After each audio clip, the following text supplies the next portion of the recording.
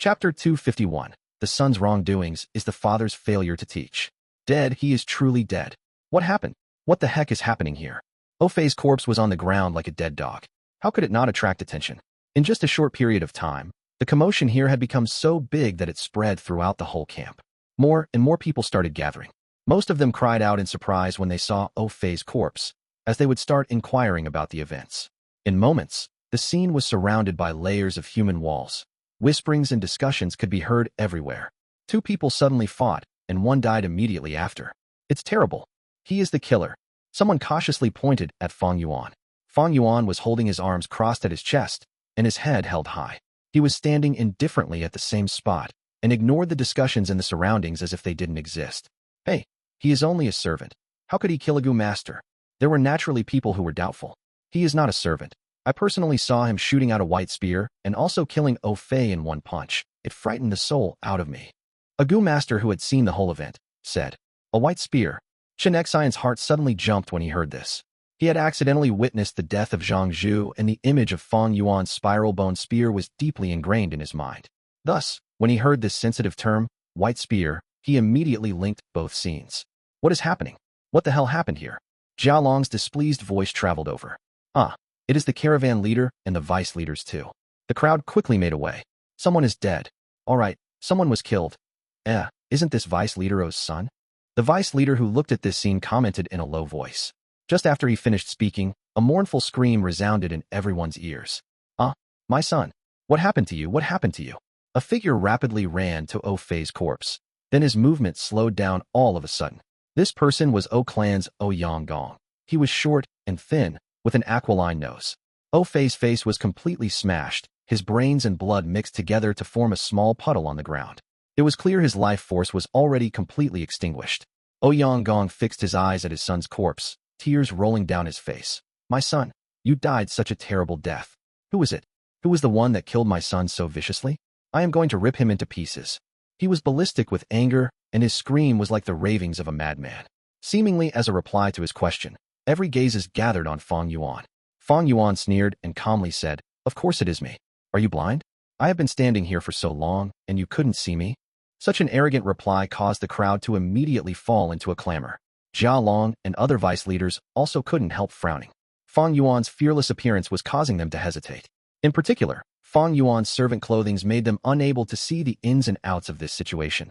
Thus they cautiously chose to stay on the sidelines. You are the killer. Yang stared intently at Fang Yuan with gaze as sharp as a knife, but despite being almost crazed with hatred, he didn't make a move. Fang Yuan was slightly surprised. His own son was lying dead in front of him, but this Yang was actually restraining his killing intent and didn't rush at him. Actually, who among those who traveled outside to trade weren't observant? Yang had lived for so long and was habituated to life or death in his travels. He was an elder, and being able to stand in such a high position in clan was a proof of his ability. However, him not making a move didn't mean Fang Yuan wouldn't. In all honesty, Fei's appearance had made Fang Yuan extremely happy. Would make an example out of him as a warning to others, and his strong presence could then awe the crowd.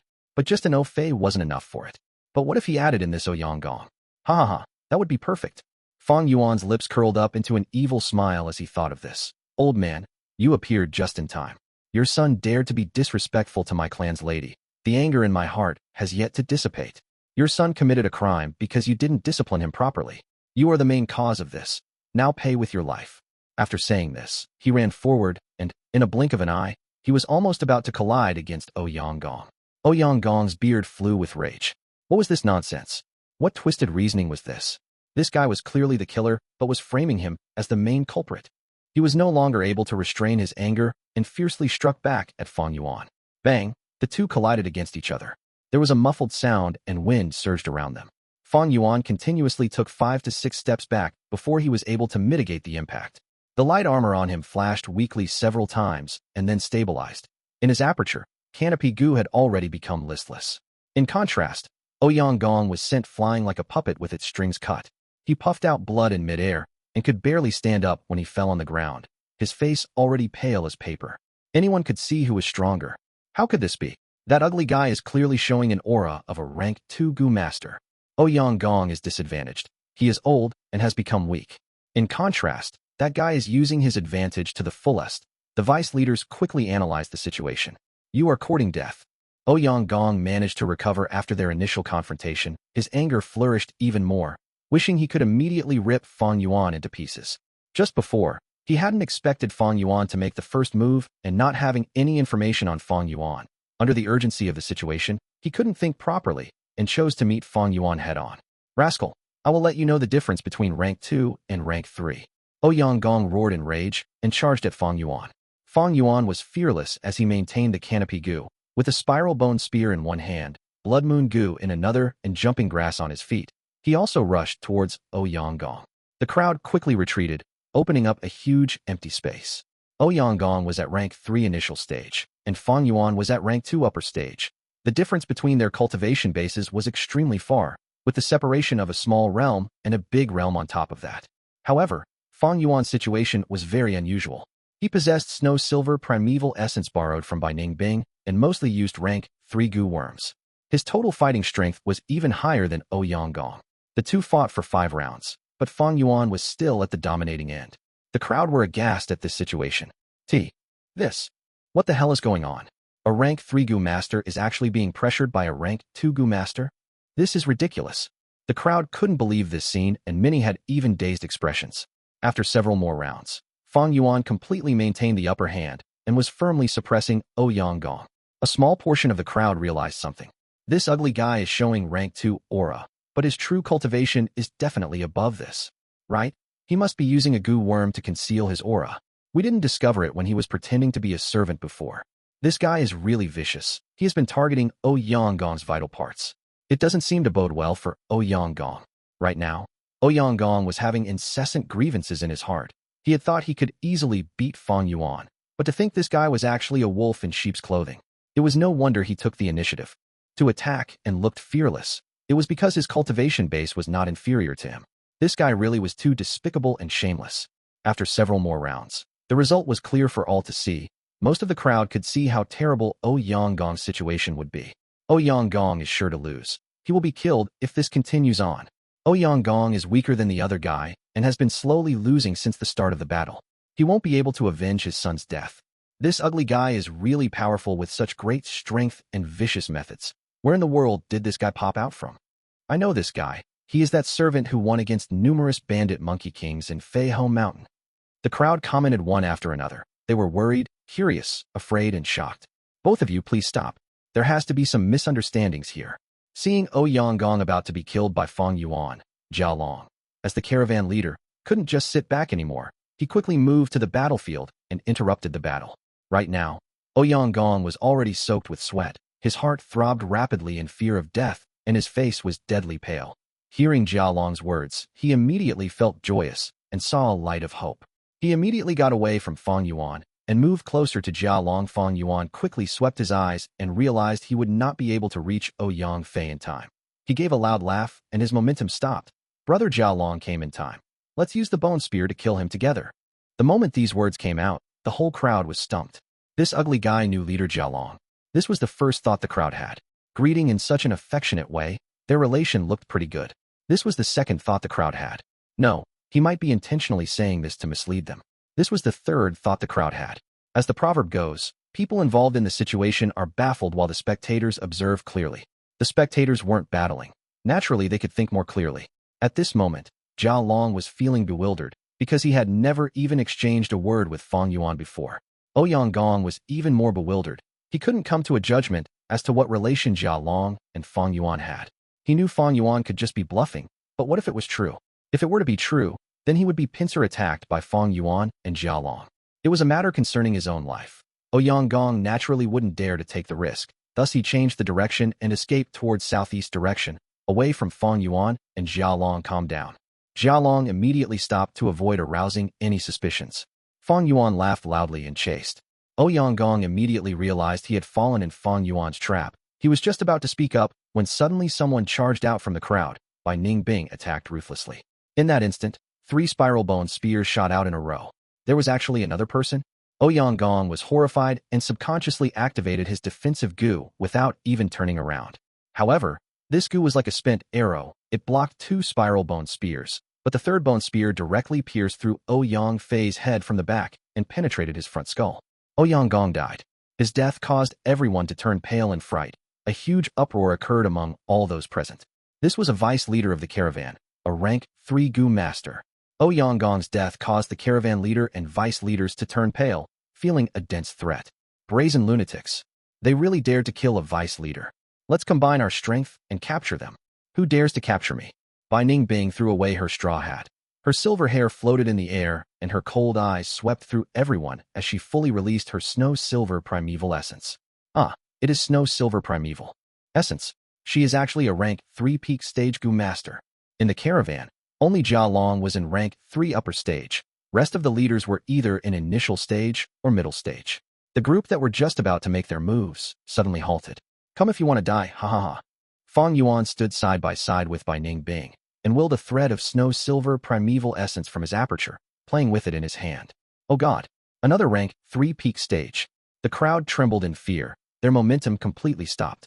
Fang Yuan and Bai Ningbing gazed at everyone with cold, indifferent eyes. The camp was silent, completely silent. Chapter 252. The only thing that matters is strength. Whoosh.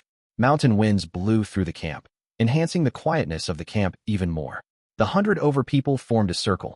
Inside the circle were 2 dead bodies and 2 standing people. Fang Yuan and Bai Ningbing's gaze slowly swept through everyone. Many did not even dare to match their cold gaze.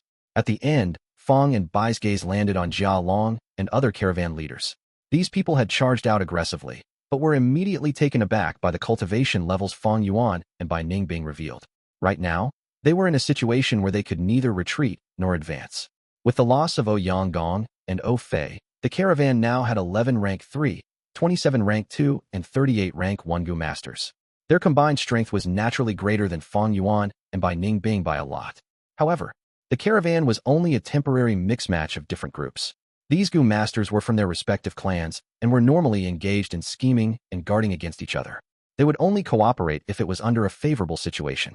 They had their own interests and were not a united bloc, and had their own ways of doing things. They were of different minds and would not be easy to lead. Fang Yuan and Bai Ningbing displayed rank 3 peak stage cultivation. No doubt they were 2 tough figures. No single clan could take them down alone, and even if they combined their strength, there would definitely be severe damage to the caravan. Momentarily, Jia Long, Chen Shuangjin, and other leaders looked at Fang and Bai before quietly sizing up each other. None of them wanted to be cannon fodder and benefit others instead. Moreover, the current situation was one where the beast groups frequently attacked. Everyone in the caravan were having trouble protecting themselves, let alone care about others. External pressure and the worries in their heart made them hesitate. The corner of Fang Yuan's lips curled up into an indistinct smile. Their reactions were all within his expectations. Now it is all up to her. Although things had escalated quickly and he hadn't communicated with Shang Xinci, Fang Yuan believed she should be able to sense this opportunity with her intelligence. Sure enough, the next moment, Shang Xinci and Xiao Dai walked out of the tent. Caravan leaders, these 2 are my Zhang clan's hidden elders, Lord He Tu and Lord Bai Yun. Shang Xinci took this chance to introduce them. Her voice wasn't loud, but she was the only one speaking among everyone present, thus everyone could clearly hear her. The caravan leaders all had different expressions, whereas the crowd began to think over the 2 names, He Tu and Bai Yun. Shang Xinci faintly smiled. The 2 lords were on a secret clan mission and coincidentally entered this caravan on the way. The caravan leaders looked at each other, all falling into silence. Since they were hidden elders, even Zhang clan's clan leader might not necessarily know of their existences. Moreover, the secret clan mission meant it was inappropriate to inquire about their motives. Shang Xinci's 2 sentences blocked any questions they wanted to ask. Of course, although these words were reasonable, it was only a one-sided statement by Shang Xinci. The caravan leaders were all astute. Each of them had made their own contemplations in their minds. Nobody was thoroughly convinced, and suspicious ones were still suspicious. But whether suspicious or believing, Fang and Bai's strength were already displayed before them, so there could only be one way to end this. Thereupon, ha ha ha, so it was like that. Everything was a misunderstanding. Jia Long suddenly laughed, his face revealing a warm smile. He cupped his hands towards Fang and Bai, and sincerely praised them. I had never expected such great heroes to be hidden in our midst. This father and son from O clan were indeed too unreasonable, and their way of doing things were also questionable. I have already persuaded them many times before, but a pity they didn't take it to heart. Their execution today can be said to be they're just deserts. These words had immediately concluded this matter. The other vice leaders also responded at this moment, cupping their hands at Fang and Bai while cursing Jia Long inwardly for being shameless. Zhang clan is well known and is worthy of being one of the top clans of our southern border. I am Lei Gong Chung of Lei clan. It is my good fortune to be able to meet both of you. It is our great fortune that both of you have exterminated evil for us. The vice leaders were all full of smiles as they said nonsense, twisting logic as they pleased. The killers became the righteous representative, while the O clan's father and son became evildoers. As for O clan's other Gu masters, there were only 3 of them remaining, who cared about their unsightly expressions. In any case, O Yanggong was dead, without a rank 3 Gu master, who would dare to be bold, who could stand up for them. You scoundrels, still not greeting the 2 lords. One of the vice leaders shouted while pretending to be displeased. We pay respects to Lord He Tu and Lord Bai Yun. Over 20 people immediately bowed and greeted Fang and Bai. The whole camp was again sent into a clamor. The caravan has suffered heavy losses and is on the brink of crisis. It is our fortune to have met both of you. Please, I invite you into the tent to further discuss our situation. Jia Long walked closer and invited them sincerely. Fang Yuan and Bai Ningbing glanced at each other, before Fang Yuan walked toward Shang Xinci and consulted. Xinci, what is your opinion? Seeing this scene, Jia Long immediately raised the status of Shang Xinci in his mind. Shang Xinci slightly shook her head and spoke with a delicate tone. I am tired. It is better for the caravan leaders to discuss together. Fang Yuan inwardly praised her intelligence. This was just the time to take a step back to make an opportunity for greater advances later. He nodded and said in agreement. Our Zhang clan's goods have all been donated. We have no interest towards these and will not interfere. This, Jia Long hesitated and was about to persuade, but Shang Xinci had already turned around. Fang and Bai also left in an impressive way without giving any opportunity to Jia Long, leaving behind this crime scene for others to deal with. All right, everyone get back to your work now. The camp still needs to be strengthened. It is a good thing 2 rank 3 peak stage Gu masters appeared, and the O clan's people clean up these 2 corpses. The only 3 remaining Gu masters of the O clan ran over. 1 rank 2 middle stage and 2 rank 1 Gu masters. Tears flowed down their faces as they held in their hatred, lowered their heads, and carried the father and son's corpses. The crowd slowly dispersed. The high-spirited caravan leaders couldn't maintain their composure any longer when they were back at the tent, their expressions fluctuating as the hypocritical smiles disappeared from their faces, into solemnness, bewilderment, indifference, and worry. Jia Long slowly sat down on the main seat and spoke with a gloomy voice. The sudden appearance of 2 Gu masters. What do you make of it? These are 2 lawless lunatics, publicly killing people. That pitiful O Yanggong. We were just here sitting with him a moment ago. I feel like these 2's origins are highly suspicious. What hidden elders? That is only that Zhang clan girl's one-sided statement. From these 2's behaviors, they are very likely to be demonic Gu masters. That's right. Occasions like demonic paths Gu masters entering the caravan are common. I bet that Zhang clan girl was threatened by them. Jia Long nodded. My thoughts are also about the same as yours. Zhang clan's proud personality and their strengths are all known to us. How could there be any hidden elders? But these 2 are vicious and also rank 3 peak stage. Yes, this is troublesome. These 2 don't look to be old, but have already reached rank 3 peak stage. Such talent. Ha ha ha. Everything has merits and demerits. The way I see it, this is also good. Their strengths will greatly increase our power. A vice leader spoke. The crucial thing is how can we use them for our benefits? Just now, I took the initiative to invite them to discuss these matters and make them work for us, but it ended up in failure. Jia Long heaved a sigh. Not lending their strength. When the beast groups attack, who can do nothing? By then, it's not up to them. A vice leader spoke in a displeased tone. This matter needs to be considered properly. Demonic Gu masters are arrogant and unyielding. Trying to force them with only external pressure won't work. They need to be pressured from both inside and outside. I am not sure what Brother Gongsun is suggesting. My suggestion is simple, but I am afraid you might not like it. It is to give a portion of the goods to those 2. They will naturally step forward to protect their goods when the time comes. The camp fell into silence immediately. Jia Long looked around before speaking. This suggestion is good. Humans die for wealth and birds die for food. Without any clan's backing, demonic Gu masters have an intense thirst towards cultivation resources. Moreover, you don't need to be worried about incurring losses. Did you forget O clan? The pondering gazes of the group immediately started brightening. Fang Yuan and Bai Ningbing's sudden appearance had made Zhang clan into an influential force in the caravan, while O clan was thrown by them into the weakest position. O Clan's father and son were dead. The remaining 2 to 3 small fry in the O Clan group were nothing to worry about. The goods held by O Clan seemed quite substantial. Uncle, I have an important matter to inform you. Shun Xian had constantly been paying attention to the tent, and once the discussion inside was over, he approached the Chun clan's caravan leader, Chen Shuangjin. Chen Shuangjin grabbed his hand.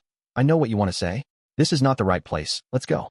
The two returned to their own tent, and after confirming no one was eavesdropping, Chen Xian spoke. Uncle, do you remember I reported to you about how Zhang Zhu was murdered? Chen Shuangjin's face was grave as he nodded his head. Zhang Zhu was killed by someone with bone spears. And today, that He Tu and Bai Yun also used bone spears. That is it. Uncle, those two are harboring some unfathomable motives, are very ruthless. We need to make their crime known and combine our strength to kill off this danger early. Chen Xian was agitated. Chen Shuangjin slowly shook his head and sighed. Chen Xian was puzzled. Uncle, you don't approve? It is not that I don't approve, but that it is not feasible. I saw with my own eyes. We have evidence. As long as we announce the matter about them killing Zhang Zhu, no one will tolerate these backstabbing traitors. Evidence. There is witness testimony, but what about material evidence? Chen Shuangjin scoffed. Even if we have material evidence, what good it would do? My nephew, only evidence is of no use. The main thing is whether you have the strength. Just before, they killed the O Clan's father and son. You also saw that, and others also saw it. We are all witnesses, but is it any use? We are all from different clans, but with us having different motives, how could we deal against these two foes? Uncle, are we going to just ignore them? They are too dangerous. I can't even sleep properly. What if they find out that I know?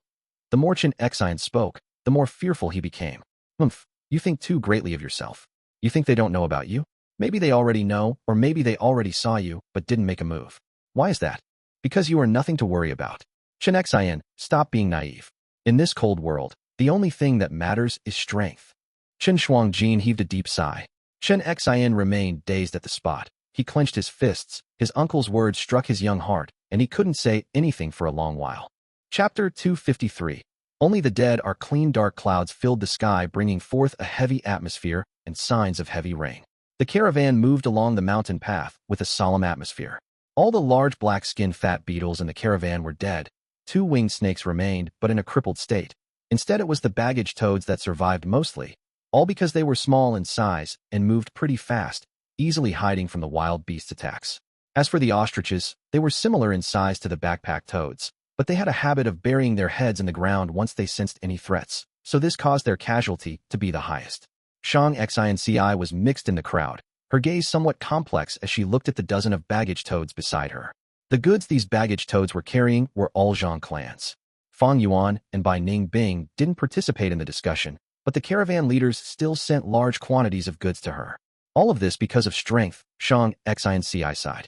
Previously, when Zhang Zhu was here, these caravan leaders showed an indifferent attitude, but now, they were polite to the extent that they even seemed to currying favor with her. Moreover, when these Gu masters and the servants looked at her now, their gazes carried reverence and fear. All these changes are due to them. Shang Xianci gave a complex gaze towards Fang Yuan and Bai Ningbing, who were not that far away. On one hand, she received a feeling of security from Fang and Bai, while on the other hand, the kind-hearted her felt fear from how they were able to easily kill people. Ha ha ha, it seems we have really frightened that girl. Bai Ningbing was walking side by side with Fang Yuan, and feeling Shang Xianci's gaze, she laughed softly. 7 to 8 days had passed since they killed O Clan's father and son. This had affected the whole caravan, including Shang Xianci and Xiao Dai. Xiao Dai did not even dare to breath loudly in front of Fang and Bai, while Shang Xianci also didn't dare to match Fang Yuan's gaze anymore. Such reactions were all within Fang Yuan's expectations. This master and servant pair grew up in Zhang clan since young. The righteous path ideology was ingrained into them. It was inevitable for them to be aware of the differences when Fang and Bai displayed their demonic nature. They would have to change their thought process to accept these two demonic path figures. Fang Yuan wasn't worried. They would have no choice but to accept and compromise when they face external pressure. After all, humans wanted to keep on living. After few beast group attacks, the estrangement in their hearts would gradually disappear. The problem now is him. Fang Yuan looked at Chen Xian. This young Gu master was the guy that fled together with Zhang Zhu.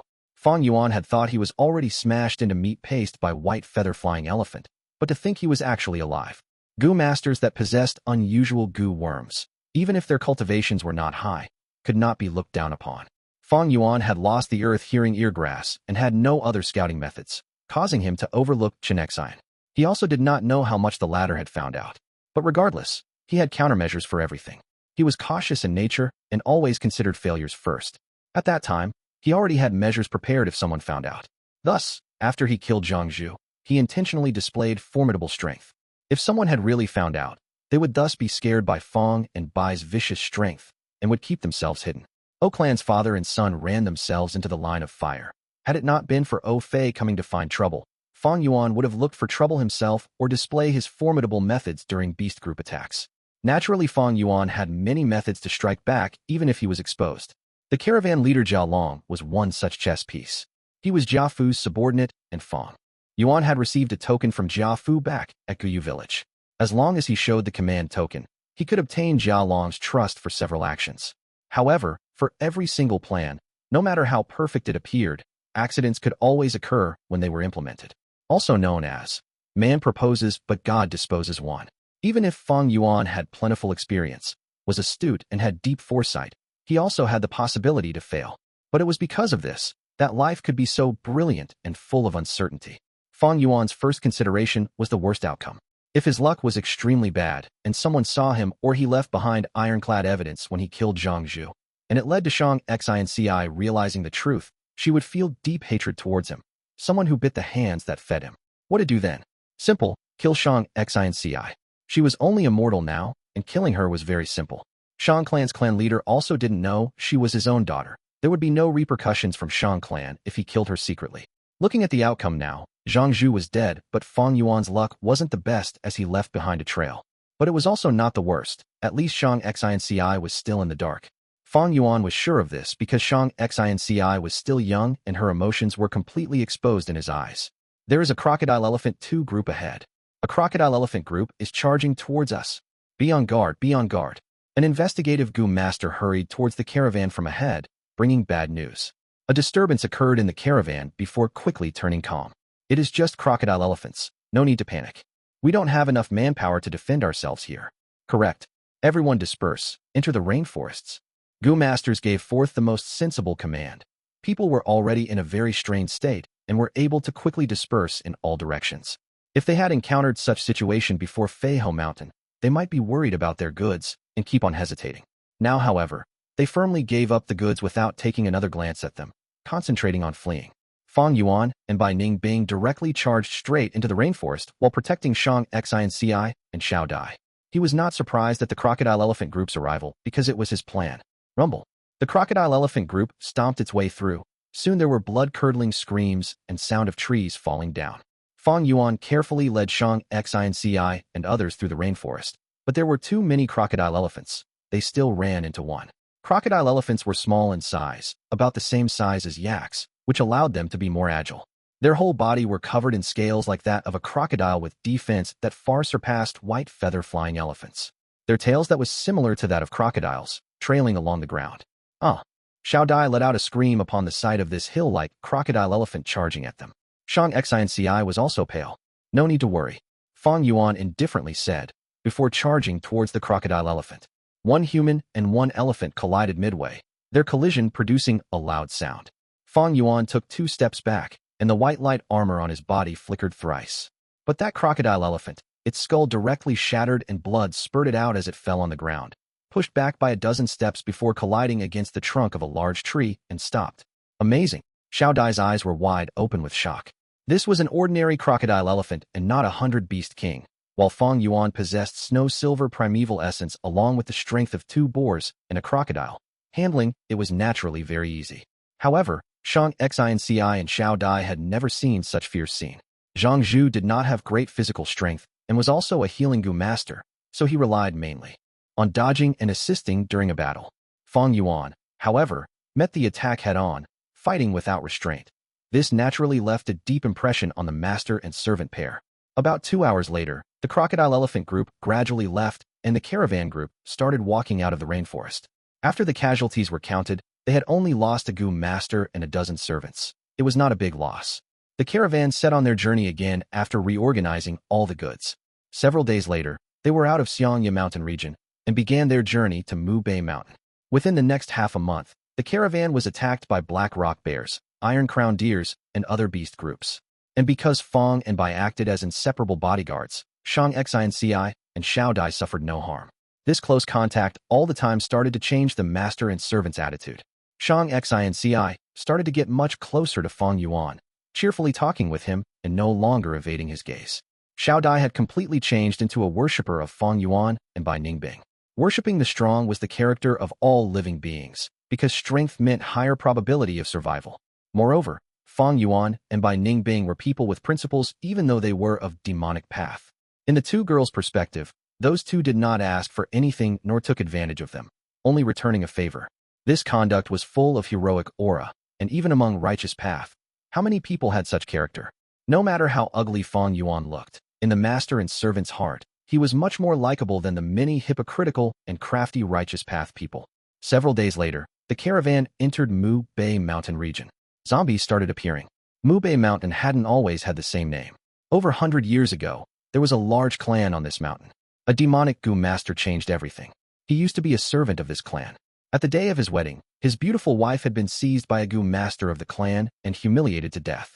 He buried this hatred deep into his heart, and as luck would have it, he obtained the inheritance of Zombie King, a demonic head. After enduring hardships for nearly 100 years, with rank 5 cultivation, he commanded an army of zombies and attacked the clan, slaughtering everyone. He did not spare their corpses, turning them into zombies. After finishing all this, he erected a huge tombstone in the ruins of the clan. On the tombstone, he carved his wife's name. This event shook the whole southern border. This mountain has been called Mu Bei Mountain ever since then. Zombies roamed free on the mountain, killing wild beasts or passerbys, absorbing blood as their food. And the ptomaine on them would infect the corpses, producing new zombies. Like this, there were endless amount of zombies on Mu Bei Mountain. To protect the safety of the trade route, clans organized zombie hunting squadrons every year to clean up these zombies. But no matter how much they cleaned up, they could not kill all the zombies due to their endless numbers. After all, the zombie hunting squadrons were limited in size. With so many mountains and southern border and dangers in the way, they had to make considerable expenditures for this long expedition. It was a situation where they had to invest a lot but gained less. And even then it was impossible to overturn Mu Bei Mountain. As long as a zombie escaped, a zombie army would appear again after a short while. After failing several times, even after large-scale expeditions, the enthusiasm of the people started to disappear. The caravan decided to camp at the base of Mu Bei Mountain for the night. The stars were shining brightly in the sky. Fang Yuan looked at the dark Mo Bei Mountain, a thoughtful look flashing through his eyes. It is time. These people are no longer valuable. It is time to settle all these troubles. Chun Xian must die, but just disposing of him alone could make the situation even more troublesome. How much did he know? Who had he revealed to? And were there anyone else who had seen the murder? Fang Yuan didn't know any of this. However, Fang Yuan had no intention to find out. Because in his plan, Chun Xian would die and others would also die. Only the dead are clean. Chapter 254. Assault of the Zombie Army. Ding Hao looked down at the caravan from the base of the mountain as he hid behind some bushes, licking his lips excitedly.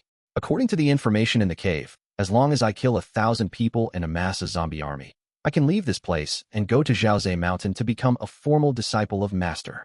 Ding Hao was originally a villager, but was recruited to be a laborer by a passing caravan. However, the caravan was attacked by a large number of zombies when they were passing through Mu Bei Mountain. He was abandoned along with dozens of other servants as cannon fodder.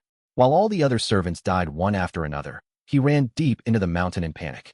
Just when he was driven into a corner, he discovered a cave. None of the zombies dared to approach this cave. He entered this cave and discovered a demonic inheritance. As it turns out, this was the hidden inheritance of that demonic Gu master who killed the whole clan and erected the tombstone in the ruins. This inheritance was deeply hidden, and only mortals were allowed to inherit it. Ding Hao awakened his aperture in this cave and began to cultivate, passing each test one by one. He only had C-grade aptitude originally, but with the use of a rare Gu in the cave, his aptitude upgraded to be great. He concentrated fully on cultivating, and after spending over 8 years, he reached rank 3 realm, which was the criteria to enter the final secret chamber. The final secret chamber contained a stone slab which had an inscription left by that demonic Gu master. I profess myself as the second zombie king. If a fated individual truly arrives here, if you so wish, you can go to Zhaozhe Mountain to be my official disciple and follow me to roam the southern border. As the final test, the second zombie king required the inheritor to kill 1,000 people and also raise a large zombie army. There were detailed standards to the test. such as how many white hair zombies, black hair zombies, and green hair zombies should be in the zombie army. However, if there was a blue hair zombie, just one would suffice to meet the condition. Ding Hao was an honest man, and honest people usually had a strong point. They were steadfast. He cultivated on Mu Bei Mountain alone for over 8 years. He had to endure the silence and loneliness, having only the zombies as his companions as he cultivated bit by bit to rank 3. He had been a servant who could only be a spectator to the world of Gu masters, thus he did not understand many things. During the time of his bewilderment, this inscription on the stone slab no doubt gave him a whole new direction and a goal to strive. The fact that the second zombie king had also been a servant and their backgrounds were similar resonated even more with Ding Hao's heart. After reading the inscription, Ding Hao started killing people and amassing his zombie army. Ding Hao soon realized these two missions actually complemented each other. He could use the corpses of the people he killed to obtain new zombies, and the new zombies could thereby increase his strength to kill more people. Mu Bei Mountain was located by one of the 3 most important trade routes of southern border, with caravans passing through it every month. Ding Hao spent another 3 years of time to reach this point, where he was close to accomplishing the mission. The caravan at the base of this mountain would be his final stepping stone to success. And it was a perfect prey. There were caravans of all sizes, some big and some small. Ding Hao could do nothing more than hide far away every time a large-scale caravan passed by. He did not dare to attack the mid-scale caravan as well. Only against these small-scale caravans could Ding Hao make his move and secretly command the zombies to attack. When his luck was good, these caravans would abandon some livestock or servants to flee. When his luck was bad and ran into some tough nuts, the zombies would be slaughtered and inflict great losses to him. At those times, he could only slowly amass more zombies again. However, this caravan was smaller than even small-scale caravans and seemed to have already suffered huge damage. It was like an old man struggling at death's door who could fall over with a light push. Ding Hao had confidence he could deal with this caravan. He even felt this was a gift sent by the heavens. It was night time. Dark clouds flitted past in the sky, hiding the moon. The light was dim around the camp. Kill. Ding Hao's eyes suddenly brightened as he willed. The zombie army, which was already arranged properly, moved stealthily towards the camp from all directions. What sound is this? A very vigilant investigative Gu master positioned outside the camp seemed to have heard something. What is it? The few Gu masters beside him were tensed. The 5 Gu masters motionlessly stared at the darkness ahead of them. Although the moon was covered by the dark clouds, there was a huge bonfire burning in the camp. The bonfire produced crackling sounds as the wind brushed past. In the midst of the flickering flames, a zombie covered with white hair hopped into the investigative Gu master's vision. The few Gu masters looked at each other before laughing out loud. Haha, a white hair zombie. TSK, getting worried over nothing, scared the hell out of me. Xiao-san, go take care of this unlucky zombie, the leader of this group of Gu masters said indifferently. White hair zombies were very weak, weaker than even the common wild beasts. Yes, boss. A young Gu master laughed and walked towards the zombie. Be careful of its corpse poison. It will be troublesome if you are infected, as I do not have an antidote type Gu. The healing master in the group reminded. Understood, understood. Do you take me as a 3-year-old child? The young Gu master impatiently waved his hand. If he was really infected with corpse poison, he could ask other Gu masters to heal him, but it would cost half a primeval stone at minimum. However, white hair zombies attacked in a set pattern and was easy to dodge. The young Gu master had already killed many of them since entering Mu Bei Mountain. There is no need to worry about this thing as long as I pay attention to dodging. Ugh. The young Gu master was mumbling to himself when he suddenly stopped on the spot. His voice stuck at his throat. His pupils shrunk rapidly and his mouth opened wide, his face revealing an extremely frightened expression. What is it? The 4 Gu masters at the rear felt something amiss and immediately asked. The young Gu master came to his senses. His whole body shook as if it was electrocuted before he immediately turned around and began running. Quick, sound the alarm. There are zombies. He screamed, his face filled with extreme fear. It is only a white hair zombie. Why are you freaking out? Wah, what the foo dash? The 4 Gu masters all screamed. There were a few hundred white hair zombies hopping towards the camp. There were also the stronger black hair zombies mixed within the horde. Under the illumination of the bonfire, one could make out the overlapping figures in the darkness, but no one knew how many zombies were pressing forward. Clang, clang, clang. In the quiet camp, the sound of the bells suddenly rang. There is a zombie group moving towards the camp. They have surrounded the whole camp. Quick, quick, everyone prepare to defend. Jia Long and some vice leaders climbed up a wooden wall and observed the situation, their expressions extremely grave. Damn it, which deity did this caravan offend? Such incredibly bad luck. I have been to Mu Bei Mountain dozens of times, but have never seen such a large-scale zombie group. There is no use in complaining. Since we can't change this situation, we have to fight with our lives on the line if we want to live. We should combine our strength and defeat this zombie group. Everyone in the camp felt their morale increasing as they growled in anger. In contrast, the zombie army was completely silent, other than the constant sound of the jumping and landing. The troop arrangement in the two sides formed a strange and clear contrast. The battle unfolded completely. Gu masters relied on the defense of wooden walls and launched all kinds of long-range attacks. All kinds of color flashed around the camp. Icicles, fireballs, vines, rolling boulders, and so on collided right into the vanguard of the zombies. Large numbers of white-hair zombies fell, cut into pieces, burnt to ashes, froze into ice cubes, or stone-rolled into meat paste. Kill, slaughter them all. Ha ha. Ding Hao was observing all this from up the mountain with a cold smile on his face. He was no longer the inexperienced guy he once was. These white-hair zombies were cannon fodder meant to waste the Gu Master's primeval essence. Sure enough, after some time, the Gu Master's attacks became less frequent and weak. I am out of steam. I don't have much primeval essence left. I also need to recover my primeval essence. Can anyone take my place? Damn it. Why are these white-hair zombies not decreasing?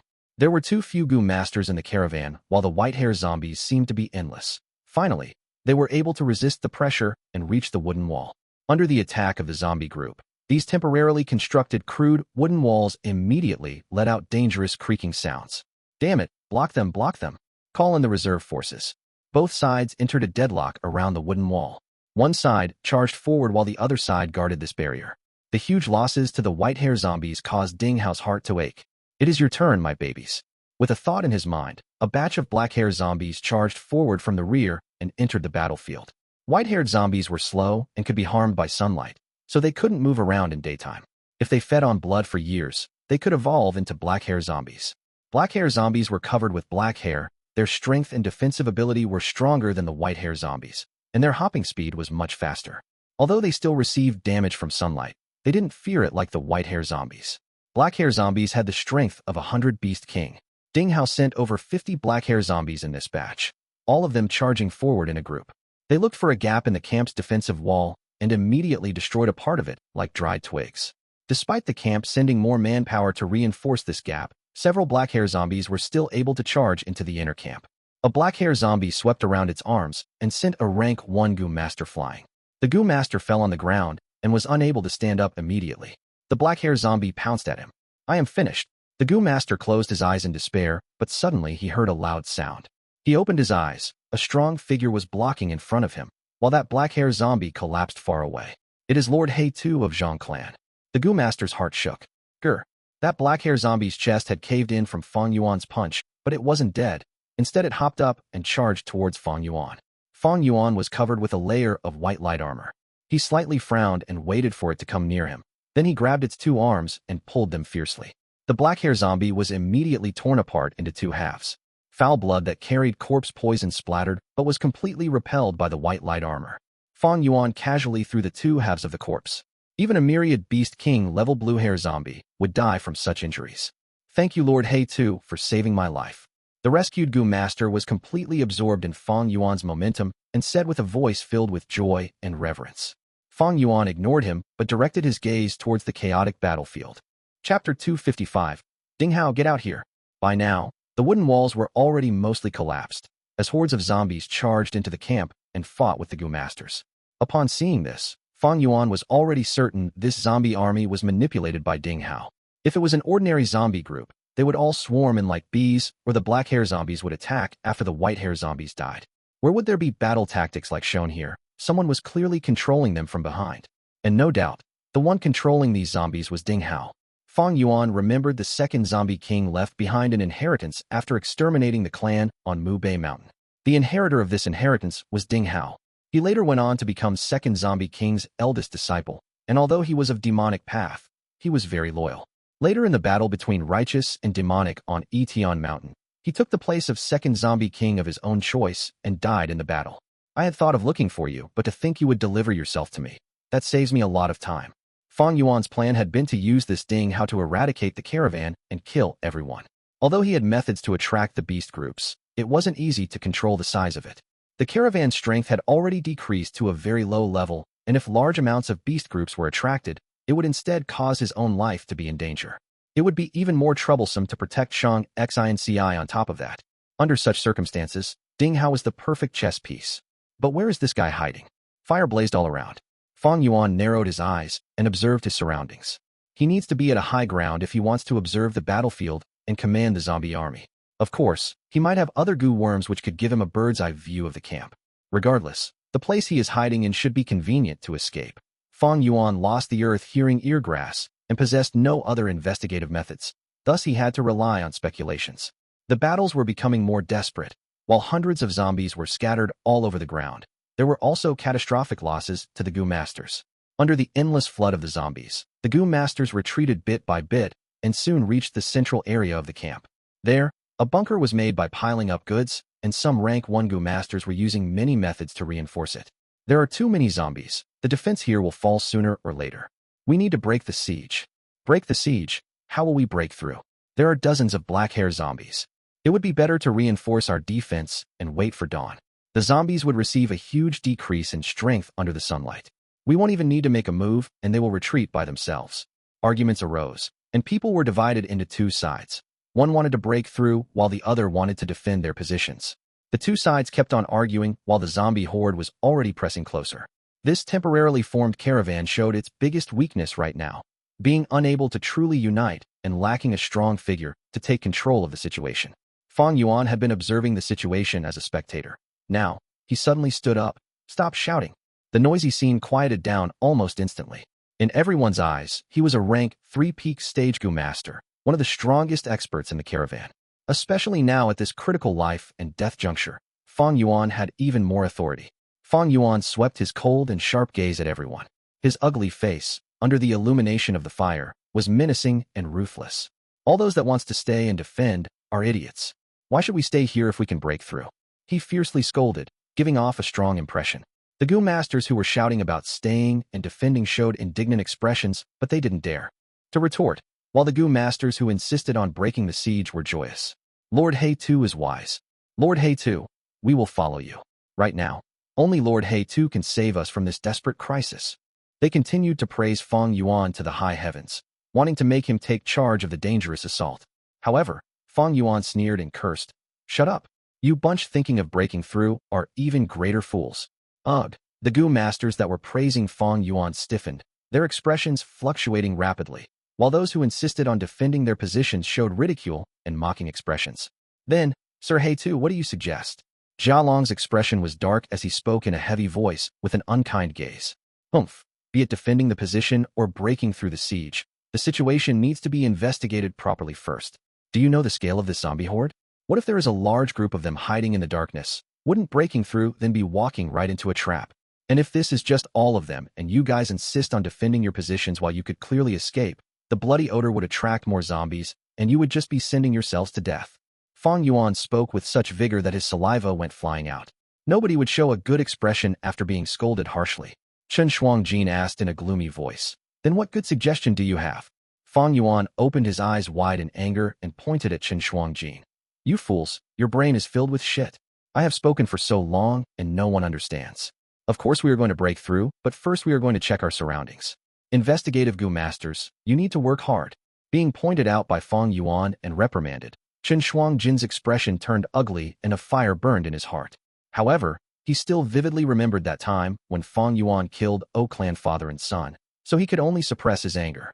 Many became dissatisfied with Fang Yuan's aggressiveness, but at the same time, in this situation, such aggressiveness instead gave them a sense of indescribable security. Soon, a group was organized to break through the siege under Fang Yuan's manipulation. Break through that direction. Fang Yuan said solemnly as he pointed towards southeast direction. Yes, Lord He Tu. Remember, scouting is the priority. Protect yourselves and retreat if you can't continue. Fang Yuan smiled and patted the group leader's shoulder.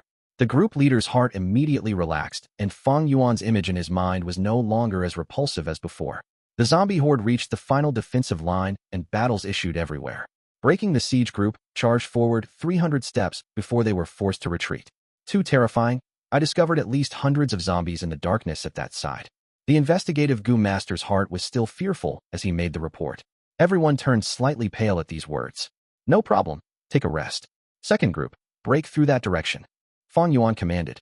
This group charged through 400 to 500 steps before they had to retreat. There are too many zombies. The investigative Gu master was pale. Fang Yuan let them rest and said to the newly formed third group, "Go in that direction. But that side is a valley." The group leader was somewhat puzzled. Slap.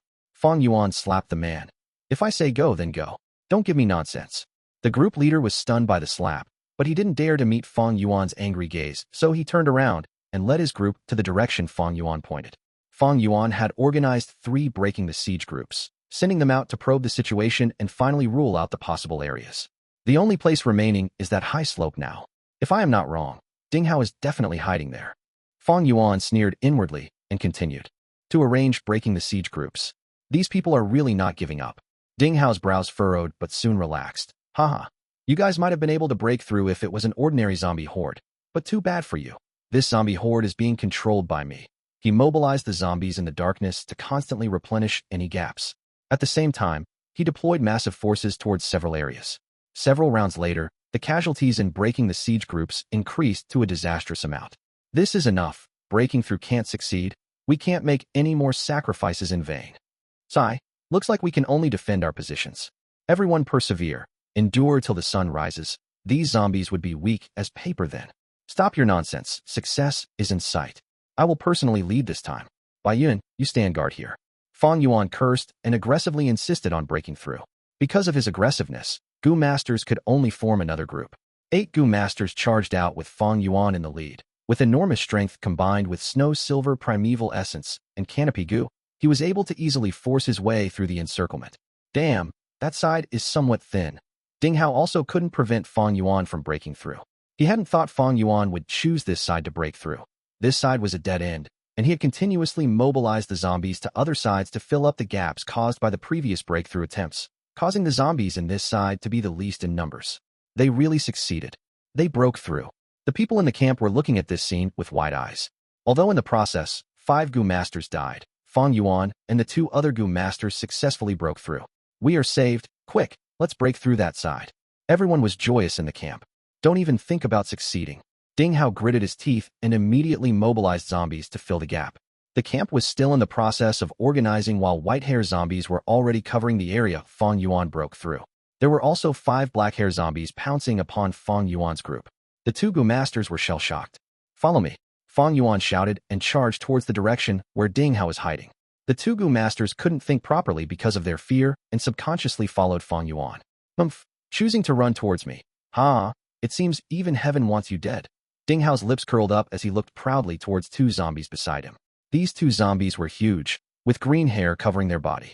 They were green hair zombies which was stronger than black hair zombies and could show a power equivalent to that of 1,000 Beast King during night. Ding Hao was only able to raise these 2 during his many years in the mountain. Go, he willed, and these 2 green hair zombies immediately charged out. 80 steps later, they met Fang Yuan's group. Fang Yuan met one head-on. Even though he had strength of 2 boars and a crocodile, they were evenly matched, and both were sent back several steps from the collision.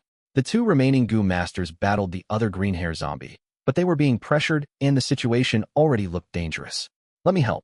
Fang Yuan activated jumping grass and leapt towards the battle. The 2 Gu masters were exulted and were about to express their thanks, but without warning, 2 spiral bone spears shot towards them. PSH. 2 piercing sounds determined the 2 Gu masters' deaths. Ding Hao had been observing the battle, and seeing this unexpected change raised a huge doubt in his mind. This distraction caused the 2 green hair zombies to slow down. The next words Fang Yuan spoke caused even more shock to Ding Hao, only to hear him shout, "Ding Hao, get out here." Chapter 256. So your eldest senior brother Ding Hao started to get dizzy, as if a flash bang went off in his head. Who is this guy? He discovered me, and even knows my name. Impossible. I have been so careful all these years, never giving myself away. How could he discover me?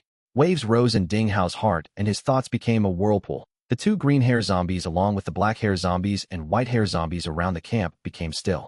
Everyone in the camp were stunned by this unexpected scene. However, Ding Hao immediately came to his senses and reacted. The battle in the camp resumed. Fang Yuan knew he had already half succeeded upon seeing these 2 green hair zombies remaining still. He shouted, "Ding Hao, you will regret if you don't come out." Ding Hao was hiding within some bushes. He gritted his teeth and asked while controlling the green hair zombies to surround Fang Yuan. "Who are you? How do you know my name?" Fang Yuan snorted. Of course it was my master second zombie king who told me. Ah.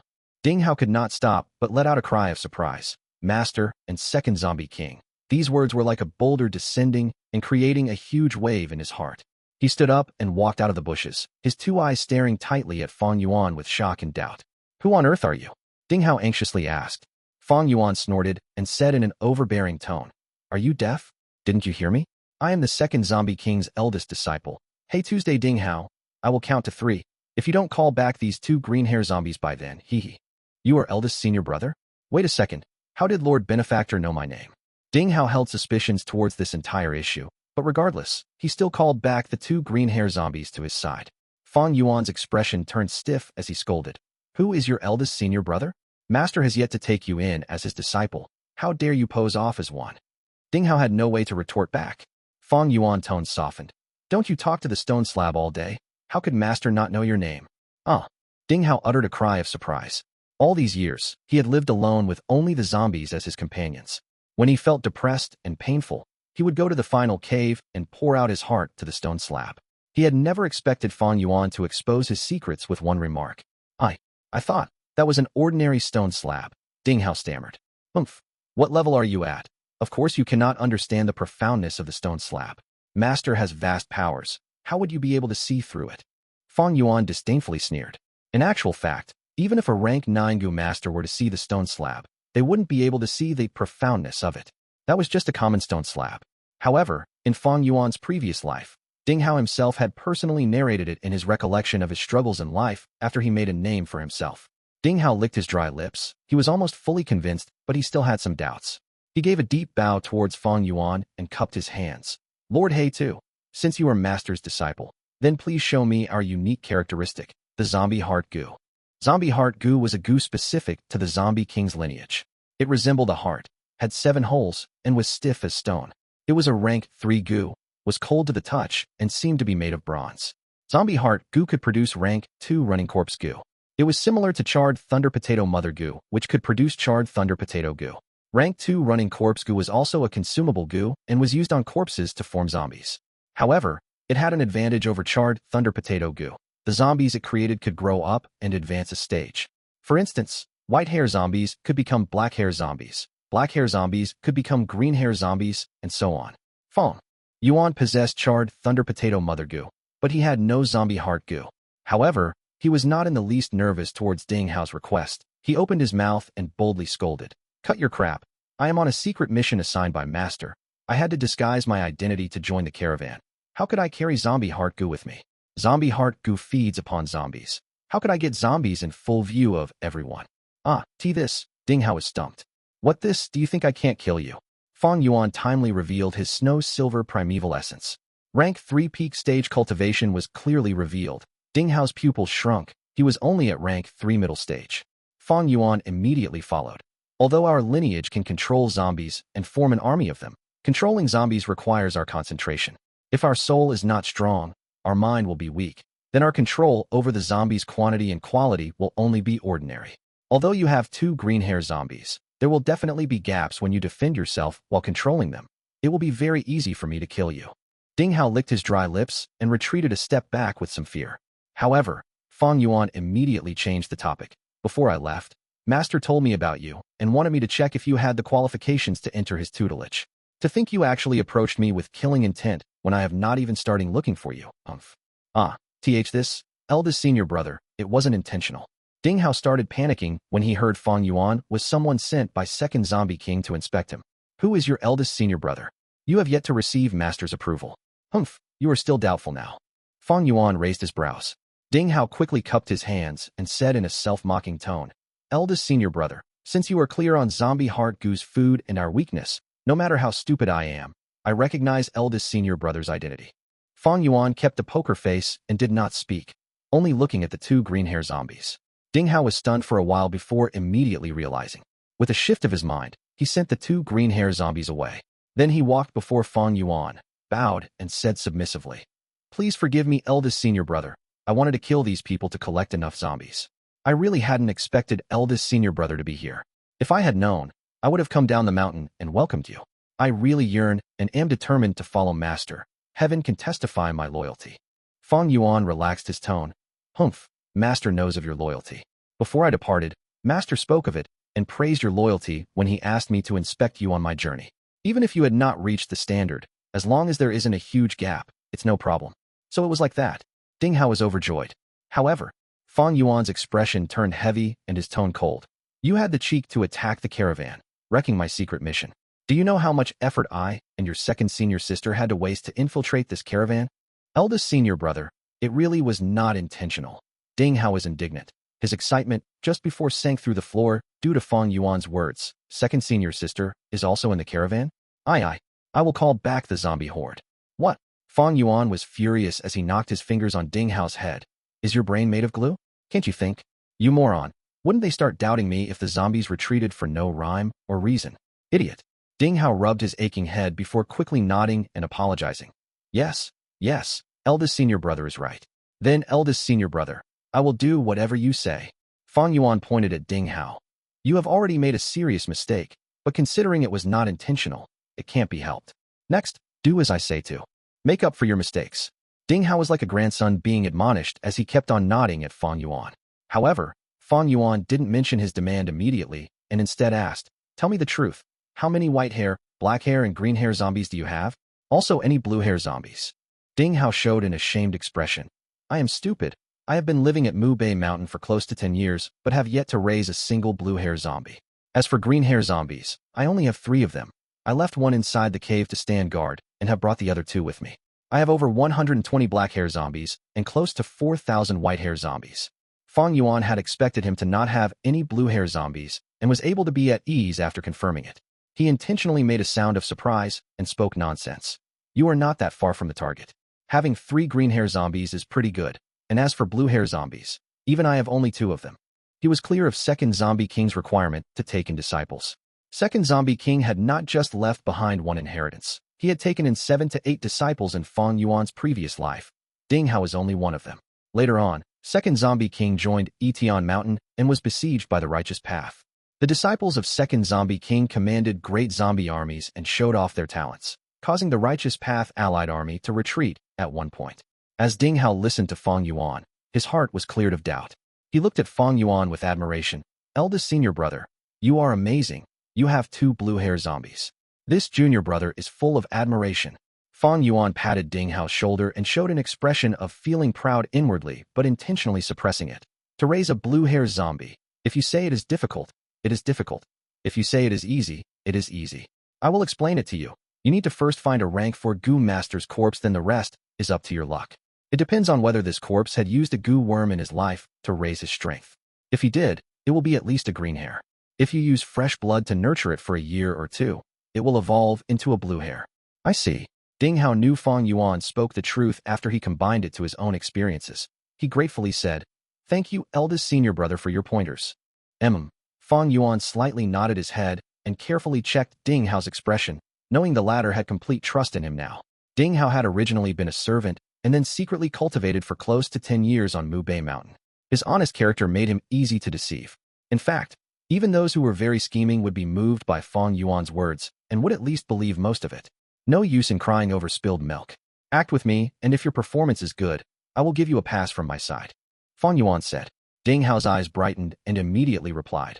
Please speak, elder senior brother. I will definitely do my best to accomplish it.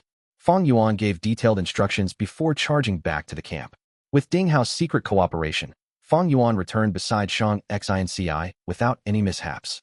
Seeing an expert like Fang Yuan returning to their sides, everyone in the caravan was surprised, happy, and in awe. In their perspective, Fang Yuan could have already escaped, but he fought his way back to them. I am burdening you, benefactor. Shang Xinci felt ashamed and guilty. No matter. You are only one of the reasons. Besides, Bai Yun is also here. Fang Yuan shook his hand and intentionally said this, making Shang Xinci and Xiao Dai feel even more moved. Bai Ningbing glanced at Fang Yuan with doubt. Fang Yuan vaguely winked at her. She immediately realized he was up to no good. Chapter 257. A spear from behind the zombie horde's attacks gradually slowed down, and the situation came to a standstill. Time passed minutes by minutes. Occasionally, some Gu masters heroically sacrificed themselves, or zombies fell down. 2 hours later, Ding Hao followed Fang Yuan's instruction and steeply increased the attacks of the zombies, breaking the defensive line that was hanging by a thread. There were only 30 or so people in the caravan now. They had to break through. They were all of one mind on this, as every one of them could see that there was a chance at survival if they broke through, and if they insisted on defending their positions, their deaths were certain. To break through would also be a desperate struggle.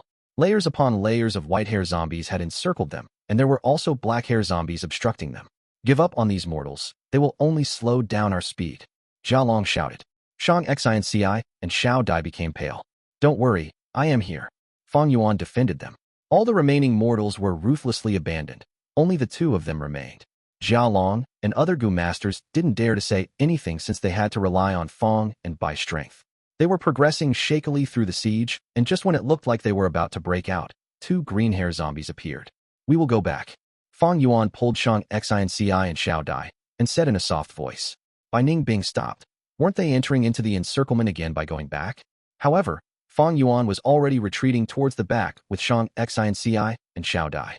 Bai Ningbing gritted her teeth as she looked at the empty field in front of her, but she still turned around and followed Fang Yuan. The other Gu masters fell into a chaotic battle against the two green hair zombies. Green hair zombies were as strong as Thousand Beast King, and though there were many rank 3 Gu masters, they were already exhausted. As their battle with the green hair zombies continued, the surrounding black and white hair zombies closed in on them. This instead caused the pressure on Fang and Bai to decrease greatly. Fang Yuan retreated dozens of steps before he started breaking through again. Numerous white hair zombies were blocking their way, but Fang Yuan just plunged and dashed. The power he displayed was extremely high. White hair zombies died everywhere he passed. Bai Ningbing was dumbstruck. Was this Fang Yuan's true strength? These white hair zombies are too weak. She immediately found something amiss when she attacked. The white hair zombies that were blocking them were many times weaker than before. They had dazed expressions and didn't even attack properly. They were more like punching targets. Did Fang Yuan discover this weakness and is using it now? Strange, these white hair zombies look the same. How in the world did he discover these weaknesses? Bai Ningbing was bothered and bewildered. Fang Yuan, however, was hurling curses inwardly right now. Before departing, he had reminded Ding how to make the zombies appear strong, although actually weak, and make it realistic. So what horrible performance is this? Ding Hao was sweating profusely. He had never exerted so much concentration to control the zombie army. He was extremely nervous, feeling that he had destroyed eldest senior brother's secret mission. Guilt and worry made him cooperate with Fang Yuan's act with all his efforts. It was okay when he didn't know Fang Yuan's identity, but now that he knew Fang Yuan was his eldest senior brother, how could he dare to truly attack him? Amazing! Xiao Dai exclaimed in surprise. Shang Xinci's beautiful eyes also brightened. Fang Yuan was moving unhindered, like an unmatched general maneuvering on the battlefield, giving off a feeling of invincibility. Who does not love heroes? Which girl did not dream of a prince riding a white horse, a hero saving the beauty? Xiao Dai did, and so did Shang Xinci. Right now, as the master and servant looked at Fang Yuan's wide back, there were ripples in their hearts. Fang Yuan was ugly, but at this moment, this ugliness gave off a beautiful radiance to them. His bravery and spirit gave an indescribable sense of security to these two girls who were in this dangerous situation. They could not help but want to rely and depend on him. Such terrible acting, this coward. Fang Yuan really wanted to kick Ding Hao to death. His thoughts moved rapidly, and he could make out Ding Hao's mental state. It seems I have no choice. Fang Yuan narrowed his eyes. Then he resolutely deactivated Canopy Gu and charged towards an attacking white hair zombie. His flesh was torn open. Fang Yuan got injured. Good, this is how it should be. Fang Yuan happily thought. This was the best chance to win Shang Xinci's trust. How could he let it go in vain? Damn it! Bai Ningbing cursed and immediately rushed towards Fang Yuan, abandoning Shang Xinci. Fang Yuan had the Yanggu on him. That was the key to her reverting back to a man, and it could absolutely not be lost. Oh my heavens! Ding Hao's whole body shook when he saw Fang Yuan being injured. He was blaming himself. The worry and panic was clear on his face as he mumbled. It wasn't intentional. It really wasn't intentional. Eldest senior brother. Ah! Shang Xinci and Xiao Dai both cried out. Their hearts ached seeing Fang Yuan injured. What are you doing? Go back and protect them. Fang Yuan shouted in a soft voice when Bai Ningbing approached him. Bai Ningbing's blue pupils widened. She immediately realized Fang Yuan had intentionally received the attack. This bastard. Don't go overboard. Bai Ningbing's eyes twitched. She said these words and left. With Ding Hao's control, the white hair zombies made threatening gestures, but it was all show and little action. Bai Ningbing kicked a white hair zombie flying and hurried back towards Shang Xinci. How is He Tu? Shang Xinci grabbed Bai Ningbing's arm and asked. He is okay. Bai Ningbing's lips twitched. Why are you not switching with him? He is injured. The gentle Shang Xinc's words carried a rarely seen grievance. Bai Ningbing's lips twitched. She couldn't tell that Fang Yuan intentionally received the attack, right? So, she casually made up a reason. He has always been like this. He will never stop when he starts an assault, unless he falls. Shang Xinc's beautiful eyes flickered and slightly reddened. Xiao Dai covered her mouth. Her eyes were already moist. There were ripples in the master and servants' hearts again as they looked at Fang Yuan. What kind of man was this? In this horde of zombies, he moved around without fear, constantly pressing forward. No doubt he was a hero, a sorrowful hero. Seeing Fang Yuan injured, Ding Hao was shaking with fear and didn't dare to obstruct the path. Fang Yuan charged ahead for some distance and led Shang Xinci and the group out of the zombie encirclement. That's it. He smacked his lips with dissatisfaction and grudgingly looked at the only injury on his body. It was such a good opportunity to show off, but he only received a single injury. The act was really lacking. Despite only suffering a single injury, it already made Shang Xinci and Xiao Dai extremely worried. Hey two, are you okay? You are injured. The wound is so deep. All because of me. Shang Xinc's eyes were becoming moist with tears. So much black blood is flowing out. Lord He Tu, you have been poisoned. Xiao Dai said with deep concern. Fang Yuan puffed out his chest and said in a deep, fearless voice, this is just a small injury. The corpse poison is somewhat troublesome, but I can detoxify it with clearing heat goo. You don't need to worry. Ha ha ha, he started laughing. The camp was in ruins, flames blazed everywhere. The remaining people in the caravan had set the camp aflame before leaving. It was to burn their bridges and also to have a source of lighting. Fang Yuan and the group charged out of the zombie encirclement and reached the outer perimeter of the light from the fire. The light shone on Fang Yuan's face, chest, and his injury. He laughed. His appearance was ugly, but it gave a different kind of heroic charm to the two girls. They had dreamt of dreams of heroes saving the beauty, dreamt of handsome and unrestrained hero. Truthfully, the image of Fang Yuan and their image of heroes were as different as day and night. However, strangely, the two girls felt this was the true hero. He was unrestrained, fearless, and had unmatched heroic spirit. Many years later, Shang Xinci would ask herself how Fang Yuan walked deep into her heart. Every time, she would involuntarily think of this night. Layers upon layers of zombies to his back, blazing flames shining upon his face, the burned scars on his face, his smile revealing his white teeth. His deep black pupils looked at herself, the normally cold and indifferent eyes, under the orange flames, revealed a hint of warmth. Save us. The caravan group were deeply encircled by the zombie horde and started shouting for help when they saw the situation in Fang Yuan's side. Fang Yuan's gaze flashed, but he didn't speak. Shang Xinci had already grabbed his arm. You are injured. Don't go. Let's leave. Do you remember what you said to me? Do only what you are able to. A peace of mind as long as one does what he can. Fang Yuan laughed and patted Shang Xinc's hand. Don't worry. I am not going. There is no kindness or hatred between them and me. Let's go. However, it wasn't so appropriate to leave like this. What if someone knew he killed Zhang Zhu and under desperation, shouted it? What would Shang Xinci think then? In truth, his worries were unnecessary. Chen Xian and Qin Shuangjin, who knew about the matter, had already died in battle. Fang Yuan's eyes flashed with a bright light as he shouted loudly. Continue to persevere. Wait till I bring them to a safe place. Then I will come help you. Brother He Tu is righteous. We hope Brother He Tu returns quickly. Brother He Tu, if you save me, I will give you a huge amount of money. The caravan people shouted one after another. Fang Yuan laughed bitterly and looked at the master and servant's puzzled gaze. I am giving them some hope so that they might create a miracle. Sigh, I can only do this much. Fang Yuan's image immediately rose to a much greater height in the two girls' hearts.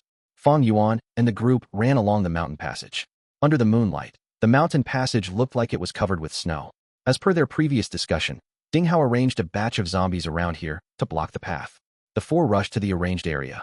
Fang Yuan signaled by Ning Bing with his eyes, then stood at the spot. You guys leave first. I will stop these zombies and hurry back to you.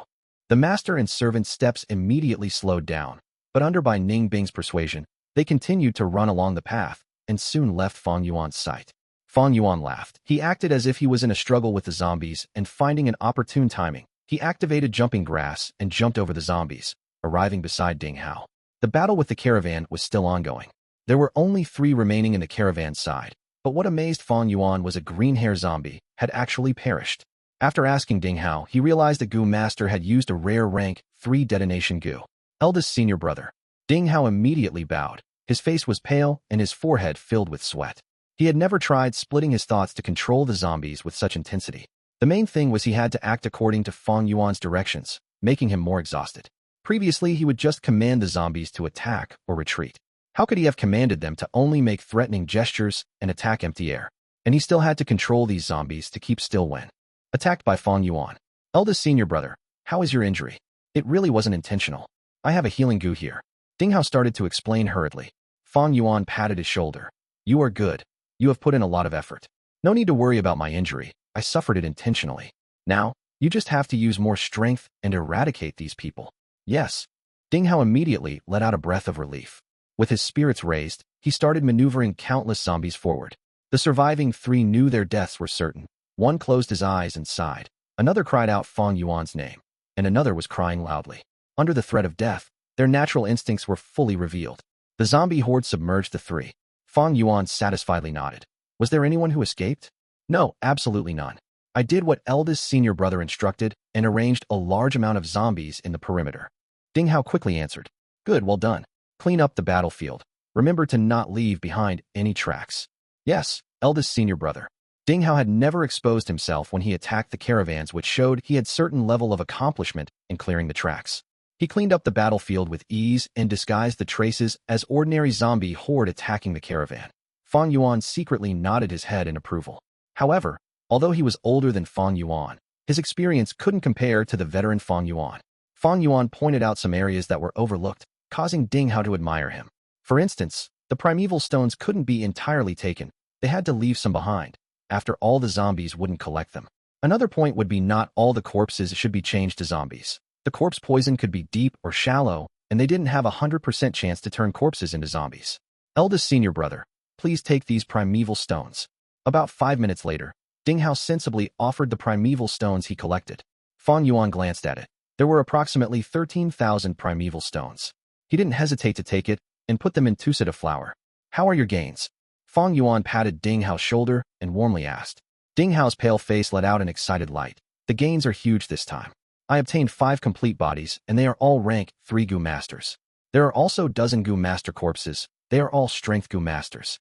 I will get at least black hair zombies once they are turned into zombies. Ha ha, you have obtained a good harvest. Raise these black hair zombies properly, and you will definitely have new green hair zombies.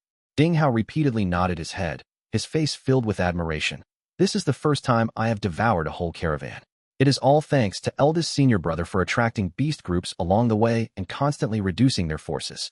All these gains I made is because of eldest senior brother. You are not too shabby either. Your commanding ability is quite good. But looking at your face, you have used your brain too much. Your mind is haggard and your soul is wounded. You need to recuperate for a while. Taking good care of our soul is very important to our lineage. If our soul is not strong, our mind will be weak and commanding the zombies will be more difficult. Fang Yuan smiled, speaking gently. Thank you, eldest senior brother, for your concern. Ding Hao had lived alone for close to 10 years. This was the first time someone showed concern for him, so he couldn't help being moved. This emotional spike immediately caused him to have an intense dizziness. His body shook, and if not for Fang Yuan supporting him, he might have fallen headfirst into the ground. I am ashamed. My cultivation is still not enough. I am feeling dizzy and my mind is not working properly. Ding Hao was able to barely stand up.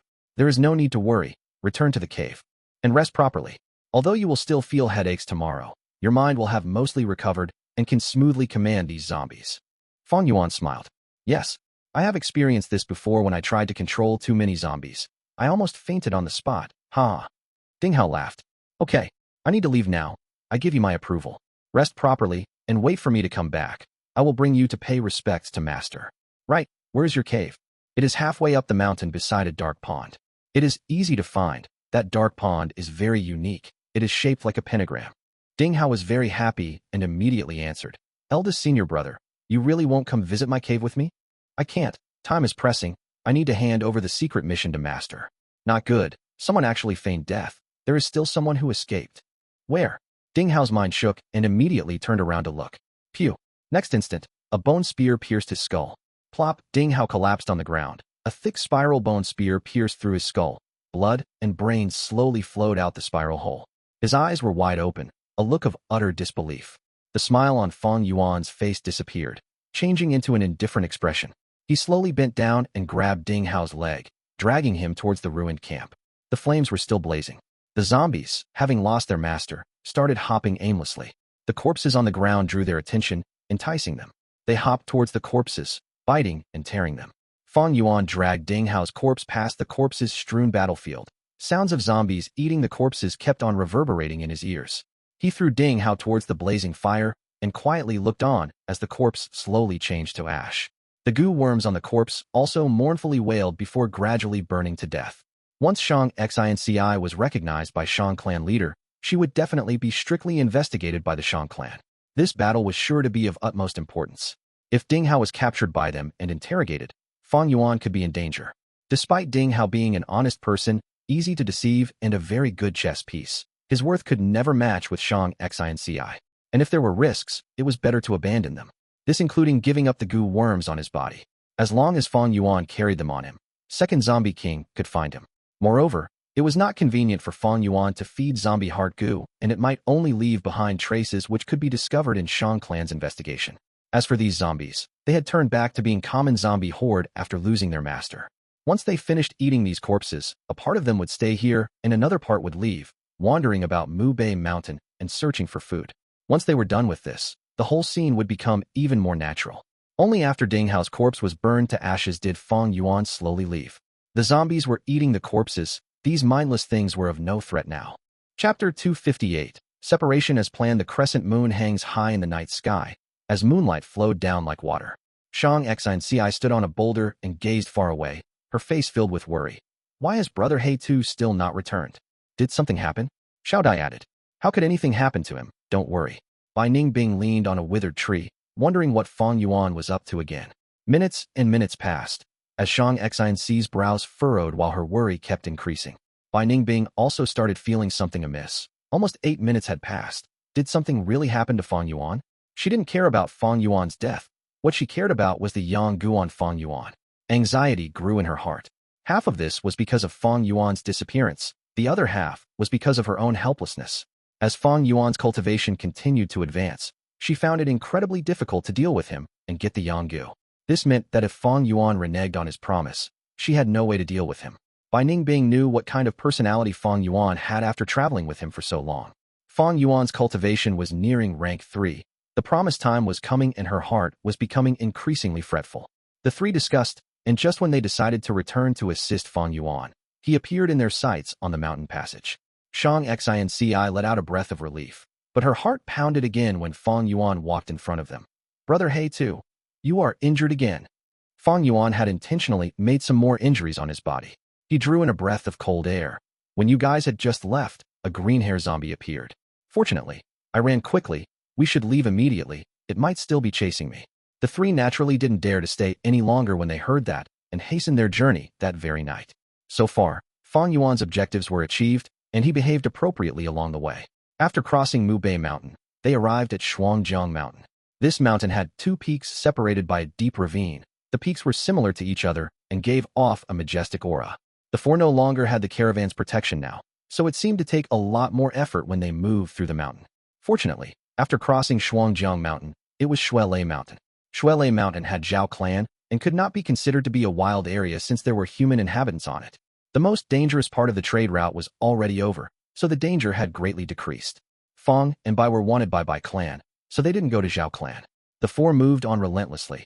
After passing through Shuelei Mountain, they continued to cross Qianku Mountain, Jurin Mountain, Luzhao Mountain, crossing over 6 great mountains. During this time, Fang Yuan's cultivation advanced from rank 2 middle stage to peak stage. On the whole journey, they only stopped by some remote hamlets to replenish their supplies. As they neared Shangliang Mountain, the mountain path became wider and there were more people moving through the path. And finally, on this day, Shangliang Mountain finally appeared in their sights. Puff, that is Shangliang Mountain. Shang Xinci put her hand on her forehead to shield her from the sunlight and looked at the horizon before letting out a breath of turbid air. Missy, we are almost there. Xiao Dai laughed happily and excitedly shook Shang Xinci's arm. Bai Ningbing only looked and did not speak. We will go our separate ways when we arrive at Shangliang Mountain. Lady Zhang, I have paid your favor. Fang Yuan suddenly said. What? Xiao Dai gasped, not having expected Fang Yuan to say that. She stood on the spot at a loss. Shang Xinci's expression changed. Her eyelashes slightly trembled as she looked at Fang Yuan. These days, while Fang Yuan remained silent, He had already become a pillar of support for her. Now that he is leaving, Shang Xinci immediately felt a sense of emptiness and loss. All things must come to an end. Fang Yuan heaved a long sigh. True, Shang Xinci pursed up her lips. Her breathing was becoming heavy. After being in contact with Fang Yuan all the time these days, she knew his character. He was someone acts upon his decisions, a resolute man. Let's go. It isn't quite safe yet. We will part our ways when we reach the city gate. Fang Yuan started walking in front. The atmosphere of the group had decreased to a freezing point. Even the incessantly chattering Xiao Dai was silent. The closer they were to Shang Clan City, the nearer their parting. Shang Clan City unconsciously slowed down Shang Xinci's steps. Shang Clan City was her destination for this trip, and she should have been happy as she neared her target. But right now, she didn't want to reach Shang Clan City. However, the path was after all limited. They eventually arrived at the foot of Shangliang Mountain. Shang Clan City's huge gate was right in front of their eyes. It was time to part ways. Fang Yuan gazed deeply at Shang Xinci and nodded his head, only saying 2 words. Take care. It was simply 2 words, but it made Shang Xinci's beautiful body tremble. Fang Yuan turned around and left. Wait. Shang Xinci summoned her courage and suddenly spoke. It was a sea of buzz and commotions around the city gate, with people moving to and fro. Shang Xinci's beautiful pupils gazed at Fang Yuan as the crowds moved rapidly around them. We will meet again someday. Benefactor, you might have repaid my favor in your heart, but you have saved me over and over again. This favor you have given to me is as deep as the sea and as heavy as the mountain. Benefactor, you said a drop received in need will be repaid with whole river. I will definitely repay you. The young girl's tone was firm and revealed her resolute heart. Fang Yuan smiled towards her, then turned around and left, gradually disappearing within the crowd. Shang Xinci stood on the spot for a long while. Miss, they are really heartless, leaving just like that. Xiao Dai walked over and held her hand. They do not want to implicate us. Their demonic path identity cannot be exposed even on Shangliang Mountain. Shang Xinci's nature was kind, always thinking of people positively. Oh, it was like that. Xiao Dai realized. They might be demonic Gu masters, but they are good people. I have decided I will make it big on Shang Clan City. There is definitely a place for my talent. I might just be a mortal who can't cultivate, but I can hire Gu masters to work for me. I will definitely repay their favor in future. Yes, I believe in you, Missy. Strange, you have protected Shang Xinci all the way. Why are you intentionally parting ways now that we reached Shangliang Mountain? I have to remind you that there is a huge flow of people in Shang Clan City, and you don't have an investigative Gu. If you are just playing hard to get, make sure you don't lose track of her. If not, you will just be shooting yourself in the foot. It would really be a great joke. Bai Ningbing coldly reminded Fang Yuan from the side. Fang Yuan ignored her. His gaze followed Shang Xinci and Xiao Dai till they walked through the city gate, and only then did he retrieve his gaze. As per his previous life's memories, Shang Clan leader should detect his bloodline in Shang Xinci once she entered Shang Clan City. However, for confirmation, the tyrannical Shang Clan leader would round up all the people of the caravan, which Shang Xinci joined at that time, and keep them in house arrest as he interrogated and investigated them. When the truth was cleared up and Shang Xinci's identity was confirmed, Shang Clan leader generously compensated all the caravan members by twice the amount of their goods. Shang Xinci directly jumped from being a mortal girl to being Shang Clan leader's beloved daughter. This event caused a sensation and became a popular conversation topic. This is why Fang Yuan needed to part ways with Shang Xinci. Fang Yuan had many Gu in his aperture which could never be exposed to others, especially the spring Autumn Cicada. If he was investigated and his aperture searched, it would become a huge trouble. If it was an ordinary clan, Fang Yuan would have no worries because the clan leaders who usually had the highest cultivation would only be at rank 4 stage in such clans. However, Shang Clan leader had rank 5 cultivation, and that wasn't even the highest cultivation here. There were supreme elders in the Shang clan possessing rank 6 cultivation. If they were to search Fang Yuan's aperture, the spring Autumn Cicada would be discovered even if it hid deep within. Saying his farewell had another advantage. He would appear to have no desire or need anything from Shang Xinci. This would deepen the impression of only repaying favor in her heart. Later, when he meets Shang Xinci, he would definitely obtain her trust. Actually, the quickest way to form an inseparable relation to Shang Xinci is through sexual relation. Fang Yuan could sense Shang Xinci had good feelings towards him. If he took her chastity, the future Shang clan leader would fall deeply in love with him. Fang Yuan might appear ugly, but the charisma he released already moved Shang Xinci's heart. He knew Shang Xinci would not refuse him if he wanted it. But this way absolutely could not be carried out. If he did it, he would become Shang clan's son-in-law, and would be bound to the chariot called Shang clan. Then Fang Yuan would no longer be able to do things his own way. His every movement would be watched by others, his hands and feet bound. Even his cultivation would have to be purposely suppressed. As his cultivation increased rapidly, it would expose bone-flesh unity, Gu, which was sure to cause an upheaval and attract all kinds of attention. Fang Yuan understood how much bone-flesh unity Gu was worth. Even Shang clan could not keep it for themselves. And if Spring Autumn Cicada was revealed on top of that, those reclusive rank 6 Gu masters, even rank 7 Gu masters would jump out one after another. After reaching rank 6, the Gu master would experience a qualitative change in their strength, each of them able to contend against the strength of a whole clan. Once he had sexual relations with Shang Xinci, after Shang Xinci confirmed his identity, even if she was Shang clan leader, they would all come looking for Fang Yuan. Fang Yuan was moreover a demonic Gu master with unknown origins. It was unavoidable for him to be investigated and interrogated. If he escaped, he would have to face Shang clan's pursuit and arrest warrant. This was a completely different concept from Bai clan's arrest warrant. Bai clan was in dire straits and didn't have enough strength, but Shang clan was one of the overlords of southern border. Fang Yuan would only have one way out if that happened. That was to escape from the southern border. Shang Yanfei was sitting cross-legged in the air, his whole body bathing in flames. The flames were scarlet like blood and were burning silently in the dark void. As the leader of Shang clan, he is occupied with clan affairs every day and does not have much time to cultivate.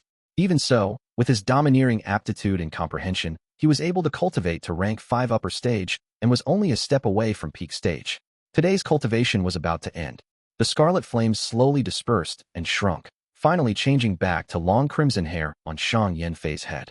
Without the illumination from fire, darkness spread, becoming the sole master of the area. Suddenly, Shang Yanfei opened his eyes. His pupils were dyed color of blood, and his gaze shone like lightning as it pierced through the darkness. A new bloodline that originates from mine. How did this appear out of nowhere? Chapter 259. Reunion of father and daughter. Shang Yanfei's thoughts stirred and immediately disappeared from within the darkness. When he reappeared, he was already at the outer area of Shang clan city. All kinds of noise entered his ears. There were various stalls located on both sides of the street. The people in the surrounding only saw a flash of bloody flame. Then a black-robed, crimson-haired handsome man appeared in their midst. Whoa, scared the soul out of me. Who is this man? He actually dares to use his Gu in Shang clan city. Many people cast bewildered gazes. Only few recognized Shang Yanfei, but they were not sure. Shang Yanfei ignored these gazes and followed the bloodline reaction. His sharp senses landed on Shang Xinci. 2 girls stopped in front of a stall. Missy, this hairpin is really beautiful. Xiao Dai picked up a jade hairpin from the stall and matched it with Shang Xinci's beautiful hair. Shang Xinci forced out a smile. Her mood had been down since parting with Fang Yuan. Xiao Dai was instead lively, fascinated by the flourishing scene in the city. Suddenly, Shang Xinci felt something in her heart and turned around. Her gaze immediately landed on Shang Yanfei. The black-robed, crimson-haired Shang Yanfei was very conspicuous in the crowd, like a crane in a flock of chickens. However, what attracted Shang Xinci was not his appearance, but rather a mysterious familial connection and calling from her bloodline. Without any word being said, the moment Shang Xinci saw Shang Yanfei, she knew this middle-aged man's identity. He was her father. Father, to Shang Xinci, this word was mysterious and distant, containing sorrow and sadness. Since young, she had asked her mother countless times about her father, but her mother always remained silent. And now, she finally met her father. So this was the reason mother told me to go to Shang clan city before her death. Realization dawned upon her, and tears uncontrollably fell down her eyes. The moment Shang Yanfei saw Shang Xinci, he connected it to her mother and realized her identity. Similar, they were really similar. This child's gentle appearance was no different from hers. Shang Yanfei suddenly felt pain in his heart. He was vaguely able to see her again. In that distant afternoon when spring rain was drizzling down, when willow trees were carefreely swaying beside the lotus pool, under a shabby hut, Shang clan's young master Shang Yanfei met the young lady of Zhang clan who was running from rain. A meeting of a scholar and beauty. It was love at first sight. They poured their hearts out to each other and pledged to be married. However, one could only be helpless in the affairs of the world. Power and beauty was just like fish and bear paw. Who could have both? The young Shang Yanfei was someone with blazing fire in his heart. This fire was the natural ambition of men towards power and influence. Ambition or love, duty or freedom, oppressing his enemies or his promise to the beauty. Shang Yanfei chose the former in the end and abandoned the latter. He later defeated his brothers and sisters, ascended to the position of Shang clan leader, and sat on the glorious throne. He became a rank 5 Gu master, married countless beauties, and now had many sons and daughters. And because Zhang clan and Shang clan had been enemies for generations, he could no longer look for her. One cannot control everything in the world. Clan leader's identity became his symbol of success, but also the shackles that binds him. The king's every movement could bring about upheavals and was closely watched by everyone. As the clan leader of Shang clan, how could he let his love affair affect the clan? All these years, he tried hard to convince himself and hide his guilt and worries deep within by using the reasons of righteousness and duty. He thought he had forgotten it all, but now when he saw Shang Xinci, those warm memories hidden deep within him instantly enveloped his soul like the sound of spring rain. Right now waves were surging in his heart. The blood of kinship that is thicker than water had turned into a river. Now, his guilt overflowed into this river and became a sea, instantly submerging him. He took a light step and disappeared, reappearing in front of Shang Xinci the next moment. Xiao Dai gasped. The surrounding people all looked astonished and shocked. But the two people involved did not sense anything. "You, what is your name?" Shang Yanfei opened his mouth with great effort. His voice carried a magnetic quality and was filled with strong warmth. Shang Xinci did not reply. Tears streamed down from her beautiful eyes. She took a step back and tightly pursed her lips. She then firmly looked at Shang Yanfei, her gaze carrying stubbornness. It was this man who hurt her mother's heart. It was this man who caused her to suffer discrimination and bullying since young. It was this man who enchanted her mother, making her think about him even at death. It was this man, and yet he is my father. Her mood surged and raged. Countless feelings mixed together to form a berserk whirlpool, threatening to swallow her mind. She fainted. Missy, Xiao Dai, who had been absorbed in Shang Yanfei's aura, regained her senses and screamed. However, Shang Yanfei was a step faster and held Shang Xinci on his hands. "Who dares to openly violate the city rules and use Gu? Do you want to end up in prison?" A group of city guards sensed the abnormal change and came over, swearing. "Ah, Lord Clan Leader." Their expressions instantly changed the moment they saw Shang Yanfei, and all of them kneeled down. The whole street was in commotion. You are? Shang clans, Xiao Dai stammered, and was speechless. Shang Yanfei grabbed Xiao Dai's arm. A blood-colored flame burst forth, and the three disappeared. "Line up in a queue, enter one by one. Everyone needs to pay 10 primeval stones as the toll to enter the city. Once you enter the city, you are not allowed to misuse your Gu. The violators will be sent to prison for at least 7 days." The guards at the city gate shouted loudly. There were many arrest warrants posted on the city walls. Some had already yellowed from age and was covered by other warrants, revealing only a corner of them, and some were completely new, posted carelessly on the walls. Fang Yuan and Bai Ningbing moved with the queue and slowly neared the city gate. Sure enough, they saw an arrest warrant for them from Bai clan. Bai clan, Fang Yuan inwardly snorted. "Two sirs, please stop." The gate guards approached Fang and Bai. The two were wearing common clothings and looked just like ordinary people. Bai Ningbing lowered her straw hat further down. "Here is 20 primeval stones." Fang Yuan was not nervous. He simply handed over a bag. The guards confirmed the amount and immediately let them pass. Despite there being arrest warrants packed all over the city walls beside him which he could easily look at, he didn't give them a single glance from start to end. These arrest warrants were nothing more than superficial show. Shang clan prioritized profits. As long as one handed over primeval stones, they could enter the city. Every day, numerous demonic Gu masters passed under the eyes of these guards. Both sides had reached a tacit mutual understanding. Demonic Gu masters would sell their loots in Shang clan city, and they would also need to replenish any lacking Gu worms. Shang clan city was the best option for them. One could even say, one of the huge pillars for Shang clan city's development was the demonic Gu masters. Of course, the demonic Gu masters couldn't enter the city too brazenly and aggressively.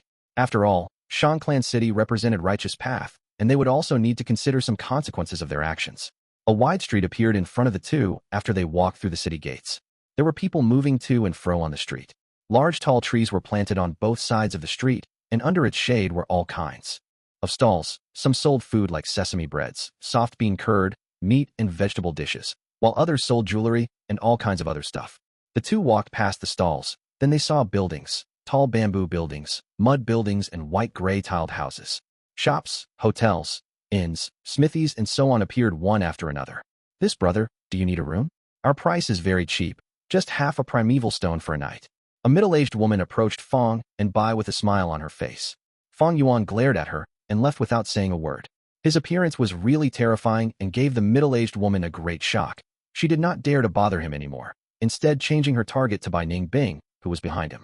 This brother, being away from home is not easy. Our inn is quite good. There will even be a pretty girl at night.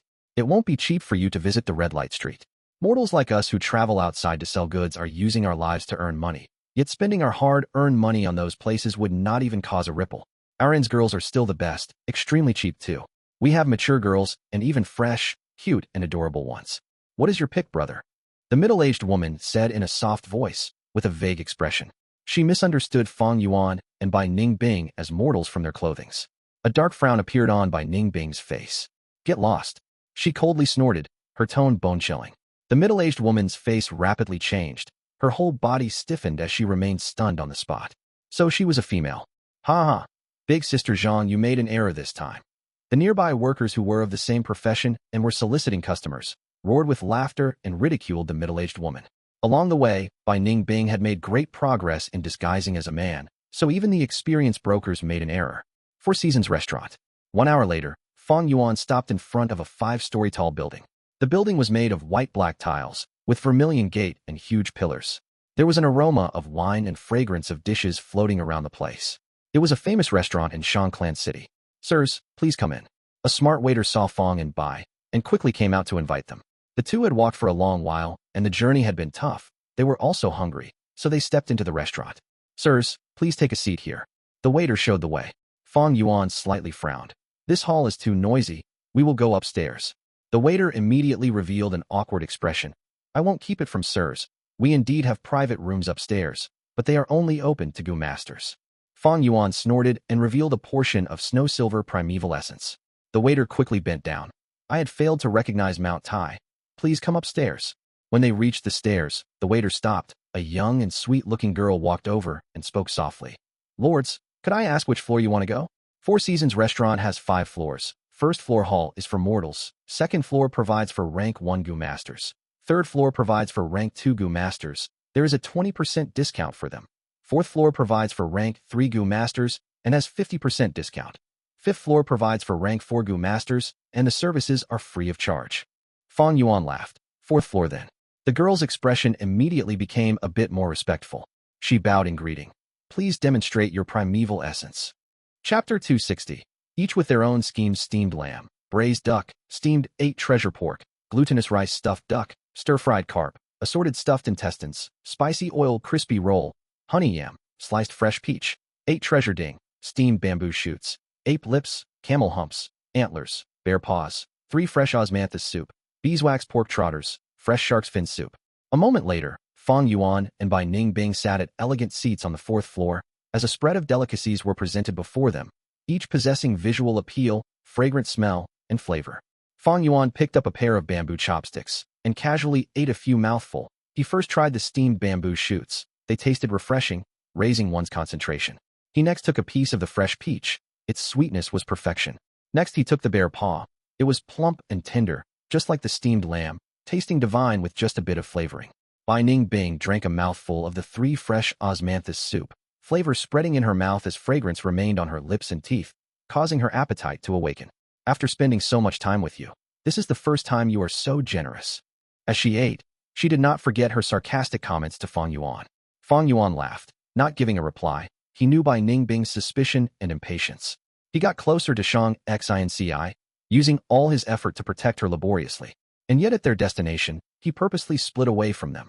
This action was something Bai Ningbing could not comprehend. Fang Yuan was now rank 2 peak stage, only a step away from rank 3.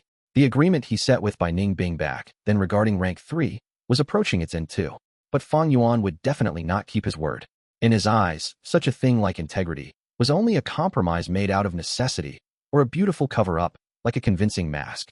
Fang Yuan knew this, so did Bai Ningbing. Thus, she was starting to feel hasty, because she had already sensed that Fang Yuan would break his word. Yet, there was nothing she could do to Fang Yuan. The young Gu was in his possession, her hands were tied. Right now, without Bai clans hunting, and without beast hordes, Fang and Bai ate at the same table, giving off a sense of amiability. But their relationship was extremely tense. If they progressed one more step, they would fall apart and turn against one another. And this step is Fang Yuan advancing to rank 3.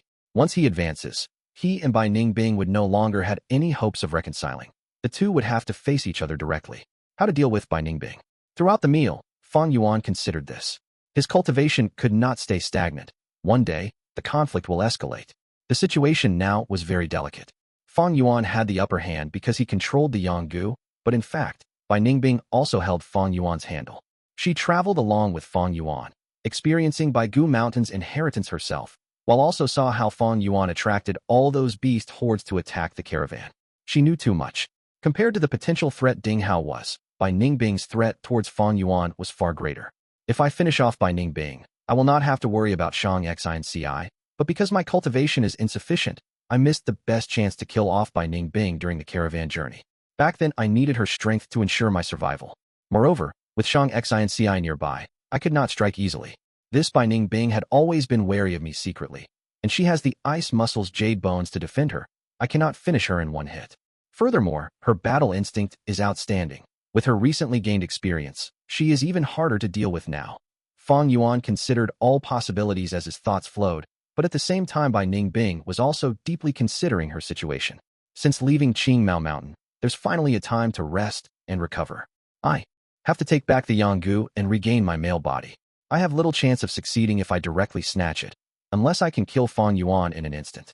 But this scoundrel, even though he is rank 2, his fighting strength is much greater than that. Such a weirdo, with extremely experienced fighting techniques. Together with that scheming, devious mind of his, capable of committing all heinous crimes, no morals can restrain him. He is somebody who can truly commit any sin. Most importantly, I have not discovered his true trump card yet. But I have my advantages. His current cultivation is still dependent on me, and I know too many secrets. Maybe I can use these things to force him to compromise. Using the poison vow Gu, and make an agreement with him that cannot be broken. Other than that, I can use plunder Gu, seize Gu, petty thief Gu, and others to steal the Gu. Bai Ningbing was not stupid. She had been observing along the way and considering her options. As the two ate on the same table, not even 3 steps away from each other, they looked like good friends, but were scheming against each other in their minds. The disappearance of external pressure caused their internal conflicts to surface. In this relatively safe environment in Shang Clan City, they had the time to consider such problems. But the more they thought about it, the more troublesome they felt the other party was. Fang Yuan did things without restraints, but Bai Ningbing was just the same. In her ideology, as long as life is exciting, anything goes. Morals and principles? What are that? They were very similar, looking at the world with disdain, and were strong-willed individuals, with an extremely thirst for power, only trusting themselves. From others' perspectives, they were accursed demons, scum that harmed society. Their death would benefit the world. But because they were so similar, the two could feel each other's danger. The most difficult enemy to deal with was often oneself. Most importantly, they held each other's weaknesses. If they could not win in one strike and allowed the other party to escape and recover, then both of them would go down in flames. The two got a headache the more they thought about it. This Bai Ningbing is not easy to deal with. Fang Yuan gritted his teeth. He had too little resources to manipulate. This Fang Yuan has almost no weaknesses. Bai Ningbing squinted, her eyes shining with cold light. The two could not think of anything, thus looking up at the same time, staring at each other.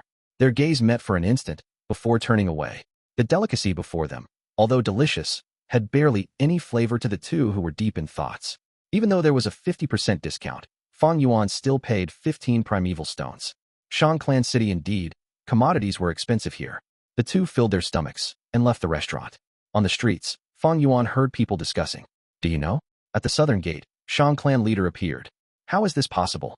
It's true, he came and left like a flash. The entire street was thrown into chaos. Bullshit. What kind of person is the Shang Clan leader? Why would he appear on the streets for no reason?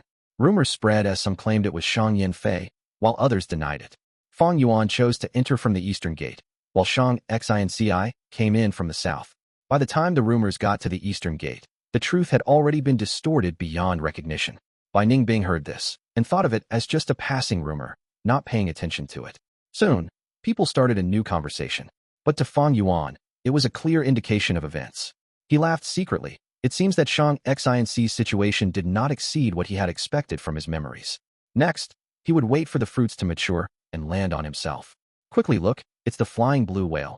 E-Clan's caravan is here. Suddenly, someone pointed to the sky, shouting in shock. At once people on the street stopped and looked up in the sky. A giant shadow engulfed everyone. In the sky, a giant blue whale slowly emerged. Well, compared to flying, one might as well say they are swimming. Flying blue whale, was a huge beast capable of moving freely in the air. They lived above the 9 heavens of the eastern seas, having a peaceful and mild temperament. Often Gu masters used the whale enslavement Gu to control them and use them in the caravan. Flying blue whale was huge, like a small mountain, and the entire caravan hid within its body as it flew in the sky. Compared to the caravan moving through the forests, the danger was much less and the speed was much faster. But the flying blue whale consumed up to 500 kilograms of food a day. Only a large-sized clan could afford to feed them. In the entire southern border, only Yi clan owned flying blue whales. Yi clan is one of the overlords of the southern border, almost the same status as Shang clan, and had a close relationship with the forces in the eastern seas. What a grand sight. By Ningbing sighed. She thought about the former Bai clan village. This blue whale just had to land on Bai clan village, and the entire village would be in ruins. The huge figure moved towards Shangliang Mountain, as the flying blue whale gradually landed on one of the mountain peak. Fang Yuan could see from afar. It opened its huge mouth, and a large number of black dots emerged from its mouth. These dots were the Yi clan caravan members, but because of the distance, they could not be seen clearly. Yi clan caravan is here. The market is going to fluctuate again.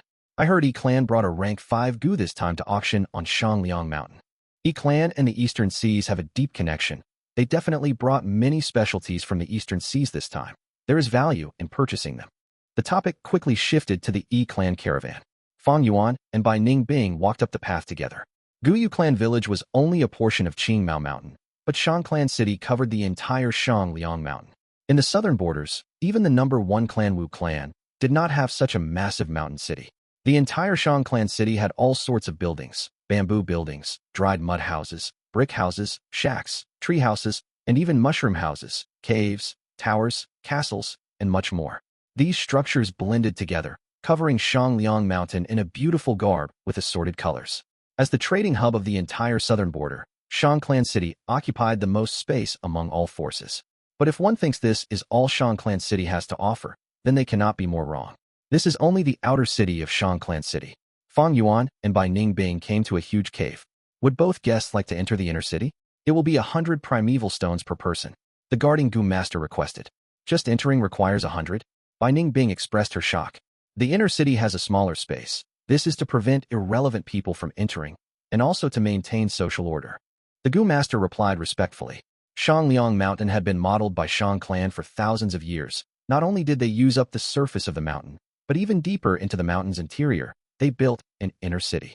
Chapter 261. Shang clan inner city. Fang Yuan paid 200 primeval stones and entered the inner city with Bai Ningbing. Inner city, although built in the mountain, had wide walking paths that could accommodate 10 horse carts traveling in a line.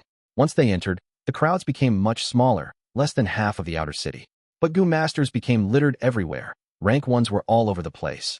Rank 2 mixed in among them, and occasionally 1 or 2 rank 3s. There were few to no mortals. After all, 100 primeval stones were needed to enter. Most Gu master had servants to attend to them, but did not want to waste their money like this. The illumination of the inner city was through a type of charcoal. The charcoal stone could burn for a long time and did not produce smoke. Every 100 steps, Fang and Bai would see a hole dug in the walls as a bunch of charcoal stones burnt within. Even though the charcoal stone did not emit much heat, with so many of them burning at once, it still caused the inner city's temperature to be higher than outside and the air to be much drier. Unlike outer city, which had all sorts of buildings, being a complete mix, the buildings here were all of one structure and looked the same, made through a heat-resistant red lava stone. All sorts of paths extended out from the main street. At the same time, every 500 steps, a huge round pillar would appear. There was a spiral stone stairs on the surface of the pillar as it extended upwards, with railings along the stone stairs. Through the stone pillars, people could go up 1 floor or get to the street 1 floor lower. The inner city was not flat, but was more spherical. From up to down, numerous paths and buildings existed, linking together and allowing one to travel anywhere they wanted easily. Fang Yuan and Bai Ningbing moved towards the deeper part of the mountain. This was still not their destination. At a certain location, a sentry appeared. The Gu master at work had higher cultivation, as the security of the place was heightened. Do both of you have a token? The guard stopped Fang and Bai. Shang clan gave tokens of varied authority to people of different statuses. This is our first visit, Fang Yuan said. Obviously, he had no such thing. In that case, it will be 200 primeval stones per person. The guard said. Fang Yuan paid the primeval stones, and the guard let them through. The two arrived at the 4th inner city as a result. Shangliang Mountain had been through a few thousand years of development by Shang clan. The entire mountain was remodeled by Shang clan, digging paths and constructing new buildings, classifying the place into regions. Thus, the inner city was huge. From inner to outer, there was 5 regions. The first inner city was called the Central Inner City, the political heart of Shang clan, and also their military base. The second inner city was also known as the Clan City. Only Shang clansmen could stay here. The third inner city had an elegant environment, with clean and fresh air. It was the high-class zone. Fourth inner city was the middle-class zone. Fifth inner city was the low-class zone. Any further, and we get to the outer city, having high traffic flow and all sorts of goods transportation. Compared to the inner city, it was much more chaotic. This construction structure was somewhat like a termite hill on Earth. Termite hills were 4 to 10 meters long, with the termites living within, in small, interconnected tunnels, complex and exquisite. Once the two entered the fourth inner city, they could feel more moisture in the air as the temperature dropped slightly. Compared to fifth inner city, fourth inner city was a grade higher. Not only was the entrance fee twice as high, it also had much better facilities. Firstly, light was not provided by charcoal, but by a large number of a specific rank 1 grass gu. The name is Moonlight Crawling Mountain Tiger. This was a type of vine, growing on the walls of both sides of the street. As it spread out, it could be seen everywhere. The roots were deep blue, and the leaves were wide and large, emitting a small blue moonlight. Just one segment of the path had thousands of leaves, as the gentle blue light merged into one. Because of the large numbers of leaves, the air is more humid and water vapor filled the air. Near the ground, there was mist from the condensed vapor. The moonlight refracted in the mist, turning into an aurora. As one walked on the streets, they had a feeling of walking in a spiritual realm. The buildings here were mostly full of carvings and decorations. Some residents created grass fields and placed flower vats, while others made artificial mountains and pavilions. There was even less people on the streets here. Rank 2 Gu masters were now the common group. After all, 200 primeval stones was a huge sum to rank 1 Gu masters. Most evidently, the streets were still noisy in 5th Inner City, but here, it was much more quiet. The two continued deeper and got to the city gate. Without a token, to enter the 3rd Inner City, both of you would need to pay 600 primeval stones. The guard's cultivation was already rank 3. Fang Yuan gave the primeval stones and arrived at the 3rd area. This place was different from 4th Inner City yet again. All infrastructure were made using star stones. This type of rock was a widely used material in Gu refinement, able to emit starlight in the darkness. The entire 3rd Inner City used star stones. Not only buildings, but even the walking paths were made of star stones. At one glance, starlight filled the air as vision is clear, without any mist as obstruction. The air was fresh and clear. Looking around, there were pavilions, red walls and green bricks, and even transplanted bamboo forests, famous trees, making an artificial mountain, with spring water flowing as well. The streets had little people, quiet and serene, like a star palace. Truly rich and extravagant. By Ning being slightly assessed, just the cost of the buildings she could see was an astronomical figure. As the most wealthy clan in the southern border, even Shang clan's leg hair was thicker than normal people's waists. Although an exaggeration, the rumors were not baseless. Shang clan's wealth was like a mountain. In fact, the entire Shang clan city was a literal mountain. Shang clan mainly traded, and that involved the entire southern border. Shang clan's true wealth and asset, no one could make clear of it.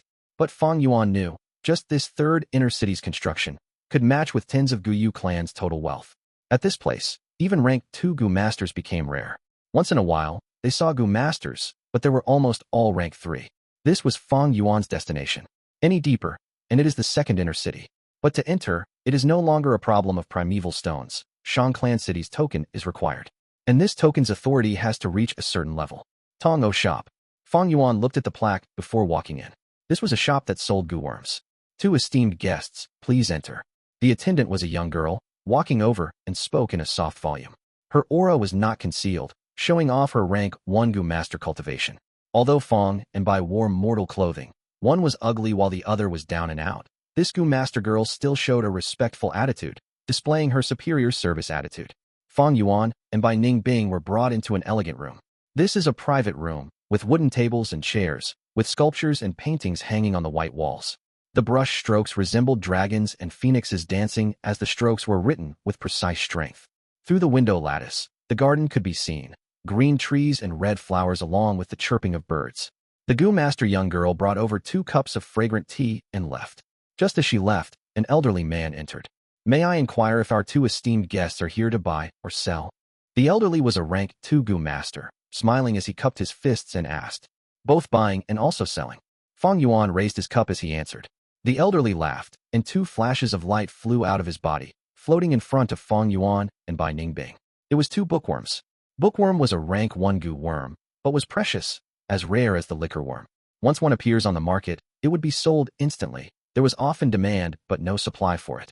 It was like a silkworm, although it had a head, body, and stomach, 3 distinct parts. Its body looked like a cocoon overall, round and cute. Its body was white, but the surface had a layer of enamel, giving off an oily glow.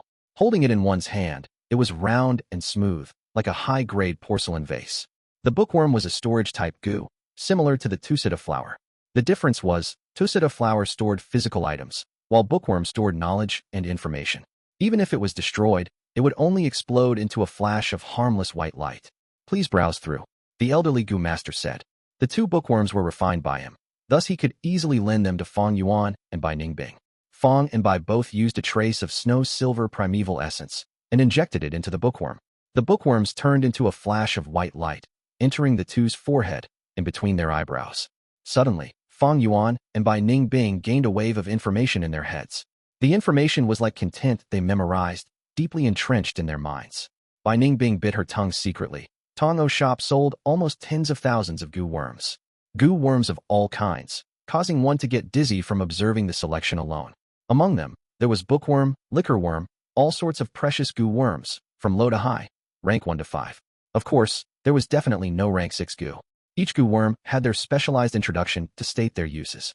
There was even accurate prices, some were priced highly, while rare and precious Gu worms even had all sorts of token requirements. This means, only Gu masters with specific Shang clan tokens had the qualifications to buy these Gu worms. Fang Yuan needed to purchase large numbers of Gu worms. After browsing through casually, he came back to reality and returned the bookworm to the elderly. Although he had over 10,000 primeval stones now, to purchase all the Gu worms he needed, there was still some way to go. Money was not the problem, because some of the Gu worms had token requirements. Esteemed guest, what are you interested in? If you purchase in bulk, we can give an appropriate discount. The elderly smiled and said, seeing Fang Yuan and Bai Ningbing's snow-silver primeval essence, his tone became even more respectful. Fang Yuan waved his hand. No rush, I have Gu worms to sell. Saying so, he summoned a bone spear Gu. The elderly was not surprised. There was many who came to Tong'o's shop to buy, but also many who came to sell. He held the bone spear Gu, took a look, and showed a trace of surprise on his face. He had never seen the bone spear Gu. Of course he has not. This was a special Gu worms made by Grey Bone Scholar. It had never entered the market. Please enlighten me, esteemed guest. The elderly showed a solemn expression as he cupped his fists. Fang Yuan nodded, drinking some tea. Of course. This is the bone spear Gu, a specific lineage of Gu worms. I'll lend it to you now, you'll know when you try it.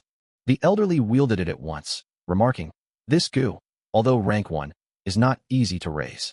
But its attack power is high and is rather unique. It is worth this price. The elderly stretched out his palm, showing a number. Chapter 262. Unable to sell 310? Seeing the amount shown by the elderly, Fang Yuan raised his eyebrows. Liquorworm's price was 580. Bookworm was slightly higher, at 600.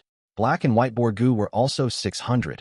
But all these Gu worms were rank 1 rare Gu, with little numbers, thus their price was steep. Ordinary rank 1 Gu were around 250 primeval stones. One-time expenditure Gu like Vitality Grass were priced at 50 apiece.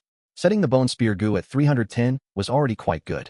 This elderly working at Tong'o's shop did not suppress the price purposely. But even so, Fang Yuan tried to raise the prices as much as he could. Bargaining was already mastered by him to the limits in his previous life. In just a few sentences, the elderly had no choice but to raise the price by 10 primeval stones. 1 Bone Spear Gu, 320 primeval stones. All right, we shall deal at this price. Fang Yuan waved his hand, and a wave of light flew out of his aperture. 56 Bone Spear Gu floated in front of the elderly, causing him to jump from shock. So many, he instantly regretted it. Each raised by 10 primeval stones. This is nearly a 600 primeval stone increment. The truth is, Fang Yuan took almost 200 Bone Spear Gu from Baigu Mountain. But as he traded along the way, without sufficient food, most of them had died already, only so little remained. 56 Gu, that is 17,920, 17920, primeval stones. I will ask the servants to bring over the primeval stones over now. The elderly kept the Bone Spear Gu into his aperture. No rush, look at this. Fang Yuan smiled, taking out a spiral bone spear Gu. This rank 2 Gu resembles the bone spear Gu. The elderly showed astonishment on his face. Indeed, successfully refining the bone spear Gu will create this spiral bone spear Gu. It has a spiral force, thus its penetration ability is very strong. Fang Yuan explained at an appropriate timing. The elderly tested and verified what Fang Yuan had mentioned, giving a price of 780 primeval stones. After a few rounds of bargaining, Fang Yuan raised the price to 800 per Gu. These spiral bone spear Gu were well kept by him. There were 20 in his aperture.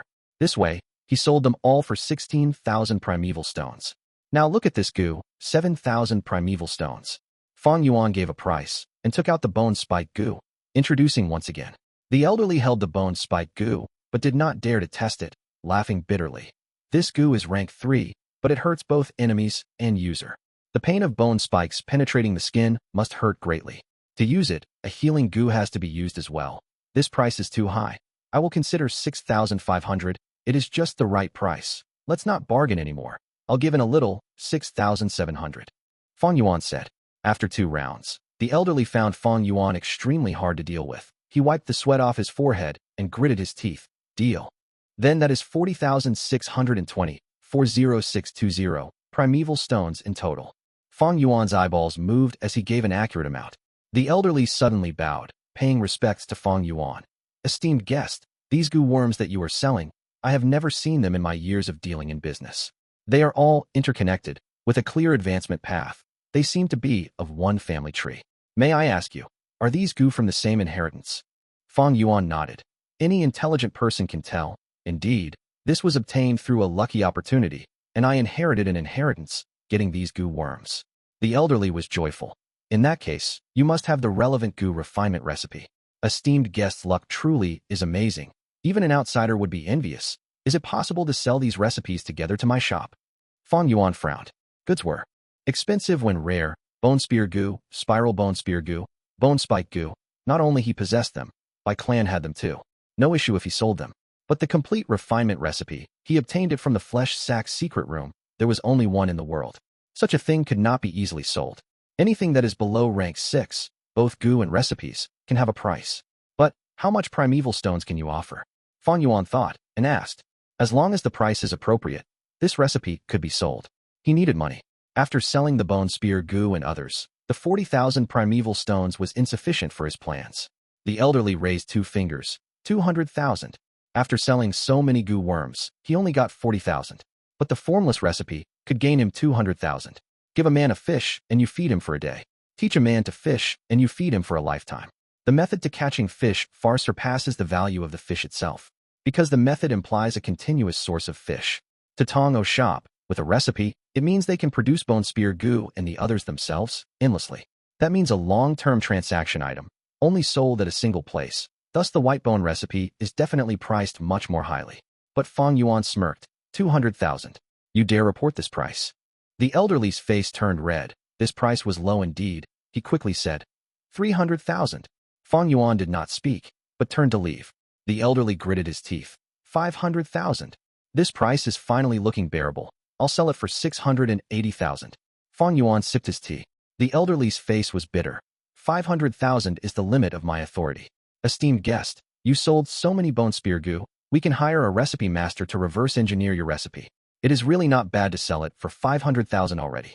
Fang Yuan shook his head, his attitude firm. The recipe in my hands is unique to this world. There is only one in the entire world. At least 650,000, otherwise I will not sell it. Within this Shang clan city, I'm sure there are other shops, right? You do not know this, esteemed guest. Shang clan city has many shops, but most are under the control of my clan's young master. If you cannot sell it here, no other places would buy it either.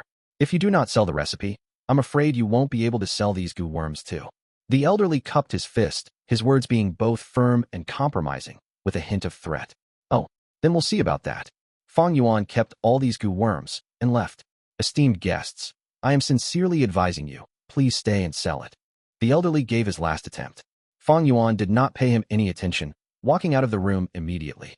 Bai Ningbing could only follow closely behind. Esteemed guest, you will come here again. The elderly laughed coldly, sending the two off with his gaze. After Fang and Bai left, the elderly came to the secret room and activated his primeval essence, summoning a Gu. This Gu turned into a flash of light and entered a bronze mirror. Ripples appeared on the mirror's surface as a young man's face showed up. This subordinate greets young master. Seeing the young Gu master, the elderly quickly kneeled on the floor. What business do you have? This young man was one of the young masters of Shang clan, called Shang Yi. He was only 18 at the peak of his life, but he was an alcoholic, causing his face to be skinny and his skin to be pale and giving off a dazed expression. The elderly spoke about Fang Yuan's matter. In Shang Yi's eyes, a devious but excited light shone. He shouted loudly, "Excellent. Heaven really leaves a path for the desperate. I was worrying about how to keep my young master position, and now heaven sends me this gift. I have to obtain this inheritance. With this deal, I would be able to pass the evaluation this year. This subordinate will do his best, but I am only in charge of Tong's shop. As for the others, I will arrange it. Humph. These two wants to sell Gu worms. They can only bow to me." Shang Yi snorted in disdain. "Bao shop. Sorry guests. There are instructions from the higher-ups. If the two of you wants to sell Gu, you should go to Tong's shop. Yuan Fang 1 building. So it is the two esteemed guests. If you sell the recipe, all can be discussed. Budao store. You two are esteemed guests. I am a businesswoman. Why would I chase you away? But I am left with no choice either." After 3 shops, Fang Yuan did not manage to sell his Gu worms. Haha, to think you would have this day. The old man was not wrong. This is indeed their territory. Bai Ningbing struck a blow to Fang Yuan relentlessly. After several rejections, Fang Yuan's face was still calm. Shang clan leader Shang Yin Fei has many children, but there is only one position for young clan leader and 10 young masters. Every year there would be an evaluation to choose the young clan leader and remove the worst performing young master to make room for his other children. A bright light flashed across Bai Ningbing's brain. So that's it. That means this Shang clan young master is either vying for the young clan leader position or to defend his young master title. Otherwise, he would not create such a commotion. Fang Yuan laughed as he clapped his hands together. This is Shang clan's 3rd inner city. No fighting is allowed. Even if Bai clan came here, they cannot do anything here. For the Shang clan young masters, their restrictions is even greater. With the impending evaluation, every movement from them will be strictly observed. We are in no hurry. Let's find a place to sit down first. At Shang clan, there is no worry about lack of food. Let's just stall it out and wait a few more days with these bone spear Gu. Let's see who outlasts the other. At the same time, in the 1st inner city, did you investigate clearly? Shang Yin Fei stood at the window, staring at the garden. This lady is indeed your flesh and blood clan leader. Moreover, her soul is intact. Her body had not been taken over by another person. I've already contacted Zhang clan and clarified her identity. But there is something strange. She was part of a caravan heading towards Shangliang Mountain, but we cannot find anyone who traveled with her in the caravan. The external clan elder Wei Yang lowered his head and reported. Shang Yin Fei listened quietly, sighing in his heart. Oh heavens, thank you for giving me a chance to make amendments. I have already let down a girl. I cannot disappoint this daughter of mine anymore. Shang Xinci sat before the table, seeing the hot steam rise from her tea. Her eyes were out of focus. From Xiao Dai's words, she knew of Shang Yin Fei's identity. She did not expect her father to be the Shang clan leader, a man with immense authority, whose every action can impact the entire southern border. Then why did he not find her mother? Shang Xinci was intelligent after all, quickly understanding the reason why Shang Yin Fei abandoned her mother. But even on her deathbed, her mother missed him greatly. Shang Xinci felt pain in her heart, but also hatred, but mostly emptiness. She did not know how to face this father who appeared all of a sudden. But running away was impossible. Outside the door there was knocking. "Air 2, can I come in?" Xiao Dai instantly became nervous. It was Shang Yin Fei. Chapter 263. Meeting Shang Yin Fei showed a sincere smile as he walked into the house. Xiao Dai hurriedly paid respects, while Shang Xinci sat beside the table, motionless as she continued to stare at the same spot. Shang Yin Fei also sat beside the table, speaking in an extremely gentle voice. "Air, how do you feel now?" Shang Xinci had good upbringing after all. She stood up, took a few steps back and bowed. "Lord Shang clan leader does not have to worry. I only fainted because my emotions were too intense. I have recovered now. I can hear and see well. There is no problem." Shang Yin Fei quickly waved his hand. As long as you are fine, Air, come sit down and talk." Shang Xinci only addressed him as Shang clan leader, purposely using such a distant term. It caused his heart to ache. Shang Xinci sat down once again, as Xiao Dai finally reacted and poured tea for Shang Yin Fei. "Tell me, how were your past few years?" Shang Yin Fei looked at Shang Xinci gently. "It was rather all right." Shang Xinci answered curtly, not wishing to converse deeply into it. But Xiao Dai started to grumble. From young, Missy has been isolated by the clansmen. After Madame passed away, they got even harsher and wanted to snatch our family fortune. They are too evil. Sir, you have to help Missy. Xiao Dai, pour your tea. Shang Xinci rolled her eyes at Xiao Dai.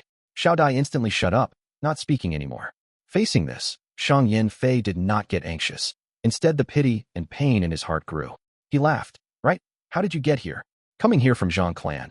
It is a huge distance away. Sir, you almost failed to see Missy. We barely made it out alive in this journey.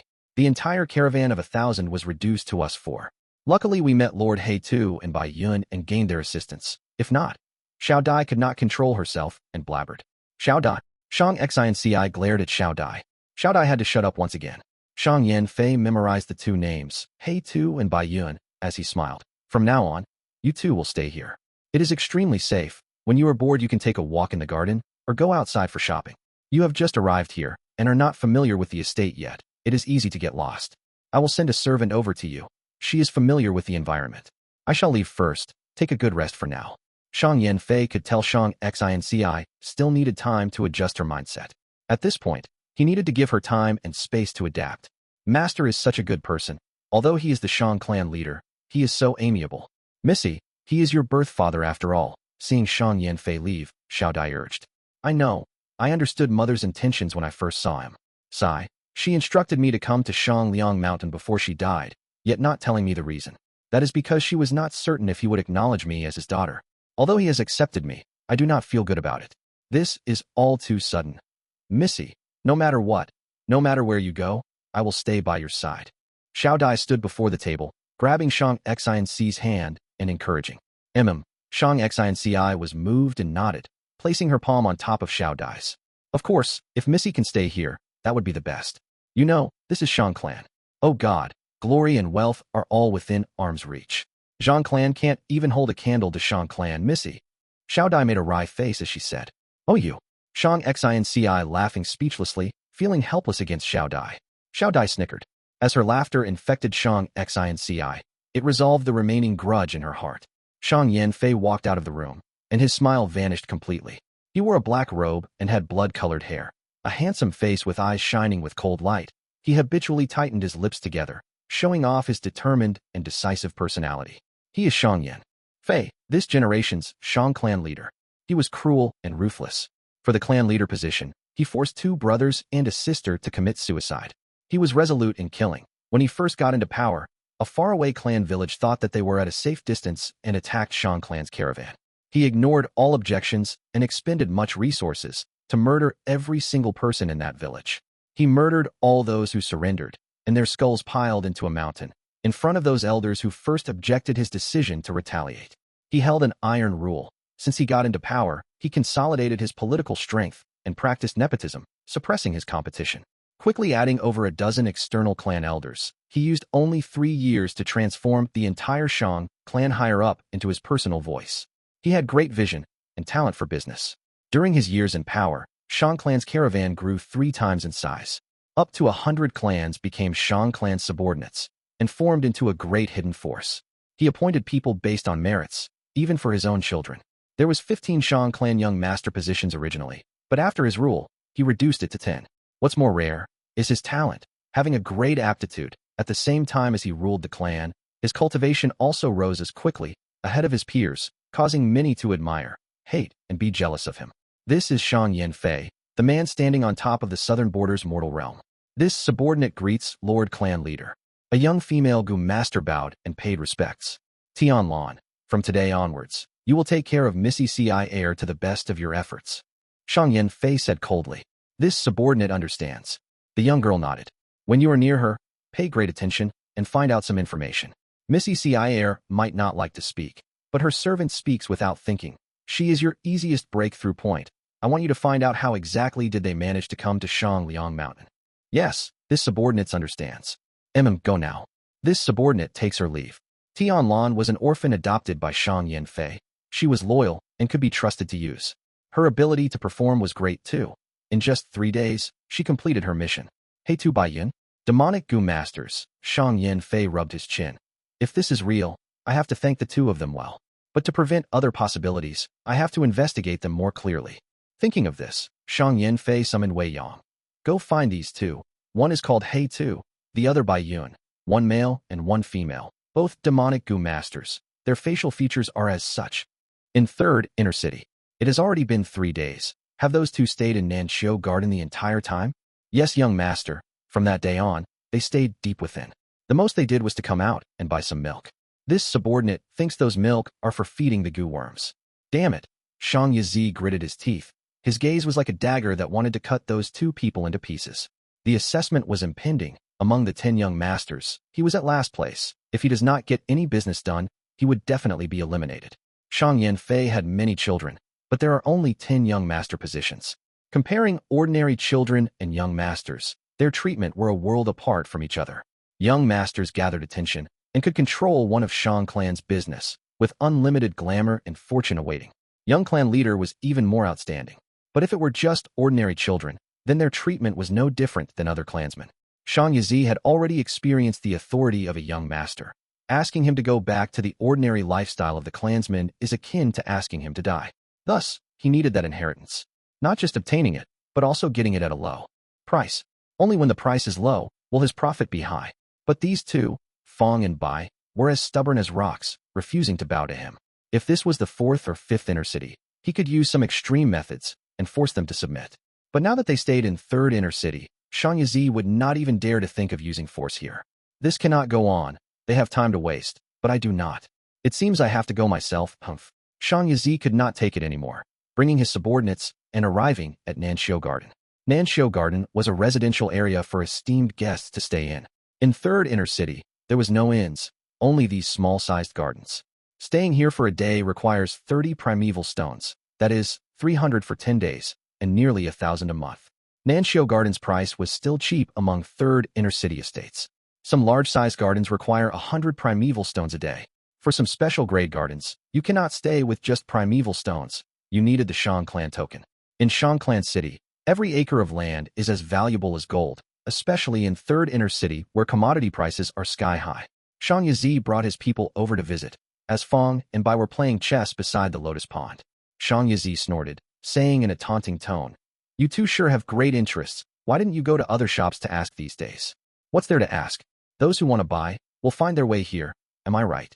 Fang Yuan laughed lightly. "You." Shang Yizi flew into a rage. Fang Yuan's attitude was angering him. He gritted his teeth, forcefully suppressing his emotions, raising his head and saying arrogantly, "I'm looking at the fact that you have it tough. I'll make it 500,000. Are you happy now? 500,000 primeval stones. No deal. At least 650. Fang Yuan glanced at Shang Yizi before turning back to the chessboard.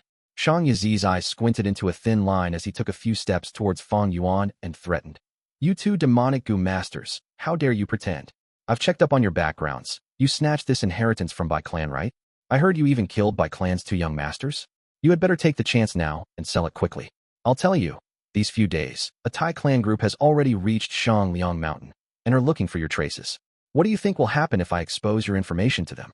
"Oh, go tell them then." Fang Yuan laughed heartily. "You." Shang Yizi pointed at Fang Yuan, unable to endure it anymore. "I'll tell you, 500,000 is my greatest sincerity. Other than selling it to me, what other choices do you have? None. This is my sorority. You had better understand your circumstances." At this time, a light descended from the sky and turned into a Gu master. This Gu master looked around, before bowing slightly, saying towards Fang and Bai, "Sir He Tu and Lady Bai Yuan, I am Wei Yang. As with clan leader's orders, I am inviting both of you to the 2nd inner city for a talk. What? Father wants to meet these two personally." Shang Yizi felt lightning strike him as his eyes stared widely, expressing his utter fear. This is really bad. Chapter 264. Absolutely terrible. Shang Yizi turned pale with fright. His action of suppressing the price was against the rules. He would receive severe punishment were it to be discovered. This was an organization. Once you were in a high position, you needed to comply with the rules. The rules of the system was to ensure the benefits of the higher-ups. Despite many of the organizations advertising they represented the benefits of the majority, it was, for the most part, just a joke. So the higher your position is, the more you needed to comply with the rules. On the contrary, there was more corruption in the low-mid-level positions. After you reached a higher position, individual benefits had already become inseparably linked with the benefits of the organization. Often, the benefits the organization received would represent your own benefits. Shang Yizi could only be said to be a temporary higher-up. Many paid attention to him as one of the young masters of Shang clan, but his real authority came from his father. He was just like rootless wheat. This also signified his punishment would be more harsh when he violated the rules because many people were watching him. This is not possible. I have already carefully investigated before I came. I even spent a large amount of primeval stones to buy information on these two from Fang Yuan Manor. These two are clearly demonic Gu masters and are also listed as wanted. They are stray dogs. Why would Lord Father invite them? Shang Yizi felt this situation was incredibly unbelievable. It was like the case of a rich person making things difficult for two beggars, when suddenly an imperial edict comes declaring that the emperor wanted to see these two beggars. Shang Yizi was pressuring Fang Yuan because they were lone forces. Oppressing them and finishing this affair in secrecy should have been absolutely safe, and no one would know. Naturally, there was bound to be some risks, but Shang Yizi could only take that risk to protect his position as a young master. How could they have any relation to father when they don't have any background? Damn it, has the world gone crazy? What do I do? If they disclose this matter, my young master position is finished. Should I kill them? No, this is just courting my own death. I don't have any chance of doing anything in this third inner city, especially now that they have received father's attention. The main thing is these two bastards, they are at rank 3 peak stage. How am I supposed to do anything in this situation? In a split second, thoughts processed like lightning in Shang Yizi's mind, trying to think of countermeasures. His eyes kept on moving about, and sweat was already starting to seep out of his forehead. He had played with fire this time. Damn it, what do I do? What else is there? He was roaring with worry in his mind. Shang clan leader wants to see us? What for? Fang Yuan timely showed his doubt. Bai Ningbing was even more puzzled. What is going on?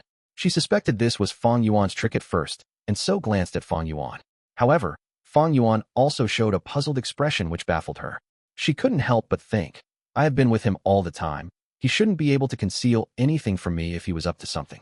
Moreover, what kind of person was Shang clan leader? He was high and above, standing at the peak of the mortals. No matter how proud Bai Ningbing was, even she acknowledged Shang Yanfei's authority and power. Then why do I feel something amiss? As if I neglected something? Wei Yong laughed. Rest assured, if Shang clan wanted to harm you guys, why would we make it so complicated? This is a friendly invitation. Lord clan leader is very interested in you too. It is our honor to be able to receive the clan leader's invitation. We will immediately go see him then. Fang Yuan threw the chess piece on his hand and stood up. Shang Yizi felt even more worried and promptly said, 650,000 primeval stones. Let's complete the deal. Fang Yuan glanced at him and smiled. Sorry, I don't intend to sell the secret recipe. Shang Yizi's face turned deathly pale. His mouth felt parched, and his gaze towards Fang Yuan even contained some vague imploring. I was anxious and behaved rudely. Please don't take it to heart, esteemed guests. The price can be discussed. We can properly discuss it after you are back. Fang Yuan gave a shallow smile. He didn't reply. Who would discuss with you? But temporarily stabilizing this man could prevent him from taking desperate actions and reduce some trouble. As he thought of this, Fang Yuan nodded. If young master is sincere, then I will look forward to it. Shang Yizi's expression immediately relaxed and showed a grateful expression. It was like a person that was about to fall from a cliff suddenly found a tree to grab onto. Okay, I will wait for you. He promptly said. Esteemed guests, please. Wei Yong showed the way. Lead the way. Following Wei Yong, Fang and Bai entered second inner city. Bai Ningbing had been anticipating the extravagant second inner city, but when she reached there, she was astonished and disappointed. In the second inner city, buildings were made of stones and were very simple. Even the fourth inner city was better than this. But her expression soon turned grave as she realized the reason. It is easy for the frugal to become extravagant, but very difficult for the extravagant to become frugal. Shang clan's riches were as high as a mountain, but they scrupulously abided by living in a simple way. This was not because they were miserly, but to maintain the vigor of the clan. Wei Yong led Fang and Bai to a private residence. Esteemed guests, you can have some fruits while you wait. Lord clan leader has just recently come out of closed-door cultivation and is handling some matters. He will come here soon. This is clan leader's private residence. Please stay here and don't casually move outside. I will take my leave now. There was no one else in the house. Fang and Bai were left alone after Wei Yang's departure. The two waited for a whole 6 hours, but did not see even a shadow. Wei Yang said they could eat fruits, but where were the fruits? Not even tea could be found. During the first 2 hours, Fang Yuan calmly sat on a wide-backed wooden chair. During the next 2 hours, he could no longer sit calmly and started mumbling to himself, revealing his impatience. By the 6th hour, he clearly revealed impatience and unease as he began to move to and fro in the house. What the hell is this Shang clan leader doing? He wants us to wait for him. But where is he? He is too arrogant. Fang Yuan's tone was angry as he paced around. Can you just sit down? My eyes are getting dizzy. Why not just cultivate peacefully? Bai Ningbing slightly frowned. This was not like Fang Yuan's usual behavior. There is something fishy here. Do you think it was really Shang clan leader who invited us? Fang Yuan's brows were tightly knitted together. How would I know? I was going to ask you that. Bai Ningbing rolled her eyes and puzzledly said, Did you do something wrong and offended Shang clan? Fang Yuan snorted. You have been with me all the time and you still can't understand me? There is no one in this private residence. I am not able to be at ease here. Let's go out and take a look at the situation. Bai Ningbing thought for a little while and stood up. All right. Fang and Bai walked out of the house. The courtyard wasn't big and there was also nothing strange. At the same time, in First Inner City, inside a study, colorful smoke curled up and rose in front of Shang Yanfei, showing the real-time view of Fang and Bai. Wei Yang, what do you think of these two? Shang Yanfei asked his trusted aide. Wei Yang mumbled. The way I see it, these two are indeed demonic Gu masters. From the information we collected, they are young but have rank 3 peak stage cultivation. Their innate talents should be extraordinary. Among those two, He Tu is rather frank and is kind of rash. Bai Yun seems to have deep thoughts and should be very shrewd. He Tu, Bai Yun, these names should be fake. Your analysis isn't bad. In that case, you will be in charge of interacting with them for these few days. Test their abilities and closely follow them. Shang Yanfei finished speaking and put away the colorful smoke. He was only worried about Shang Xinci and showed little interest towards Fang and Bai. The small test just now gave him a basic understanding towards the temperament of these two. And combining it with the intelligence he received, he more or less had a general impression. Not all demonic Gu masters were demented people. These two guys could be considered decent, and maybe it was because they were young. He could clearly sense their lofty character. People who had principles were often lofty and unyielding. First impression was important. Shang Yanfei honestly felt Fang and Bai were quite good. But he was a prudent person. Anyone who could sit stably at a position like his were all prudent. He was waiting for the people he sent to investigate the truth to come back and confirm everything. Then he could rest easy. All right, handle this properly. You can leave now. Shang Yanfei waved his hands. Then he took out the top document from the tall pile of documents in the study. He had only been in closed cultivation for half a month, and the work had piled up so much already. Fang Yuan and Bai Ningbing made a round in the private residence. There really was no one else. The two were hesitating whether to go out to check the situation when Wei Yang appeared before them. Two esteemed guests. Lord Clan Leader is very busy with work and is not able to leave right now. We can only cancel this meeting. He looked like he was sincerely apologizing. What? We come and leave according to your whims. Fang Yuan was indignant. Bai Ningbing was silent and expressionless. Wei Yang smiled. You two are our esteemed guests. Why would Shang Clan chase away their esteemed guests? Lord Clan Leader especially had asked me to attend to you as an apology. I have already arranged for a banquet in Shirtian restaurant. Please give me the honor of hosting. Fang Yuan and Bai Ningbing glanced at each other. Then Fang Yuan said, Just in time. We are also hungry. Let's go fill our stomachs first. Shirtian restaurant was one of the best restaurants in Shang Clan City and occupied a great amount of space in the third inner city. The decorations were elegant, and its dishes sumptuous. Its chefs were specialized Gu masters who used special Gu worms to help in cooking delicacies that couldn't be matched by ordinary methods. A typical meal here would last over 4 hours and more. There were over 100 types of dishes, each with their own characteristics. Their top-quality wine also left a rich aftertaste. Bai Ningbing didn't eat much and kept on worrying about Shang Clan Leader's invitation. She tried to get answers from Wei Yang indirectly at the banquet, but Wei Yang was a cautious guy too and kept his mouth closed. On the contrary, Fang Yuan ate with gusto, with oil marks around his mouth. He also drank heavily and began to kick up a racket. His resentment and indignance from just before seemed to have completely disappeared. Wei Yang looked at Fang Yuan, who was drinking directly from the wine jar, and then looked at Bai Ningbing, who was only drinking water. He instantly felt Fang Yuan, this ugly guy, was much more adorable. After the banquet was over, Wei Yang dropped the two off at Nanxiu Garden. Wei Yang left his parting words. Take a good rest tonight. I will come look for you tomorrow and take you sightseeing around the Shang Clan City. Chapter 265. Broadsword of Light versus Bone Spear on the second day. As expected, Wei Yang came to Nanxiu Garden and brought Fang and Bai to tour Shang Clan City. Our Shang Clan City is number 1 in the southern border in terms of size. Shang Clan has operated here for thousands of years, transforming the entire Shang Liang Mountain. Here, there are over 10,000 shops and hundreds of thousands of people. Both of you have not eaten yet. I'll bring you to a famous breakfast shop. Please follow me. Fang and Bai followed Wei Yang along the stone pillar and descended. After 3 layers, they came to a shop called Early Spring. 1,000-layer agate cake, crab roe bun, golden field pancake, snow porridge. Shang Clan City, from inner to outer, has first, second, third, fourth, fifth, and outer city. If they were classified even more clearly, there are many zones as well: food zone, gambling rock zone, caretaking zone, red light zone, and others. Wei Yang introduced. This is the culinary zone, with many restaurants mostly owned by Gu master chefs. The delicacies are endless. This is the caretaking zone. Most Gu masters have excessive Gu worms, so they place them here for caretaking. The price is determined by situations, but ordinarily, a rank 1 Gu costs 80 primeval stones a month. This is the Gu fighting zone.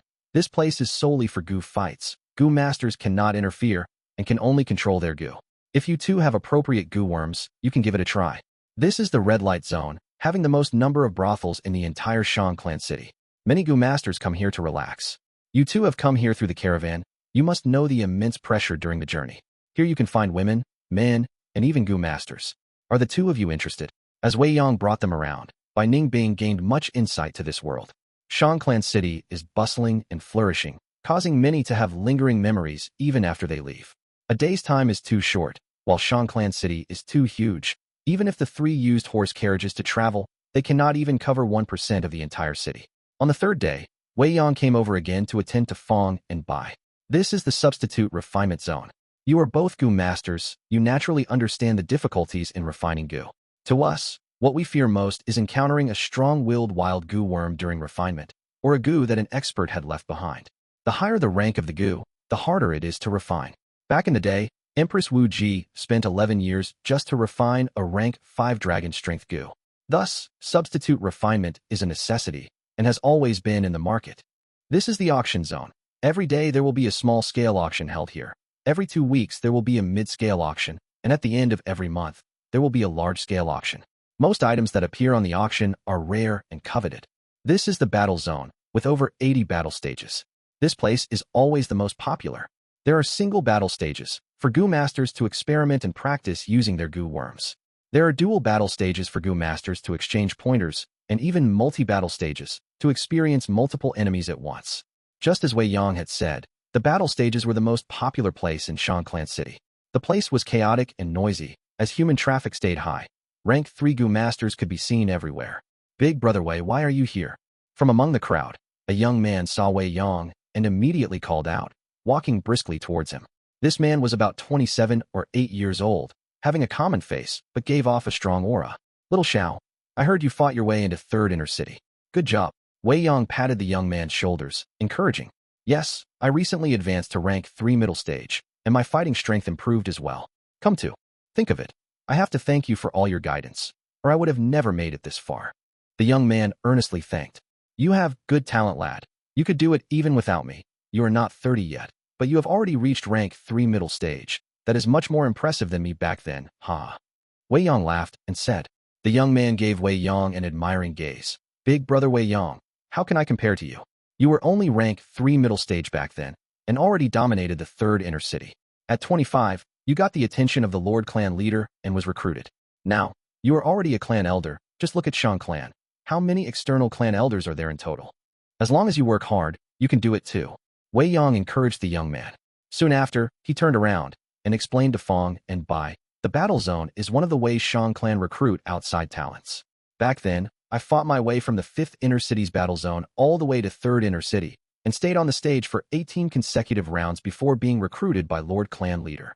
Back then, Shang Yanfei was still not the clan leader. After becoming his trusted aide, Wei Yang was also successfully promoted to an external clan elder after Shang Yanfei got into power. Bai Ningbing suddenly realized. No wonder the battle zone was so popular. Shang Clan's enterprise was huge, and they needed manpower in many areas. Just relying on their clansmen would be difficult to handle the entire situation. The many generations of Shang Clan young masters would definitely recruit a number of demonic Gu masters for their own use. If the young master that supported these demonic Gu masters became the clan leader, then the demonic Gu masters under them would likely become an external clan elder, enjoying the treatment of a clan elder. Gu masters' cultivation required lots of resources. Many demonic Gu masters did not have a stable source of resources from their clans, and were often poor. Only by relying on a clan could they better survive. Wei Yang was a successful example. In Shang Clan City's battle zone, there are large numbers of demonic Gu masters. In order to join the Shang Clan, and become part of the righteous path. To become someone like Wei Yang, they had to compete as they fought their way up to the top. Battle stage. This place is filled with memories. Guests, would you like to have a spar with me? Wei Yang suddenly suggested. Big brother Wei is going on the stage? Little Xiao suddenly became excited, his eyes gleaming. Fang Yuan and Bai Ningbing looked at each other. All right, then let me experience it. Fang Yuan had expected Shang clan to probe into this. Thus he went with the flow. Big brother Wei, you don't come here often. This place has been remodeled many times. Let me lead the way. Little Xiao volunteered. Wei Yang nodded. Okay. Little Xiao asked. Brother Wei, what field do you want? Forest, mountain, wilderness, or desert lake? Wei Yang turned around, asking for Fang and Bai's opinion. Let our two esteemed guests choose. Some Gu masters specialized in mountain battles, some specialized in desert battles. The battle environment was an important element in affecting battle results. We can choose different stages here? What fields do you have? Bai Ningbing asked curiously. Little Xiao heard Wei Yang address Fang and Bai as esteemed guests and did not dare to drag on, quickly explaining to them. The battle stages in the third inner city had around tens of different environments, almost encompassing all kinds of terrain that one could possibly be in. After hearing so, Bai Ningbing could not help but have an urge to try. Then let's choose the flagstone stage. Flagstone stage, the most common battle stage, without any wind, snow, rain, or sand as natural elements. The specialized black flagstone covered over 100 meters of land. Quickly look, it seems to be Elder Wei Yang. It is Elder Wei Yang, that's him. Although he has B-grade aptitude, he was a successful story that left the battle stage. Back then, I even competed with him. Wei Yang seemed to be popular as his appearance on the battle stage attracted many people's attention. But Wei Yang kept a low profile, using his clan elder authority to seal this battle stage, preventing outsiders from watching. Only Little Xiao was left. Wei Yang walked to the center of the stage. According to normal rules, both sides of the competitors have to announce their cultivation before assessing it fairly. But since we are just having a casual spar, we shall skip that. Please, have the first move. What he meant was he wanted to challenge both Fang and Bai single-handedly. Little Xiao stood outside the stage, gripping his fist in excitement. Big brother Wei won as the weaker side back then, using his rank 3 middle stage cultivation to dominate the stage and guarding 18 rounds of battle. Almost every fight was a classic. Now that he is rank 3 peak stage, I have to observe this battle carefully. Fang Yuan and Bai Ningbing gave each other a look, before suddenly attacking, moving towards Wei Yang from the left and right respectively. Going for close combat. Wei Yang stood at the center, not moving as his body glowed in a golden light, forming a battle armor, protecting his entire body. Pew pew pew. Fang Yuan and Bai Ningbing activated their spiral bone spear Gu as they charged towards Wei Yang. Multiple bone spears spun as they penetrated the air, shooting towards Wei Yang. What Gu is this? Wei Yang was confused in his mind. This was the first time he saw the bone spear Gu. He did not dodge, intending to test out the power of the spiral bone spear Gu, and took 3 hits. The light golden armor flickered, but managed to endure the hits. This Gu is not bad, having a spiral force and is good at penetrating defenses. Wei Yang did not fluster, utilizing his primeval essence and causing the light armor to regain its toughness. My turn, he lightly shouted, grabbing the air with both hands, as 2 broadswords of light formed from this air, shining brilliantly. It appeared, Big Brother Wei's broadsword light Gu. Little Xiao saw this, and spoke out in excitement. Wei Yang grabbed the 2 broadswords, sweeping his gaze, and choosing to charge at Fang Yuan. Broadsword light Gu and sword shadow Gu are known as the strongest attacking Gu among the rank 3 Gu worms. Seeing Wei Yang approaching, Fang Yuan's eyes shone with a sharp flash. Even though the broadsword light Gu was strong, he was not afraid. Jumping grass. 2 spring-like grass appeared on his feet as he stepped on the ground, and after gathering energy, Fang Yuan's speed increased drastically. Canopy Gu, flying bone shield. Fang Yuan's body shone with a white armor, and 3 white bone shields surrounded his body, circling continuously around his front, left, back, and right. Good timing. Wei Yang shouted as he rushed to Fang Yuan, slamming both of his broadswords from above, intending to strike. Fang Yuan did not dodge or avoid, raising his right fist and smashing right at it. Wei Yang's eyes shone with surprise, not expecting Fang Yuan to fight so bravely. 2 broadswords of light slammed down, as the white bone shields automatically blocked it. The broadswords cut the white bone shields into halves, before landing on the white armor of the Canopy Gu, giving off a strong white light. At the same time, Fang Yuan's fist his Wei Yang's stomach. Although he did not break the light golden armor, the huge force sent Wei Yang flying. Bai Ningbing rushed up at the crucial moment, waving her hand as multiple spiral bone spear Gu shot towards Wei Yang. The attack was ruthless and decisive, with the intention of sending Wei Yang to his grave. Ah, danger! Seeing this, little Xiao screamed out. Chapter 266. My name is Fang Zheng. Wei Yang was sent flying by Fang Yuan's fist, and before he stabilized himself, spiral bone spears came flying from above. The spiral bone spears penetrated the air, shooting like lightning with a crisp sound. At such a distance, Wei Yang could even see the spiral carvings on the bone spear tip. These spiral bone spear Gu, although strong and are able to penetrate defenses, are only rank 2 Gu worms. There is no threat in them. At that instant, Wei Yang's thoughts moved like lightning. Bai Ningbing's blue eyes were cold as ice. Wei Yang challenging both of them at the same time triggered the arrogance in her heart. Spiral bone spear can only restrict him. I don't have enough Gu. If I want to finish him, I'll need to use my fists and legs. She was a genius. When Fang Yuan sent Wei Yang flying, although it was just one hit, it showed Bai Ningbing his weakness. Wei Yang had never received a permanent strength boost from any Gu worms. He only had the strength of a normal human. This was a major weakness that could be exploited. Bai Ningbing took many steps ahead, following after the bone spears and raising her leg to kick harshly. Brother Wei, little Xiao who was watching the match saw this scene and started to worry. If Wei Yang's movements were restricted by the bone spears, it would give Bai Ningbing a chance to strike. At the same time, if Fang Yuan cornered him, Wei Yang would be in a disadvantage. At the final moment, Wei Yang laughed. As the spiral bone spear was about to hit him, suddenly, his body shone in a white light, and he turned into a flash and vanished. He had this Gu indeed. Fang Yuan squinted. What quick speed! Bai Ningbing's pupils shrunk, feeling astonished. At the next second, the spiral bone spears pierced through the flagstone, stabbing into the ground. Bai Ningbing could not stop her momentum. With a bang, her leg crushed the flagstone. The spider web-like cracks enveloped the ground. Big Brother Wei's rainbow light Gu. I thought he might not use it in time, but to think he was waiting for that moment to escape, causing his enemies to hit nothing. Superb, this is a strong blow against the enemy's psychology. Little Xiao could tell the intentions of his actions. Seeing that they were about to gravely injure their enemy, an escape at the last moment would turn hope into disappointment. Anyone would experience this change of emotion. Rainbow light tore through the air. As the light dispersed, Wei Yang's body appeared again. In the blink of an eye, he flew over 50 meters, more than half the battle stage, pulling great distance from Fang and Bai.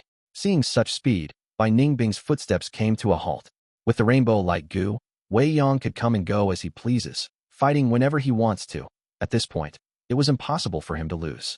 Rainbow light Gu was a rank 3 Gu, capable of allowing a Gu master to turn into light and escape. It was the fastest among the rank 3 movement Gu. In contrast, Fang Yuan only had the jumping grass, while the other had no movement Gu. With Wei Yang's speed, they had no chance of hitting him. In terms of movement, the rainbow light Gu gave Wei Yang a huge advantage. Once this Gu was used, Fang and Bai could work together but still fall into a passive state. Guests, this is the rainbow light Gu. Although it is rank 3, its speed far surpasses many rank 4 Gu. The speed is so fast even the Gu master cannot react in time. That is the first weakness. To use it, one has to use the lightning thoughts Gu or a flash of inspiration Gu or others. Otherwise, by the time the Gu master reacts, they would have flown too far and even crashed into a wall. Wei Yang spoke, admitting the flaws of the rainbow light Gu. Its second weakness is that it expends too much primeval essence. Among rank 3 Gu, this expenditure is already middle-high tier consumption. There is a third weakness, but I shall not mention it. You can guess for yourselves. Is that the fact that you cannot use a strength Gu to raise your physical strength? Bai Ningbing immediately answered. This time, it was Wei Yang's turn to express shock. He gave a look of amazement. Miss Bai Yun really has great cognitive abilities. Indeed, if a Gu master uses a Gu worm to alter their body and increase their strength, it will be difficult to utilize the rainbow light Gu. Their primeval essence expenditure will increase drastically, or worse, the light transformation might fail and the rainbow light Gu would be destroyed. But to think, after Bai Ningbing heard his praise, her expression turned cold as her gaze was like ice, staring at Wei Yang with killing intent. Hey, let me warn you. Do not call me miss.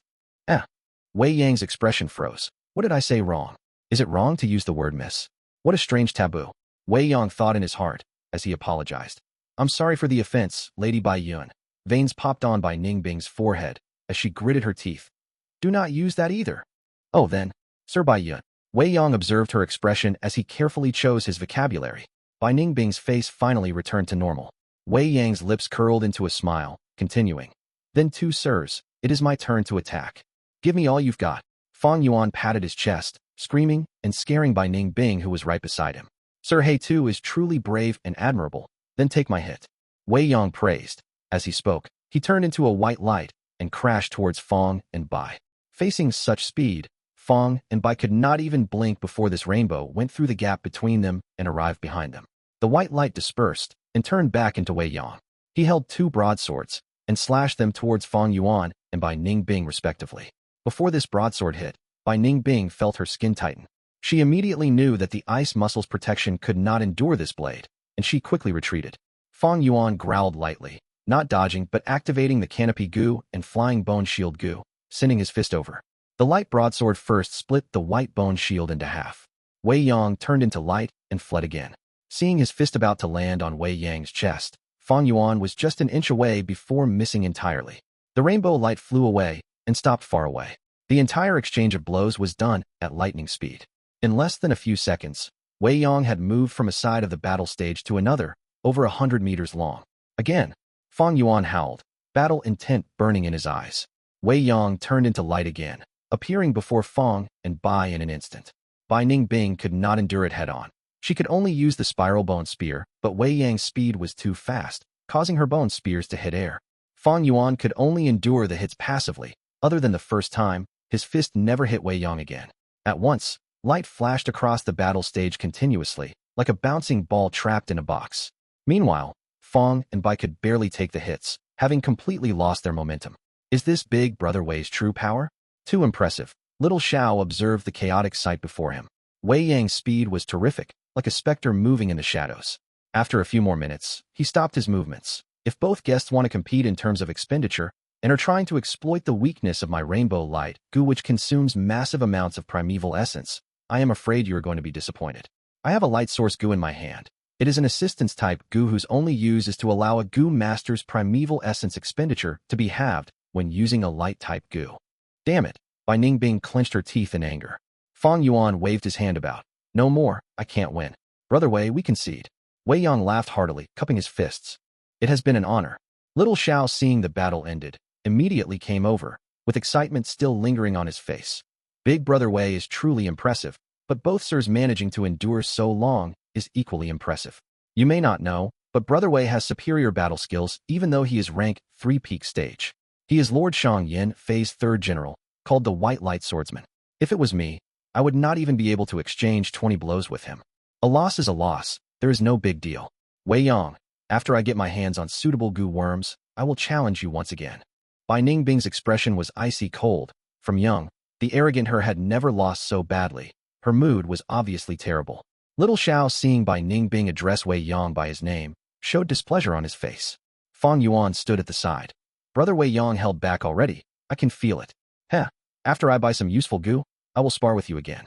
Although I lost this time, I am still indignant. Next time, please use your full strength. Do not worry about the consequences. Ha ha ha. Brother He too speaks his mind. It is my fault this time.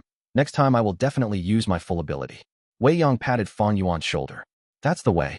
Brother Wei Yang, I accept my loss completely. Let me treat you to some wine. Brother Xiao, you can come along too, and tell me about Brother Wei's heroic tales. I can only beat him after learning all about him, right? Fang Yuan laughed. Little Xiao felt that this person, although ugly and lacked an ear, was very pleasant to look at. Compared to that freak, Bai Yun, his temper was way better. All right, Little Xiao laughed. Fighting made us closer. I know a restaurant. Newly opened, cheap, and also serves good food. We cannot make our guests pay. Let me treat tonight. I hope Big Brother Wei can come too. Fang Yuan stared. How can we do that? Little Xiao is a local. While you two are guests, let him treat. Wei Yang came into advice. Fang Yuan thought about it. Okay, this time you will treat, but let me do it next time. I don't have money with me anyway. After I sell my recipe and get money, I will treat you two to a good meal. To speak the truth, after coming here, I have been shocked by the commodity prices. His words were a little cheeky, and also admitted that he was poor, causing Wei Yang and Little Xiao to laugh, thinking that Fang Yuan was a clear and upright man. Only Bai Ningbing knew Fang Yuan's acting skills. Seeing this, she was used to it already. In the room, the three drank wine and spoke, announcing their names, pulling their relationships closer together. Only Bai Ningbing drank water, being alone and enjoying her peace. Little Xiao was called Xiao Yin, 27 years old, specializing in fire-type Gu worms. Recently his cultivation rose by a small realm, to rank 3 middle stage. thus finally breaking through the 4th inner city's battle zone and reaching 3rd inner city. Hey, Tu Bai Yun are just fake names. My real name is Guyu Fang Zheng. She is by Ningbing. Fang Yuan pretended to be drunk and exposed some information. They had the Bai clan arrest warrant. As long as Shang clan investigated, the matter could not be kept secret. Fang Yuan gave it away on purpose, to give off the impression of having a clear conscience. Xiaoyan was a little moved. He and Wei Yang were demonic Gu masters. Fang Yuan telling them his real name was an act of true friendship. Surname Gu Yu. Light flashed across Wei Yang's eyes. This was an important information. It seems that the mission given by the clan leader has been successfully completed. Chapter 267. Greatly underestimated Fang Yuan's shamelessness. Guyu Fang Zheng? Listening to Wei Yang's report, Shang Yin Fei frowned slightly. Guyu was a distinct surname. Shang Yin Fei searched through his memories and soon found it. Guyu clan, one of the 3 clans of Qingmao Mountain, having hundreds of years of history. Qingmao Mountain. Shang Yin Fei's gaze brightened as he recalled an intel he got over half a year ago. Qingmao Mountain was mysteriously attacked, and within a night, changed from a green and lively mountain to a deadly domain of ice and snow. Even till now, the ice and snow on Qingmao Mountain had yet to completely melt. No one knew what happened at Qingmao Mountain, but from all kinds of traces found there, people knew there had been a huge battle between Gu masters. Now, Qingmao Mountain's destruction was classified as a mysterious event and was already spread all over the southern border. As to what caused this, opinions differed from people to people. However, to certain people, the traces left on Qingmao Mountain made it obvious. The secret of the 10 extreme physiques was more or less known to the higher-ups of the Gu master world. The moment he got this intel, Shang Yin Fei had also immediately guessed this was brought upon by one of the 10 extreme physiques, Northern Dark Ice Soul Physique. If that is the case, Guyu Fang Zheng's origins can be explained. The group sent to investigate the incident on Mu Bei Mountain also sent a letter saying there was no suspicious point. Shang Yin Fei drew up an approximate outline of the whole affairs in his mind. Now, there is only one doubt remaining. Why did they conceal their identities and hide in the caravan? Shang Yin Fei already had many conjectures, but it still needed to be investigated. Right? You sparred with them? How were their skills? Shang Yin Fei asked. Wei Yang's expression was solemn as he respectfully reported. Geniuses. Given time, these 2 will definitely surpass me. Oh, you have such a high opinion of them. Shang Yin Fei was slightly amazed. Wei Yang nodded and continued. They might be concealing their cultivation with some Gu worms, but being able to last so long in battle, they should at least be rank 3. Considering their young age, these 2 should both have a great aptitude. Shang Yin Fei smiled. But Wei Yang, a great aptitude only represents talent, and not everything. You, yourself, are the best proof of this. You have only be great aptitude, but have become one of my external elders. Furthermore, how many a great talents have died in your hands over these years? In ordinary clans, a great aptitude was an extraordinary matter. However, to Shang clan, they were rather common. One reason was because it was a large clan and there were many clansmen. Another was because they recruited demonic Gu masters. Those demonic Gu masters who distinguished themselves in battle arena definitely had extraordinary aptitudes. And the third reason was because Shang clan's riches were as high as a mountain. They had the ability to purchase aptitude-changing Gu worms. You praise me too much, Lord Clan Leader. Wei Yang modestly said and continued. I also understand this logic. Thus, I am even more sure these 2 are extraordinary. They have rich combat talents and have a sort of innate sense towards the battle situation, as if they were born to fight. They also did not have a complete set of Gu worms, but they were able to last for so long just with 2 to 3 Gu. It truly was amazing. As to their disposition, they were tough and were not discouraged when disadvantaged. When I exerted pressure on them, they were able to make a breakthrough and constantly adjust themselves. They also have tacit and great teamwork. As the battle continued, they were able to hold their ground even more stably. Their improvement was extremely clear. Individually, the 2 have some differences. Guyu Fang Zheng is straightforward, charging forward with incomparable bravery and has a lofty disposition. As for that by Ningbing, she is quick-witted with a sharp gaze and only moves when she is sure of it. She had been constantly trying to find my weakness during the battle. In particular, Guyu Fang Zheng admitted his loss calmly when I said I possessed a light source Gu. He is broad-minded and absolutely has a larger heart than any ordinary man. Lord Clan Leader, these 2, one is a young tiger of the lands while the other is a dragon whelp of the seas. One yang and one yin, one domineering and another scheming. A perfect combination, the brilliance of twin stars, each enhancing the other's strength. If we can recruit them, it will be a huge asset to Shang clan. Shang Yin Fei was moved. Before, he did not put Fang and Bai in his eyes. Now his interest was greatly aroused as he listened to Wei Yang. Wei Yang, You have followed me for many years. I trust in your foresight. But there is no need to undervalue yourself. They might not necessarily be able to top you even after they grow up. You are hindered by lacking aptitude. Otherwise, with your talent, you would be even more outstanding than now. There is no need to worry. If a Reform Gu appear, I will definitely help you get it. Reform Gu could raise a Gu master's aptitude. It was extremely rare and expensive. Wei Yang's eyes turned red with emotions.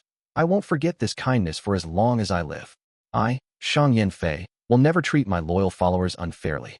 Leave now, continue attending to them for a few days, and see what they think about Shang clan, and whether we can recruit them or not. Yes, clan leader. In a blink of an eye, 3 days passed. Nanxiu Garden. In the lounge, Fang Yuan and Shang Yizi was sitting opposite each other.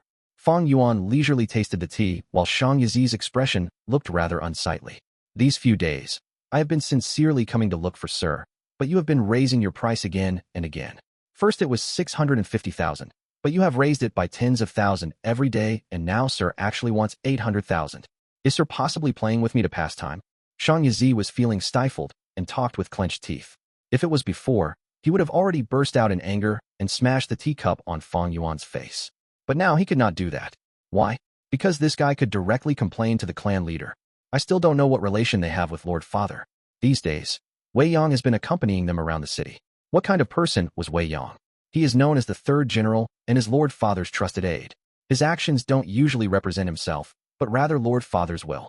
But why is Lord Father giving such deferential treatment to these two guys that appeared out of nowhere? Shang Yizi was bothered and bewildered. Since that day, he had been crazily investigating the two. But it was in vain. He was merely a young master. His authority was limited to Shang Clan City. He was far from having the huge capability of Shang Yanfei. The investigations bore no fruits, so he was forced to make guesses. Why is Lord Father expressing his goodwill? Is it because of the inheritance in their hands?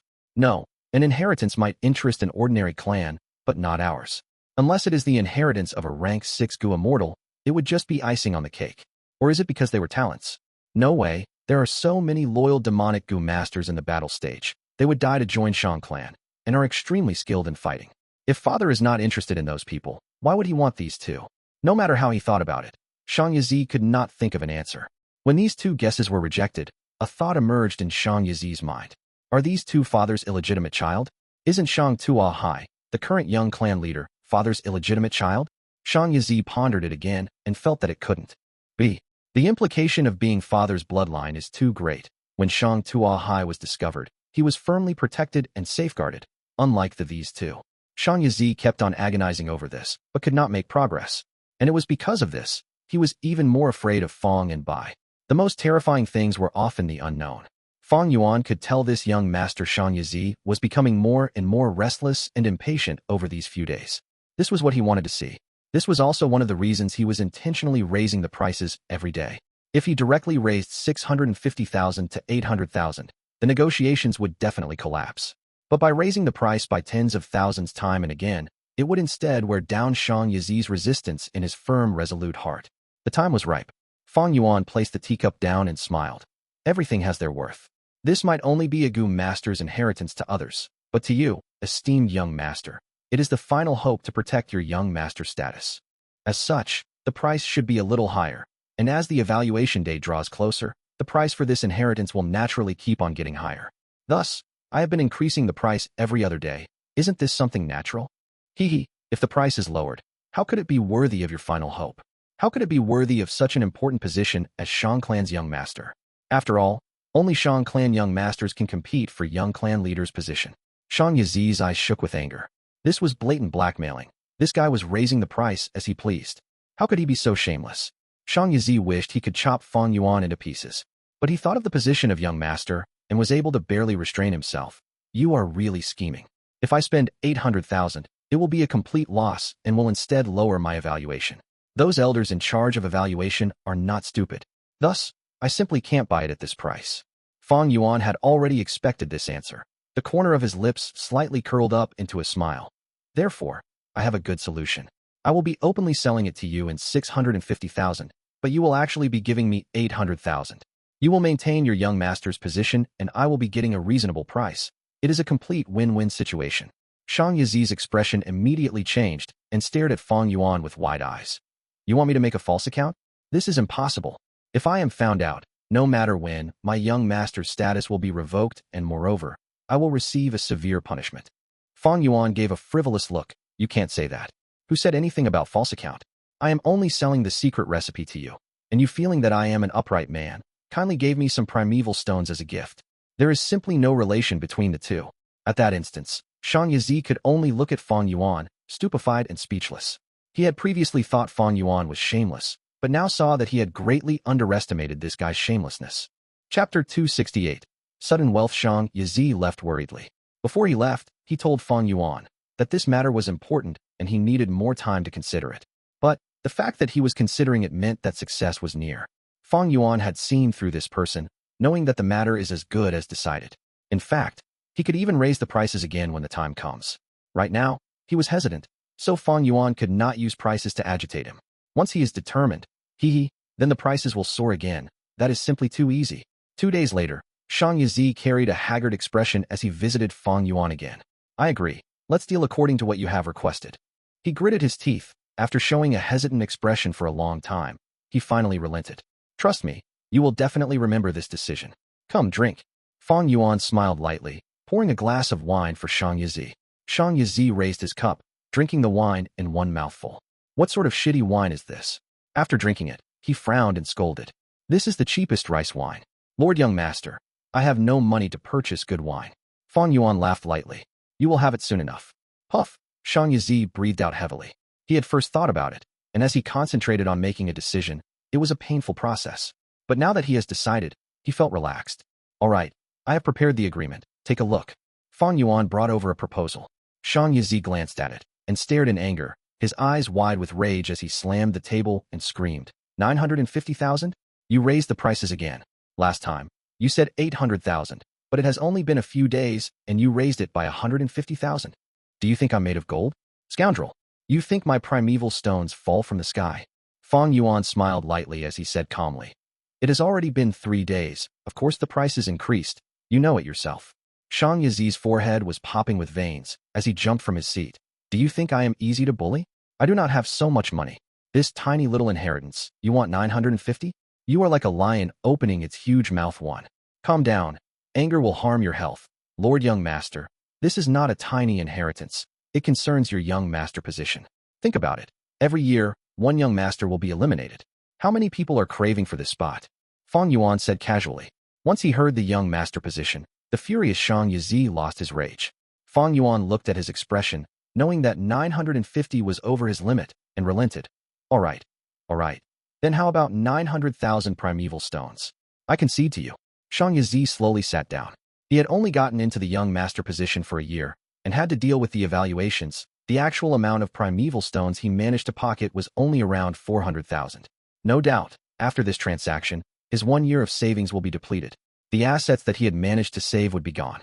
But concerning the young master position, he had to relent. He was solemn for a moment, before nodding. Then 900,000 it is, but I do not trust a paper agreement. We need to swear. Let's use the poison vow Gu. Fang Yuan showed hesitation. Why are you afraid? How would I know if you would not run away if we do not use the poison vow Gu? We have to do this. There is no way I'm giving in on this. Shang Yizi's attitude was firm. Fang Yuan had expected this to happen anyway. In that case, let me do it first. Fang Yuan stretched out his left hand. Only then did Shang Yizi let out a smile, calling out the poison vow Gu. Poison vow Gu is a purple red worm, only finger size, and has a dangerous-looking mouth. It was a rank 3 consumable Gu. It flew to Fang Yuan's left index finger and bit on it. At once, a heart-burning pain assaulted Fang Yuan's nerves. Fang Yuan endured the pain as he started to read the details on the proposal. After he finished, the poison vow Gu nearly doubled in size, as it absorbed Fang Yuan's heart blood. Soon after, the poison vow Gu flew to Shang Yizi's finger and started to suck blood. Shang Yizi gripped the paper and used a trembling voice to read the details, and the poison vow Gu doubled in size again. His face turned pale from pain, as he clenched his teeth and drew in a deep breath. This goddamn agreement. Why is it so lengthy? Can't you write less words? Is there anything to add? Fang Yuan shook his head. Shang Yizi's lips curled, revealing a smile. But his face was twisted, and his smile was a little hideous. Bam! The poison vow Gu stuffed with blood suddenly exploded. But no blood splattered, but instead turned into numerous red light spots. The light spots flew towards Fang Yuan and Shang Yizi, like rain falling into a pond, and fused into their bodies. This shows that the poison vow Gu has taken effect. If both sides read the details and it did not fulfill their true inner intentions, after the poison vow Gu explodes, it would turn into a puddle of stale blood. This situation means that one side or both had violated the vow, causing it to fail. Seeing this, Shang Yizi's smile became even deeper. He looked at Fang Yuan. We have vowed already. If you change your mind in the future or violate the agreement, you will turn into a puddle of blood and die. Fang Yuan's expression remained the same, only saying, "Where are my primeval stones?" Shang Yizi shrugged. "Don't worry, why would I violate the agreement here?" He tossed out a Gu. This Gu was like a ball, as exquisite as a crystal, half transparent and palm-sized. There was a cloudy figure in the ball, as if it has sealed numerous clouds. This white cloud figure looked like a hunchback old man carrying a walking stick. The old man had long white hair, having an immortal feeling as the wrinkles on his face looked extremely realistic, and he was smiling sincerely. This is the primeval elder Gu, a Gu specifically used to store primeval stones. As the saying goes, professionals have their domain of expertise. The primeval elder Gu is only a rank 3, but it can seal up to 1,000,000 primeval stones. There is 870,000 primeval stones here. The remaining 30,000, I will pass them to you when I finish gathering them. Shang Yizi passed the primeval elder Gu to Fang Yuan with much reluctance. Inside, 600,000 was the trade credit of Shang clan. The remaining 270 was Shang Yizi's personal savings. After Fang Yuan received it, he cooperated with Fang Yuan in refining it. Primeval elder Gu changed owners, and change occurred within the clouds. The old man was originally looking at Shang Yizi, but now he started to smile towards Fang Yuan instead. Fang Yuan moved the primeval elder Gu around, but no matter which direction he moved, the clouds would transform and the old man would smile towards Fang Yuan regardless. Actually, this Gu is quite interesting. If the primeval stones inside are little, the old man would frown and show a bitter expression. If the amount was just nice, the old man would be expressionless. And finally, the more the number of primeval stones towards the limit, the more the old man would smile. Shang Yizi saw Fang Yuan manipulate the primeval elder Gu and knew he was clear on how the Gu worked. He snorted. "This primeval elder Gu is quite valuable. I cannot give it to you for free. I bought this on the auction and it cost me 6,600 primeval stones." Fang Yuan nodded. Rank 3 Gu were sold by thousands of primeval stones, and the primeval elder Gu was a rare one. It was definitely worth that amount. He immediately took out primeval stones to give Shang Yizi. Shang Yizi used an ordinary storage Gu and kept these primeval stones, feeling horrible on the inside. These were originally his. Primeval stones. Never mind. As long as I can keep my young master position, all is possible. I can earn my primeval stones back, and for this guy who extorted me, he will die a horrible death. Shang Yizi was not a big-hearted person. Fang Yuan robbed him of all his fortune, and he even had to borrow around for the final 30,000. White bone recipe was normally 600,000, but Fang Yuan sold it for 900. Shang Yizi rubbed his nose. After suffering such a loss, he felt extreme hatred towards Fang Yuan. "The final 30,000, I will pass it to you in 3 days. This matter is known by the two of us only. No third party is allowed to know. Not even your companion. Don't think of finding a loophole. It is useless." Shang Yizi got up and left. He could no longer stand being there. Every extra second, he looked at Fang Yuan's hideous face. The anger in his heart would accumulate a bit more. "There are no loopholes in the agreement. You looked through, didn't you?" Fang Yuan showed a plain expression. Shang Yizi snorted. He was born of Shang clan. Being influenced from young, and also having managed this shop for a year, there were no loopholes that could avoid his notice. "I bet you wouldn't dare to break the agreement." He laughed in disdain, quickly leaving. Fang Yuan did not take it to heart. He knew that Shang Yizi's current mood was very understandable. As for the poison vow, he was not going to obey it. Poison vow Gu's restriction is very strong. Otherwise, no Gu masters would use it. No way of exposing it to a third party. That is absolute. Any curveballs were risking one's own life. Like earlier, Fang Yuan passed 6,600 primeval stones to Shang Yizi. This was an extra action. He could have just deducted it from the 30,000 primeval stones. But no. In the poison vow, they stated 900,000. Thus Shang Yizi had to fork out 900,000 primeval stones to Fang Yuan. This was the cold hard rules. 3 days later, Shang Yizi gathered 30,000 primeval stones and handed it to Fang Yuan. At the same time, Fang Yuan passed the recipe to him. Of course, the most valuable bone-flesh unity, Gu, was not sold. Shang Yizi only knew of the bone spear Gu, spiral bone spear Gu, etc. After looking at the recipe, he found many other recipes that uses the bone spear Gu as the base, and felt pleased by it, his mood turning better. Fang Yuan then sold the Bone Spear Gu, Spiral Bone Spear Gu, as well as the Bone Spike Gu to him. As with their original agreement, it was 40,620 primeval stones. As a result, after this transaction, Fang Yuan's assets rose to 934,020 primeval stones too. With his savings, the total is about 945,003. Fang Yuan placed most of his primeval stones into the primeval Elder Gu. To prevent accidents, he also placed some on his body, and some into the Tusita flower. In my previous life at this time, I was still slogging in the caravan, with only 50 to 60 primeval stones on me. But right now I am nearly a millionaire. Fang Yuan compared this with his memories, and the advantages of his rebirth can be easily seen. Of course, he took huge risks as well. The larger the risk, the greater the benefits. There is no free lunch in this world. Effort might not reap reward, but to gain reward, one has to invest first. In a flash, 3 days passed. Shang clan's investigations ended, and Wei Yang brought Shang Yin Fei's invitation over. 2 esteemed guests, my lord clan leader has set up a clan banquet, specifically ordering me to invite both of you over. Clan banquet? The moment is finally here. Fang Yuan thought. Chapter 269. Clan banquet. A roomy courtyard was where Shang Yin Fei set up the clan banquet. It was an outdoor feast, because within the mountain, there was no need to worry about storm or rain. The courtyard was neither luxurious nor elegant. It was even rather old. There were a dozen or so tables arranged in a circle in the courtyard, which was already looking crowded from that. There were some fruits and snacks arranged on the tables, and also labels indicating which seat belonged to who. 3 seats were already occupied. Big brother, do you know why Lord Father called us this time? Shang Chaofeng asked vaguely while popping a red fruit into his mouth. The eldest Shang Qiunyou was sitting upright, his eyes closed as he rested. Hearing the question, he opened his eyes by a sliver and spoke in a deep voice. Lord Father has recently come out of closed cultivation. He is holding this clan banquet because he misses us. What's so strange about it? Big brother might be right. But when has Lord Father ever held a casual banquet? Look, don't you think there are a few more seats today? From the side, Shang Pu Lao interjected. Shang Chaofeng snickered, and Shang Qiunyou closed his eyes again. Shang Pu Lao's gaze flickered. He was in charge of the red light zone and managed brothels of all sizes. He would be the fastest person to get any news. In truth, he had already heard some talks. He was just about to continue when suddenly his ears twitched. Someone has arrived. All 3's gazes turned towards the gate. Creak. The gate was pushed open and 3 people walked in. Wei Yang was at the front, followed by Fang and Bai. Fang and Bai had already been here before. It was that private residence they had been called to before. This private residence is the place where Lord Clan Leader, when he was a young master, was suppressed by the alliance of other young masters. Lord Clan Leader took a step back and abandoned the position of young master of his own accord, becoming an ordinary clansman. During that fallen period, he stayed here.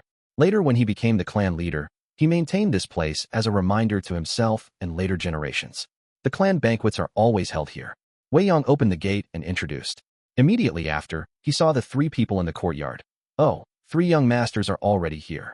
Shang Qiunyou, Shang Chaofeng, and Shang Pu Lao stood up one after another and cupped their hands to Wei Yang. Our greetings, Elder Wei Yang. Wei Yang was one of the 5 great generals under Shang Yin Fei and a major figure in Shang clan. Every single young master competing for the position of young clan leader has to go through his evaluation. My greetings to all 3 young masters. These 2 are esteemed guests invited by Lord Clan Leader. Wei Yang also cupped his hands in greeting, his expression calm.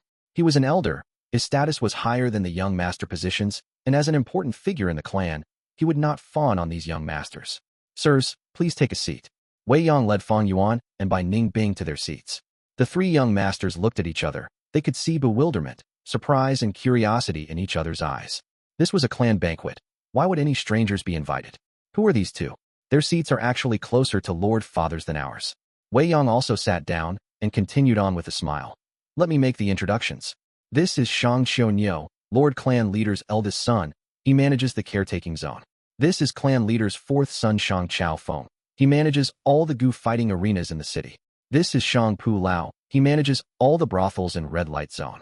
Shang Qiunyou was robust, and his voice was deep. One could tell he was a calm person from one look. He was the oldest, already nearing 30. Shang Chaofeng had a messy hair and high nose bridge. He was giving off a wild aura. Shang Pu Lao looked the most delicate, a thin physique, white face, beautiful eyes, and a loose bearing showing that he loitered around with women all year round. Qiunyou greets both esteemed guests. Shang Qiunyou took the lead to cup his hands as a greeting. Wei Yang didn't introduce Fang and Bai. The three were smart and naturally wouldn't stupidly pursue it. The three young masters are too polite. I am He Tu, and this is my companion Bai Yun. Fang Yuan introduced. The names were clearly fake. This made the three young masters more confused about Fang and Bai's origins.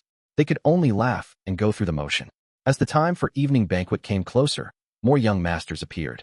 Shang Pai Xiu, who managed rock gambling dens. Shang Xuan and I, who managed restaurants and silk stores. Shang Fu, she who managed auctions. Shang Bai, she who managed substitute refinement zone. And Shang Yizi, who Fang Yuan was already familiar with. Wei Yang introduced them to Fang and Bai. All these young masters more or less revealed strange looks as they saw Fang and Bai. They sat down as talks commenced with the increased number of people. The small courtyard gradually became lively. Just before the banquet started, the gate suddenly opened and a young master hurriedly rushed in. He was tall and thin, thick eyebrows and fierce gaze. He was young Master Shang Bai, who was in charge of Shang Clan city guards. The city guards handled all sorts of disputes and contradictions, maintaining the law and order in the city, so it was the busiest.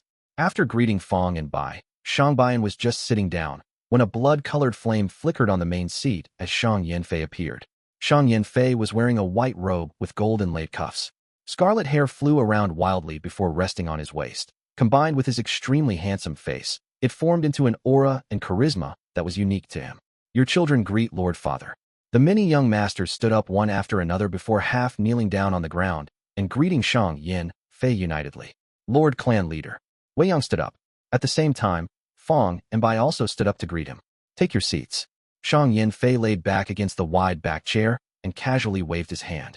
Immediately, 7 colored beautiful lights sprinkled down like rain. The beautiful lights landed on the tables and turned into all kinds of fine dishes, their fragrance immediately spreading in the small courtyard. Fang Yuan instantly recognized the gu as gourmet food box gu. It was a rank 5 gu, especially used to store delicacies and maintain their state. In his previous life, Fang Yuan tried hard to make a living in the caravan. He had no one to rely on after the destruction of Guyu clan. The sudden emergence of an alliance of demonic Gu masters on Etion Mountain overstepped the bottom line of the righteous paths. All great clans formed an alliance and besieged Etion Mountain. One of the heads of the allied forces, Shang Yanfei, used this gourmet food box Gu to provide for the armies. With just a wave of his sleeve, tens of thousands of soldiers were provided with gourmet food, becoming an enormous help in raising their morale. Since then, gourmet food box Gu became a symbol of Shang Yanfei and was a conversation topic for many people. At that time, Fang Yuan was able to become a small boss of the lowest level with his advantages as a transmigrator. He joined a sub-branch of a caravan, which was in charge of transporting supplies to the Righteous Path allied forces. He had personally be able to see the grandeur of Shang Yanfei using gourmet food box Gu. Dazzling 7-colored lights filled the sky and shone down upon the world. It was a magnificent and grand atmosphere. Never expected that I would see this gourmet food box Gu years in advance, and also become an esteemed guest of Shang clan. Fang Yuan heaved a sigh inwardly. There was clear difference between his previous life and this life. This was the enormous advantage of rebirth. And this advantage was from spring Autumn Cicada, which was the accumulation. An accomplishment of his previous life struggles. Shang Yanfei spread the dishes and immediately addressed his sons. We have 2 esteemed guests with us today. You all need to toast them. Xiaonyo, you are the eldest, set an example. With Shang Yanfei personally telling them, Shang clan young masters did not dare to act slowly even though they were bewildered. Shang Xiaonyo immediately stood up and raised a wine glass, saying with his deep voice, Xiaonyo toasts the 2 esteemed guests. With that, he swigged down the glass of wine. Fang Yuan also drank down a glass of wine, while Bai Ningbing still drank water. Xiaonyo was the oldest among these young masters. He was almost 30, but his appearance looked quite mature, as if he was 40. By contrast, his father Shang Yanfei looked like he was a youth in his 20s. The contrast between father and son was quite an interesting sight. I had a good talk with the 2 esteemed guests before. Esteemed guests, if you have time later, you could come to my zone to have fun. Gu battles are truly interesting. Shang Chaofeng also stood up.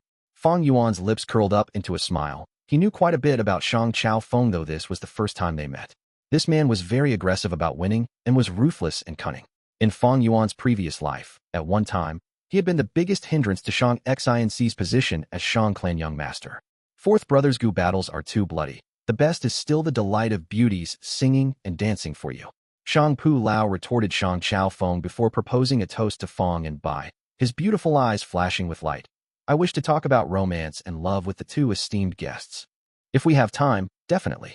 Fang Yuan said with a smile, and chugged down the wine. This banquet looked like those for celebrities in his eyes. Most of these Shang clan young masters would have their own story that would spread throughout the southern border in future. Shang Yanfei had many children, but these people here were able to distinguish themselves in such an intense competition, clearly showing their abilities that surpassed others. One could call them a giant among men or unpolished jade stones. Moreover, they each had their own ways and styles of doing things. Right now, as they converged together in the same place, it was like a pearl shining off with light and darkness. For the time being, there was not much to say about eldest son Shang Xiongniu, second son Shang Yizi, fourth son Shang Chaofeng, and eighth son Shang Pulao. Ninth son Shang Swan and I had a lion-like mouth and broad nose. He seemed to be using some type of goo, as every time he breathed, light yellow smoke came out from his nose and curled around him. 10th son Shang Bai, she was short and stout, looked honest, and did not seem to have anything remarkable about him. But Fang Yuan knew Shang Bai, she was hiding enormous strength that was higher than his by several times. 12th son Shang Bai would have a marriage alliance with Tai clan and come to become Southern Border's second divine detective after Tai Shuelong. 13th son Shang Fu, she was very intelligent. His advice when the righteous path allied forces attacked Etian Mountain caused huge damage to demonic Gu masters time and again. And the 21st son Shang Pai Xiao, he was the youngest and was a late bloomer. Many years later, when Shang clan fell into ruins, he threw himself into the demonic path and became a devil whose evil reputation spread far and wide over the southern border. Father, I am sorry I am late. As the toasts continued, the courtyard gate was opened and a girl walked in. She was Shang Qi-1, 16th daughter of Shang Yanfei, and held control over battle arenas. She had a fair face and her two eyes shone with a smart gaze. She was a lively and charming person. After everyone finished toasting the wine, Shang Yanfei raised his wine cup and faced Fang and Bai. Thank you for protecting Xinci all the way. That was the only reason I could gain a new daughter. Once he said so, everyone present was stunned. Daughter. The gang of young masters showed an astonished expression, looking towards one another. Shang Yizi realized at once, patting his own forehead. So this was it. This was why father met the two with courtesy. The mysterious veil was lifted, and Shang Yizi looked towards Fang Yuan, great hatred hidden in his gaze. He was no longer afraid. Now that he knew the reason, after the evaluation when he regains his footing, he would slowly deal with those two scoundrels. At once, the place fell into silence. Shang Yanfei smiled as he observed the people, giving them time to absorb the new information. Fang Yuan cooperatively expressed shock, as he was a little stunned, and muttered with a suspicious gaze, "Don't tell me." "That's right." Shang Yanfei looked towards him, nodding. "It is that Lady Zhang both of you escorted and protected in the caravan. She is my daughter. Once she stepped into Shang Clan City, I detected her bloodline and have already reunited with her." Zhang Xinci, Bai Ningbing immediately followed. Shang Yanfei laughed heartily. She is no longer Zhang now, but Shang. Both of you saved the life of my precious daughter. You are the benefactor of my Shang clan. Thus you deserve a toast from us. Saying so, the door was opened by someone lightly. The young female Gu Master Tianlan wore a servant attire as she pushed the door open, returning to Shang Xinci's side. "Missy." Xiaodai looked at the courtyard full of people and felt nervous. "Let's go in." Shang Xinci breathed out calmly, under everyone's watchful gaze, walked into the courtyard. Suddenly, her steps halted, showing surprise and joy on her face. She saw Fang and Bai. It really is her. Seeing Shang Xinci, Bai Ningbing's pupils shrunk to pin size as she was completely and utterly stunned. In the entire courtyard, no one could understand the shock in her heart. Bai Ningbing's shock was not from Shang Xinci, but Fang Yuan instead. She was an intelligent person. The moment she saw Shang Xinci, she understood at once what Fang Yuan's true motive was. Zhang Xinci is Shang Xinci, thus he protected her. How did he know her identity? Was this all part of his scheme? At that moment, Bai Ningbing's thoughts whirled as a storm brew in her heart. "Brother He Tu, Sister Bai Yun, why are you here?" Shang Xinci stared at Fang Yuan without blinking, her eyes shining brightly. "Cier, father said I would give you a surprise, didn't I?" Shang Yanfei laughed gently. Shang Xinci bowed and paid respects. "Thank you, father. This is the happiest day I've had since coming to Shang Clan City." After the initial chaos, she had already accepted Shang Yanfei as her birth father. No matter how much her father had let down her mother, he was still her family. Even if Shang Xinci had grudge and hatred towards Shang Yanfei, the kinship that tied them together could not be severed, especially for a kind lady like her. Shang Yanfei heard her call him father for the first time, and his lips curled up, showing a radiant smile. Shang Xinci turned around again, showing anxiety, as she explained to Fang Yuan. "Brother He Tu, I was not intentionally lying to you. After Mother passed away, she instructed me to come to Shang Clan City. I only understood her efforts and the truth after meeting Father. The words were like lightning bolts striking by Ning Bing's heart. Her blue eyes squinted into a line, as her heart was filled with surprise and confusion. Even Shang Xin say I did not know her identity? Why? Why does Fang Yuan know everything? Originally, Fang Yuan was shrouded in a mist in her heart, unable to observe him clearly. But now, the mist thickened, and Fang Yuan became even more mysterious and unpredictable. So that's it. I was wondering why Shang Clan was treating me so well. So this is the reason, Fang Yuan sighed as he raised his head, then slowly shook his head, exclaiming, To think that you are Shang Clan leaders. Daughter, brother He too, can you forgive me? Shang Xinci gripped her hand, asking nervously. Shang Yin Fei frowned lightly, seeing his daughter's attitude. He knew that she held him in high regard. Fang Yuan laughed. No matter, why would I blame you? The unknowing party is innocent. In fact, I have lied to you too. What? Shang Xinci froze. Fang Yuan rubbed his nose. He too, Bai Yun are just fake names. Shang Xinci smiled gently, lightly saying, I guessed that long ago. Fang Yuan hesitated deliberately, then gritted his teeth and cupped his fist. I am ashamed. My real name is Guyu Fang Zheng. This is my companion by Ning Bing. Guyu Fang Zheng, Fang Zheng. Shang Xinci repeated this name several times, memorizing it to heart. Shang Yin Fei's smiled also widened. He appreciated Fang Yuan's honesty. The truth is, he had investigated long ago. Although Guyu clan was wiped out, Shang clan had its ways to find out information from Jia clan. Guyu village had this person called Guyu Fang Zheng, and this person had a great aptitude and was the young clan leader candidate. At the same time, Bai Ning Bing was the Bai clan's young clan leader candidate. The two were hailed as geniuses. As for why they had to hide themselves and sneak into the caravan, this was easier to investigate. Because of Bai Gu Mountain's inheritance, Bai clan's two young masters died in their hands. At the same time, they took over half of the inheritance away. Bai clan issued an arrest warrant, which was the best proof. So that's why my heart was palpitating earlier. Shang Pulao laughed. This child congratulates Lord Father. Shang Baishi said, if you face any problems, tell Big Brother. Shang Xiaoniu looked at Shang Xinci and said, This is awesome. I have a new sister. This banquet was worth coming. Shang Qiwen laughed. The young masters recovered from their shock and quickly showed their affection. This is a joyful occasion for us all, because you have all gotten a new blood-related sister. Shang Yan Fei looked at his children, extremely clear of their mental state. Shang Xinc's appearance is no doubt a threat. From now on, there would be one more person vying for the young master position. Back then, wasn't Shang Tuahai father's illegitimate child? Right now he is the Shang clan young clan leader. Actually, there is no need to worry. Zhang clan is a subsidiary of Wu clan and have enmity with Shang clan. Shang Xinci has no foundation here. She is easy to deal with. The young masters showed a smiling face, but their hearts were weighing the situation. The imperial family has no place for kinship. The emperor's throne is crucial for the greatest benefits. Not even kinship can complete. Shang clan is the southern border overlord. Whoever rises to the position of clan leader in the future would be one of the parties that had a say in the entire southern border. High and mighty, ascending to the peak of the mortal realm, the benefits were unbelievable. Which generation of Shang clan leader did not undergo a ferocious battle before they ascended to the position painstakingly? Shang Yin Fei had gone through this before, so he was clear of the situation right now. Thus, his heart went out to Shang Xinci even more. Right now, by announcing her identity, although it was to protect her, it also threw her into this spiral of competition. Come, Cier, sit here. Shang Yin Fei patted the seat below him, saying, Yes. Shang Xinci replied, looking deeply at Fang Yuan as Fang Yuan nodded at her with a smile. Shang Xinci walked over, sitting beside Shang Yin Fei. Xiao Lan, Xiao Dai, these two servants were close behind her. Seeing this, everyone's expression was strange. Since they were born, they had never seen father love one of his children to this extent. Even his illegitimate son Shang Tuahai did not receive such treatment. All right, all of you, take a seat. Shang Yin Fei waved his hand, looking towards Fang and Bai again. He spoke, Guyu Fang Zheng, Bai Ning Bing. The two of you saved my precious daughter and escorted her here. Our family is deeply indebted to you. If you have any requests, you may say it now. As the Shang clan leader, I will do my best to satisfy your needs. The young masters turned to look at Fang and Bai with a look of envy.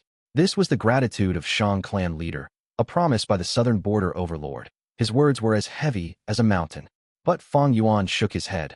Lord clan leader, the reason we protected Lady Shang Xinci is due to her previous kindness. Our debt has already been repaid. We do not owe each other anything. As he said so, everyone showed a shocked expression. Shang Fu quickly reacted, squinting, praising the ingenuity of the answer. Fang and by save the Shang Yin Fei's daughter, he had to reward them handsomely. If he does not, how would outsiders look at Shang clan? If any Shang clan young master encountered danger in the future, who would help them? Shang Xinci saw Fang Yuan rejecting the reward, and quickly got anxious, saying to Shang Yin Fei, "Father, during the caravan trip, Brother He too lost much of his assets too." Shang Yin Fei was a brilliant man. Before Shang Xinci finished her words, he understood her intentions. This was to sought money for Fang and Bai. He nodded. "Since both of you are Gu masters, I shall gift 1,000,000 primeval stones to express my thanks." Hearing this, many young masters almost drooled. Although they controlled much of Shang clan's assets, but it was under everyone's supervision and there was a yearly evaluation, they could hardly line their own pockets. Shang Yizi had talent, but was too greedy, causing his business results to be in jeopardy. Fang Yuan shook his head again. "To speak the truth, I had gone through a peril situation to snatch an inheritance. After selling the recipe, I no longer lack primeval stones." "Oh, is that so?" Shang Yin Fei looked at Shang Yizi with deep meaning. Shang Yizi was so scared his heart nearly jumped out. His mouth went dry, and cold sweat gathered on his forehead. Regarding Shang Yizi's matter, how could Shang Yin Fei not know? Even if he faked the accounting, what happened could be easily guessed. But Shang Yizi was still his own son. Even if he violated the Shang clan rules, as long as it was not exposed, that counts as his skill too. Being at this position, he had learnt long ago, obeying the rules was not an ability. True ability lies in breaking the rules to gain benefits, yet not receiving punishment. Those with true capabilities demolish the old order, while establishing new rules and enjoying the benefits along the way. Shang Yin Fei used this chance to remind Shang Yizi, before he gave another reward for them to consider. Shang Xinci only heard half of it, before her eyes glowed intensely. This was exactly what Fang and Bai needed the most. Chapter 271. Purple Thorn Token, 2-in-1 chapter. Shang Yin Fei saw Fang Yuan reject the primeval stones, and gave another solution. "You are now under Bai clan's arrest warrant. This is evidently a misunderstanding. I shall explain for you and remove this arrest warrant. What do you think?" Fang and Bai were wanted. Shang Xinci knew this. "Why didn't I think of it? To get rid of the arrest warrant for Brother He too. This is undoubtedly what he needs the most." Shang Xinci supported this wholeheartedly. Shang clan was the southern border overlord, while Bai clan was an ordinary clan village. Moreover, their spirit spring was running dry. The clan was gradually getting weaker. Shang Yin Fei's explanation will definitely be accepted by Bai clan. But Fang Yuan shook his head. Although this was enticing, he had other plans in his heart. If Shang clan cleared up the matter, it would cause him to be branded as one of them. This would be a great obstacle in his future plans of getting close to the demonic Gu masters and joining Etian Mountain. Short-term benefits in exchange for long-term harm. This arrest warrant may seem troublesome, but it was no harm to Fang Yuan. Which demonic lord did not have tens of arrest warrants on them? Fang Yuan had over 100 in his previous life. So what if the arrest warrants pile up? The most ironic thing was, after he established the Bloodwing demonic sect in his previous life and dominated a region, many clans took the initiative to remove the arrest warrant for him. This was the truth of the world. Eventually, only strength matters. According to Fang Yuan's plans, he wanted to stay in Shang Clan City for 2 to 3 years. During this period, Bai clan had no way to arrest him. After that, he would gather a set of Gu worms and gain a boost in strength. Then he would have no fear towards Bai clan's arrest warrant. In fact, Bai clan itself was in a dangerous situation, unable to fend for themselves. How could they bother about Fang and Bai? Thus, Shang Yin Fei's reward, although it was important in Shang Xinci's eyes, it held zero value to Fang Yuan. Thus, he shook his head. "Our conflict with Bai clan originated from an inheritance. Truthfully, we snatched their inheritance and killed the Bai clan young masters, but we have never regretted it. My injury is due to Bai clan. One day, I will find them for revenge. I am such a person, repay kindness with gratitude, and return grudges with revenge. A droplet received in need will be repaid with a whole spring. A spark of hatred will result in the burning of an entire forest." As he said so, Fang Yuan did not hide his overwhelming killing intent. Immediately, many of the young masters had differing feelings. "He has an extremely demonic nature," some were disgusted. "A person exacting revenge on a clan. This person is truly naive." Some looked with disdain. He, being so honest in front of Father, is this person a fool, or something with great courage? Some were amused. Shang clan was a righteous path overlord, but Fang Yuan declared his intentions for revenge in front of Shang Yin Fei. His arrogance and confidence caused Shang Xinci to feel inwardly shocked, but not surprised. This was Brother He Tu true nature, wasn't it? Shang Yanfei was also unfazed. In his opinion, Fang Yuan was very honest and straightforward. Wei Yang's evaluation was spot on. Such a person can be easily read. Compared to the quiet by Ning Bing, he preferred Fang Yuan much more. There is no need for Lord Clan Leader to intervene and remove the arrest warrant for us. I need this to encourage myself, to whip myself, and continuously get stronger. Thank you, Lord Shang Yanfei, for your kind intentions. Fang Yuan cupped his fists. In that case, tell me what reward you want. Don't talk about your debt being repaid. If my Shang clan wants to reward someone, they will be rewarded. This is our rules. Even if you throw the reward away, that is none of my business. Shang Yanfei frowned, acting unhappy. Immediately, the relaxed atmosphere in the courtyard became slightly more solemn. The young masters became much more careful when they raised their glasses to drink. This was the dominating aura of Shang clan leader, Shang Yanfei, a rank 5 Gu master. I want to reward you. Even if you do not want it, you have to take it. It is not a choice. Fang Yuan looked around and laughed. But what if I really do not want it? Shang Yanfei spoke calmly, but his gaze was determined. That is not an option. Many of the young masters saw this conflict and scolded Fang Yuan as an idiot secretly. He must be stupid, pushing away Shang clan leader's reward. Many people would die for this opportunity. Some praised his overwhelming bravery.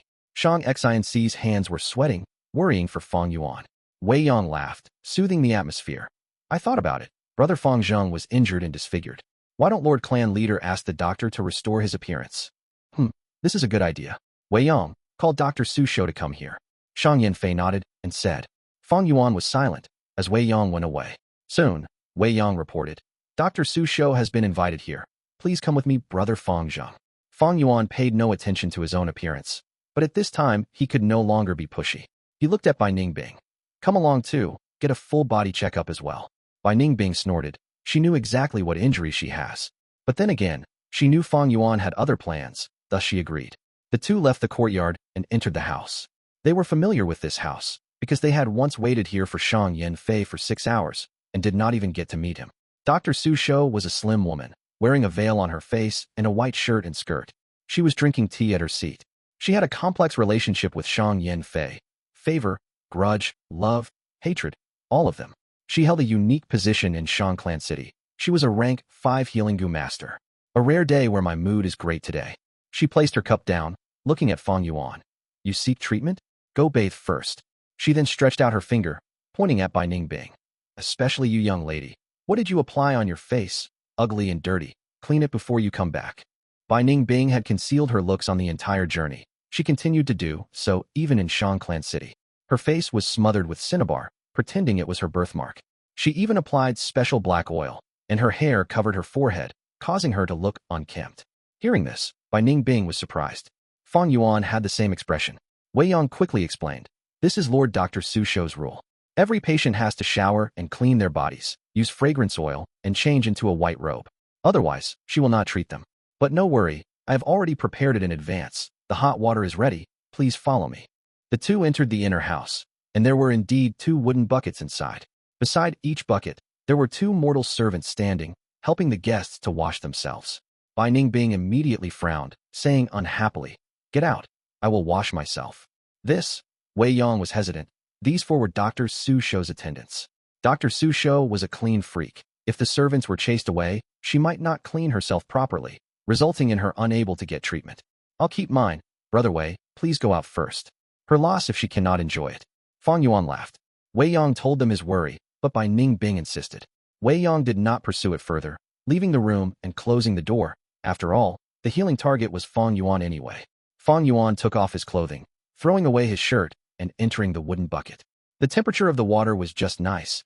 As the 2 servants worked, one poured the fragrance oil, as the other rubbed Fang Yuan's back. They moved in perfect harmony, obviously experienced. Bai Ningbing stood before the bucket, not moving as she hesitated. Fang Yuan laid in the bucket relaxing, placing his arms at the corner of the bucket, saying lightly, Bai Ningbing, our identities have already been exposed. We have no need to hide in Shang Clan City. Do you really not dare to show your face to people? Bai Ningbing immediately snorted. Fang Yuan continued. I called you over with good intentions.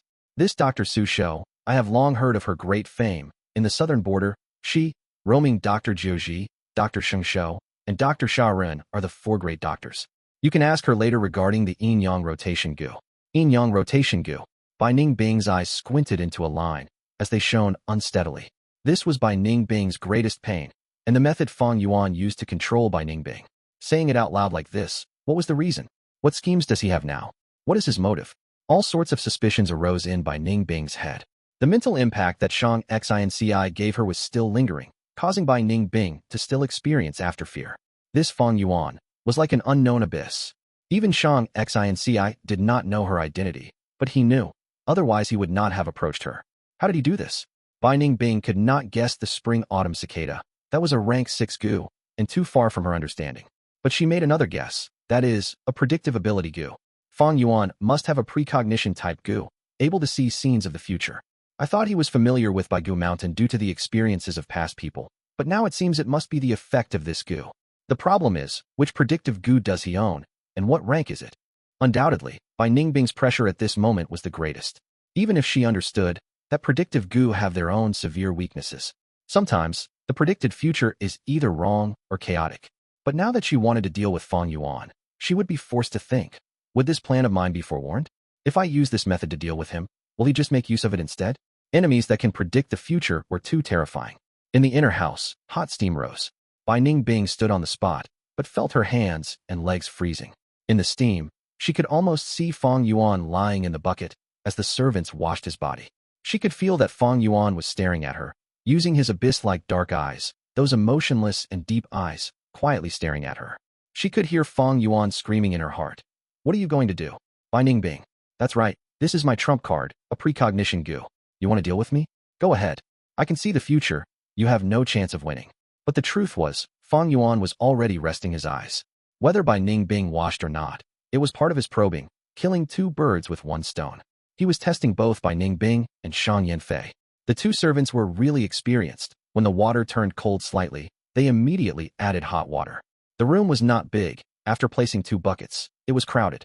This portrayed the state Shang Yanfei faced when he decided to give up the position of young master back in the day to become a commoner. But this was normal.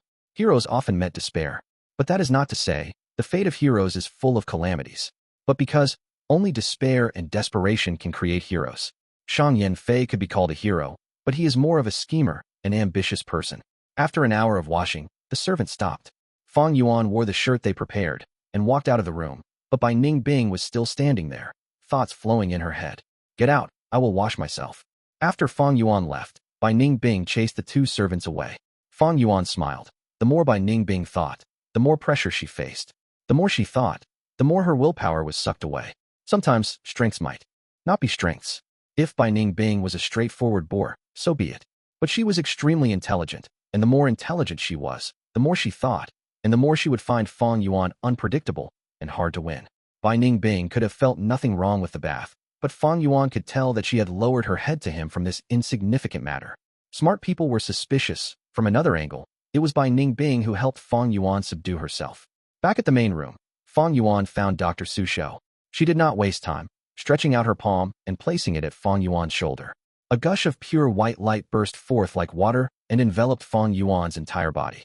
A refreshing and cool feeling spread throughout Fang Yuan's body. His burnt skin could be seen recovering rapidly. At the same time, flesh started to grow at the right side of his head. As time passed, the flesh grew and formed into shapes of ear and cartilage. Fang Yuan gritted his teeth as the numbing feeling assaulted him like waves, continuously challenging his limits. Quickly, new skin formed on his body, and from the pores that were burnt, new eyebrows grew. In 15 minutes' time, his injuries healed. He not only regained his looks, but his right ear also grew out, matching with his left. Dr. Su Shou pulled back her hand, commenting, "Now you look much better. Leave, and bring your companion along." Humph. She chased my servants away. How would I know if she had cleaned herself properly? At this time, the room door opened, and Bai Ningbing walked out.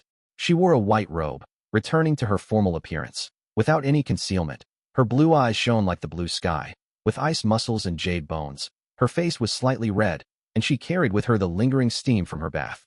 Even the woman Dr. Su Shou was moved by her divine appearance. Dr. Su Shou's impression of Bai Ningbing changed completely, as she said gently, "Little sister looks incredible. I almost got charmed by you." This attitude was a 180-degree turn. Fang Yuan could not help but roll his eyes. But he knew, this was Dr. Su Shou, pursuing all things beautiful in her life. Or using Earth's words, she had an appearance complex. Bai Ningbing shook her head. I do not need healing. I just want to know about the yin-yang rotation Gu. I will answer anything little sister wants to know. Dr. Su Shou gently said, then turned coldly at Fang Yuan. As for you, why are you still here? Go out. Completely different attitudes towards Fang Yuan and Bai Ningbing. Fang Yuan rubbed his nose, having been chased out. The moment he got out, he saw Wei Yang. Brother Fang Zheng? Wei Yang looked at him hesitantly. Fang Yuan nodded, showing gratitude in his eyes. Thank you, brother, for guarding here the entire time. Haha. To think you look so handsome. Wei Yang raised his thumb as he praised. Actually, Fang Yuan looked extremely plain and ordinary. He could only be considered middle-upper level in terms of looks. But his eyes were dark like the abyss, giving off an unquestionable aura. Most importantly, he was way too ugly when he was injured. In contrast, he became much more handsome. But Wei Yang quickly laughed bitterly. Little brother, since you call me brother, I shall lecture you. Why did you refuse clan leader's reward? I know you have your principles, but Shang clan has their rules, as they say, follow the customs of the place you are in. Moreover, Lord Clan Leader is not trying to harm you. This is a good thing. But if you continue insisting, the good thing will turn sour. A wise man submits to circumstances. I'm sure you do not want Lady Xinci to be stuck in the middle, right? Fang Yuan frowned. I accepted treatment because I was considering this point. Wei Yang's smile became even more bitter. Just this treatment alone is no reward. If Shang clan does not produce a proper reward, it will cause outsiders to laugh at us and ruin Shang clan's reputation and image. In future, if Shang clan's young masters encounter trouble, who would help them? Thus, you must accept this reward no matter what. Wei Yang spoke as he observed Fang Yuan's expression. Seeing him frown even harder, he continued urging. You. Oh you, I don't know what to say. Something that people would die for. You are doing your best to refuse it. Little brother Fang Zheng, an arm cannot overpower a leg. If you really do not want it, you can accept it now, and after this is over, give it to Shang Xinci. Is that not a good solution? Fang Yuan thought about it, and said solemnly, this is a good idea. First, it does not violate my principles. Second, it would not make life difficult for you. But brother Wei, what do I ask for? Wei Yang immediately replied. Of course it is a token. Fang Yuan laughed secretly. That was what he wanted to hear all along. He wanted to hear it from Shang Yanfei, but Shang Yanfei seemed to have wanted to recruit him, intentionally not mentioning it. Now, he shall make use of Wei Yang. Token. Fang Yuan showed a confused expression. You just got a Shang clan city. Although you know there is a need for tokens, you do not know the importance of it. Trust brother Wei, a high-class token is very important. Sometimes, even if you have money, it is useless without a token. Wei Yang advised wholeheartedly. Fang Yuan nodded. Although I don't get it, since brother Wei said so, I shall request for a token. Wei Yang instantly felt strongly moved due to being trusted. He patted Fang Yuan's shoulders, sighing. Little brother, we hit it off so well. Why would I cause you to lose out? Back at the courtyard, Fang Yuan immediately said to Shang Yanfei, I was rash. After hearing brother Wei Yang's advice, I realized the token was so important. I would like to ask for 2 tokens from Lord Clan Leader. Shang Yanfei's eyes shone. He intentionally kept quiet because he had plans. But to think Wei Yang ruined it. This Wei Yang, he failed while trying to do good, not thinking further into this. These 2 saved his birth daughter. The token given cannot be too low class. Never mind. In Shang Clan City, what is that little primeval stones they had amount to?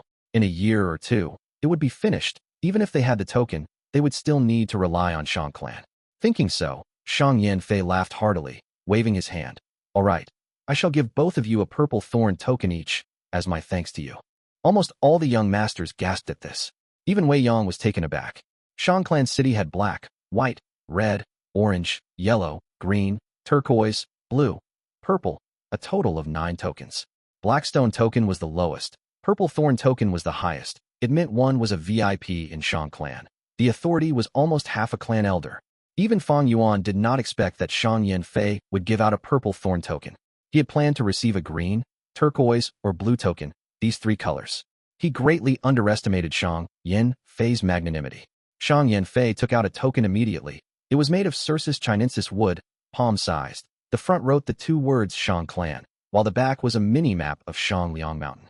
But this was not the real purple thorn token. Shang Yanfei called out another Gu. This is the special token Gu of Shang Clan. It needs your blood. The Gu worm was like a mosquito, flying to Fang Yuan's arm, taking a bit of blood, and returned to the surface of the token. Splat. With a crisp sound, the token Gu exploded, turning into a lump of blood and merging into the token. The token seemed to have no changes, but when it got into Fang Yuan's hands, the surface started to glow with a purple light, like water and shadow. Only now did this become a real purple thorn token. Even if outsiders got the token, it was useless. This could only be used by Fang Yuan. This was also Shang clan's protective measure, making it impossible for outsiders to impersonate. If they used Gu worms as the trust token, other Gu masters might reverse engineer it and refine the Gu for themselves. The genius part was, the purple thorn token was not a Gu worm. It only had the power of the token Gu remaining in it. As time passed, the token Gu's power would decrease, and the purple thorn token would lose effect. This was an advantage to Shang clan. The depreciation of the token would cause its usage to be sustained at a certain level. If Fang Yuan's purple thorn token lost effect, he would have to return to Shang clan city and ask them to create a new one. This was a way Shang clan controlled their tokens. Fang Yuan obtained the purple thorn token, and the young master's gaze towards him changed completely. Before, he was still just a demonic Gu master. Many looked down on him, felt disdain towards him, but now they held an equal attitude. The purple thorn token could only be given out when the clan leader or 10 elders came to an agreement. There were only 200 purple thorn tokens in the world now. Your companion? Shang Yanfei took out another token. Still with Dr. Su Shou, I will go rush her now. Wei Yang was about to get up when Bai Ningbing returned, in front of everyone. Her expression was cold and solemn. She had heard from Dr. Su Shou that to return to her male body, she needed the corresponding Yang Gu. Of course, there was no absolute. If she could get a rank 6 Gu immortal to help, there was a high chance of success. Seeing her appearance, many young masters fell into a daze. Chapter 272. New alliance agreements. By Ningbing's appearance caused the attention on Fang Yuan to divert. The contrast was simply too great, causing everyone to focus on her. Fang Yuan had an ordinary appearance, but when he first appeared, even Wei Yang praised him. Bai Ningbing, however, looked stunning. The contrast was much more evident. Next, Bai Ningbing also received the purple thorn token. During the clan banquet, everyone interacted with each other, portraying a cohesive gathering on the outside, but secretly, there were storms brewing. In large clans, young masters often fought openly and secretly, because large clans had the resources for them to compete. On the other hand, normal clans like Guyu Clan Village, by Clan Village, focused on nurturing one successor. It was not a problem of fertility, but because they wanted to avoid internal conflicts between young masters which could cause the clan to decline. Fang Yuan displayed his forthright and hot-blooded side. These young masters were influential people. Nurturing a good relationship with them would greatly aid him in his stay on Shangliang Mountain for the next few years. He clarified his past as the former Guyu clan future clan leader, similar to Bai Ningbing. Immediately, he closed the distance he had with the other young masters. Obviously, there were people who asked about the reason why Qingmao Mountain turned into an icy hell, but Fang Yuan did not explain it. He only mentioned that the past was a nightmare and showed a painful expression. He had the purple thorn token in his hand, so no one dared to force him. A few young masters toasted Bai Ningbing, but she did not bother responding to them, acting as she pleased. If it was before, the young master would definitely be secretly angry, but now that she showed her true beauty, no one got angry about it. They only felt that this woman was beautiful like a fairy, resembling an ice fairy, paired with her cold behavior. It fitted her image perfectly. The clan banquet lasted for an hour before ending. Can I still call you Brother He too? As they parted, Shang Xinci stared at Fang Yuan with glimmering eyes. Whichever you like. Fang Yuan smiled warmly. Shang Xinci blinked, saying softly, Brother He Tu's injuries are healed. It is worth celebrating, but I feel like we are quite far apart. Brother He Tu has the purple thorn token now. You can freely leave and enter the second inner city. Are you currently staying at Nanxiu Garden? Shang Xinci was very chatty. From deep in her heart, she felt that Fang Yuan was very close to her. Thus she had many things to say. In a foreign environment, people subconsciously found a sense of security from people they know. Fang Yuan knew her mental state, initiating. Yes, I am staying at Nanxiu Garden. When you are free, you can come over to visit. Shang Clan City is huge. We can go shopping together. Shang Xinci's eyes glowed brightly, happily nodding. Xiao Dai was beside her, happily shouting. It has been so boring stay at home these days. After Fang Yuan regained his looks, Xiao Dai no longer found him so scary. Soon after, Shang Yanfei brought Shang Xinci away, being the first to leave the place. The young masters lost the restraint on them and started to show their true colors. Many gave invitations to Fang and Bai. Fang Yuan did not reject them but promised to visit when he had time. These were all empty promises. When everyone started leaving, the two also went back to Nanxiu Garden. Are you happy now? Bai Ningbing went to Fang Yuan, laughing coldly. Happy about what? Humph. You know the answer. Do you really want me to say it? Being in Shang Clan City, some things were not meant to be said. It would hurt both parties. Fang Yuan smiled, and did not respond. Bai Ningbing stared at Fang Yuan with a flickering gaze. I have to admit, I underestimated you. Even though I want to chop you into pieces, I greatly admire your tactics. She paused, then continued. Let's not beat about the bush. Under what conditions will you return the Yang Gu to me? He. Fang Yuan laughed lightly. Bai Ningbing looking for him meant she had lost her bearings. Shang Xinc's matter had a great impact on her. This was no doubt a chance. Since she wanted to lay their cards on the table, so be it. Thus, Fang Yuan said, we are both smart people. If you were in my spot, what would you do?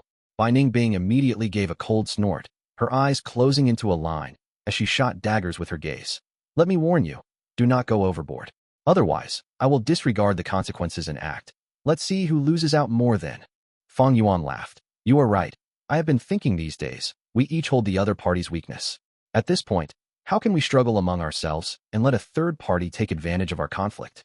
Bai Ningbing was silent. Fang Yuan continued. How about this? Assist me to rank 5 peak stage, and I'll return the Yang Gu to you. F***CKU. The corner of Bai Ningbing's lips twitched, immediately snickering. You think I am an idiot like Shang Yi? Rank 5 peak stage. I can't believe you have to face to say that. They agreed upon rank 3 earlier, but now it seems Fang Yuan was really going to go back on his words. Although Bai Ningbing was ready for it, seeing Fang Yuan's shameless smile, she felt anger rising in her. Bai Ningbing, don't be ungrateful. I saved your life. If I did not use the Yang Gu, you would have perished on Qingmao Mountain long ago. Fang Yuan's expression turned cold. Bai Ningbing did not relent, immediately retorting. Humph, if I did not block first-generation Gu Yu's hit for you, you would have died before me. On Bai Gu Mountain, if I did not, that time you fell into the swamp, did I not save your life? The two bickered in the room, exchanging blows against each other until they both went silent. Their relationship was a huge mess already. But one thing was sure, they relied on each other's strength to arrive at Shangliang Mountain. If not for their mutual assistance, they would not have lived until today. The two fell into silence, as the atmosphere in the room became less tense. Next, what plans do you have? A moment later, Bai Ningbing broke the silence. Stay a few years in Shang Clan City. Now that we have the token and primeval stones, we can get ourselves a set of complementary Gu worms. You also fought against that Wei Yang. Only when we have a set of Gu worms can we display our true power. Fang Yuan said. Bai Ningbing snorted. At most, rank for peak stage. My contributions were high on Bai Gu Mountain. You have to give me half of the primeval stones. Fang Yuan nodded. Okay, let's high-five as a promise. Bai Ningbing stared at him, furiously growling. You think I am a fool, high-five? Use the poison vow Gu, poison vow, understand? Fang Yuan nodded. No problem, poison vow Gu it is.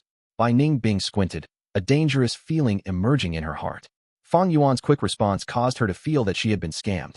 She seemed to have fallen into Fang Yuan's trap again. But, Fang Yuan's words shifted. But what? Bai Ningbing was extremely vigilant. Fang Yuan continued. From now on, if we have any gains, it will be split 3:7. You 30%, and me 70%. If we have any Gu, I have choosing priority. I will use primeval stones to compensate you. This is my baseline, you must accept it. Bai Ningbing breathed out in relief. Now this is Fang Yuan. If he did not have any terms, it would be too weird. She had traveled with him for so long. He had never lost out in a deal. This person was too devious, especially today. He caused Bai Ningbing's vigilance to surge to an all-time high. 3:7. This was too much. Especially when Bai Ningbing's cultivation was much higher than Fang Yuan. But if Fang Yuan did not list an overbearing condition, Bai Ningbing would have felt uneasy. She would think this person was scheming again. Thus, after Fang Yuan gave his terms, Bai Ningbing felt at ease. So be it. Bai Ningbing agreed immediately. Gains or benefits, she did not care about them. Her only goal was Yang Gu. After getting information from Dr. Su Shou, her final hope was crushed. The two conversed for an entire night. Bai Ningbing looked at the agreement over 10 times, finally concluding that Fang Yuan did not have any loopholes left to use. Thus on the second day, their first job was to buy the Poison Vow Gu. Poison Vow Gu was a rank 3 Gu.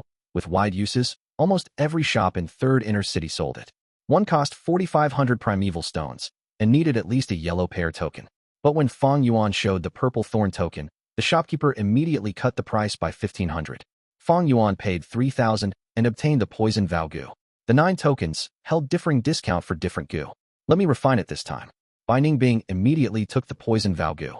She was very careful, personally refining the Poison Vow Gu to prevent Fang Yuan from making sneaky moves. This Poison Vow Gu had originally been refined by the shopkeeper already. With his assistance, Bai Ningbing spent 15 minutes to refine the Gu and kept it for her own use. Does this shop sell the primeval elder Gu? Bai Ningbing asked again. Shopkeeper shook his head, respectfully explaining that the primeval elder Gu was a precious rank 3 Gu. It would only be sold in auctions. But the two had the purple Thorn token. They could easily pre-order it before an auction as long as it isn't a large-size one. The auction zone in 3rd Inner City, Wei Yong had brought them there long ago. They easily got to the area and spent 6,700 primeval stones to purchase the primeval elder Gu. We spent 10,000 just like that. We shall split the cost of the poison vow Gu, but the primeval elder Gu's cost will come from you. Fang Yuan reminded. Such small details, I'm not going to nitpick. Bai Ningbing waved her hand, not interested in calculating. She had been used to spending casually, not caring about monetary fortune. In fact, she looked down on Fang Yuan's stingy behavior. Afraid of dragging on, the two returned to Nanxiu Garden and used the poison vow Gu. This way, a new agreement was established. According to the agreement, Fang Yuan distributed half of the 900,000 over primeval stones to Bai Ningbing, placing it in her primeval elder Gu. Fang Yuan lost half his fortune, but gained an alliance mate Bai Ningbing. It was a worthwhile trade, and Bai Ningbing also saw hope in regaining the Yang Gu. The two were wary of one another, scheming against each other. It was difficult to get to this stage where both was satisfied. Next, can you finally help and aid me in reaching rank 3? Fang Yuan's expression was solemn. Bai Ningbing laughed smugly. Seeing Fang Yuan's ugly expression, she felt extremely happy. For the last few days, she had not helped Fang Yuan in cultivating. However, with the new agreement in place, it was another story altogether. Sure, I'll help you advance to rank 3 today. She agreed immediately. Chapter 273. Advance to rank 3. Swish, swish, swish. In the aperture, the primeval sea ebbed and flowed. A gush of primeval essence crashed towards the aperture walls. The waves were like snow, shining in a silver light, brilliant beyond comprehension. This was the snow-silver primeval essence. In the room, Bai Ningbing's palms were stuck to Fang Yuan's back as the bone-flesh unity Gu sent primeval essence continuously into Fang Yuan's aperture. Once the primeval essence was converted by the bone-flesh unity Gu and became Fang Yuan's, he could utilize them. Fang Yuan used the endless amount of snow-silver primeval essence and assaulted his aperture walls. He was now ranked 2 peak stage. His primeval essence was deep red, and his aperture walls were of a crystal form, transparent and shiny. Initially, in order to break through from rank 1 peak stage to rank 2 on Qingmao Mountain, he had to use primeval stones to help him, and after 3 to 4 days, he barely succeeded. It was an arduous process.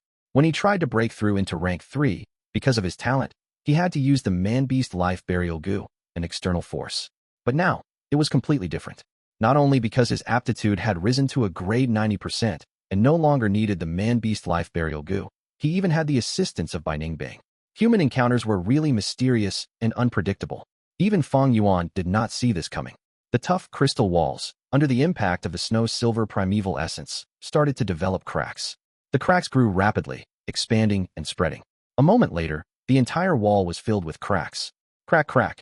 The crystal wall shattered, and numerous crystal fragments fell into the primeval sea, causing waves to splash. Soon after, these fragments turned into white spots, dispersing in the primeval sea. A brand new white light wall replaced the crystal wall. At the same time, a trace of light silver primeval essence appeared from deep within the sea. Light silver primeval essence. It was the symbol of rank 3 initial stage. At this point, Fang Yuan finally broke through rank 2 peak stage and achieved rank 3. Not mentioning rank 6 Gu immortal, rank 3 was already in the middle spectrum of strength. Be it righteous or demonic, they were a strong force. After leaving Qingmao Mountain, in less than a year, I regained my rank 3 cultivation. This speed is over 3 times of when I was on Qingmao Mountain, and with my great aptitude, my future is bright. Fang Yuan clenched his fist, cheering in his heart. Looking at the time, only 6 hours passed. So fast. If he used his own effort, he could break through as well, but it would take 24 hours at least. Snow-silver primeval essence. It truly was the most effective. Checking his aperture once again. The Sea of Bone Spear Gu, Spiral Bone Spear Gu had all been sold. Over half of the deep red rank 2 peak stage primeval essence remained. Bai Ningbing did not stop injecting her primeval essence. A gush of snow-silver primeval essence fell from the sky like a waterfall into the primeval sea, and after some turbulence, it sank to the bottom of the sea. The higher the realm, the better the quality of the primeval essence.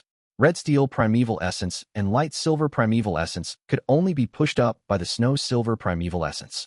At the bottom of the primeval sea, A bone-like white and blue flower moved along with the sea currents. It was the rank 3 heavenly essence treasure lotus, the movable primeval spring, able to produce 50 primeval stones a day. Beside the pure treasure lotus was the demonic blood skull Gu. The blood-colored skull had 2 eye sockets, glowing with a purple flame.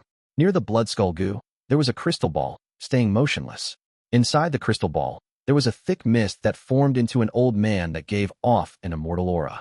The old man carried a walking cane, with a thick beard on his face, showing a calm expression.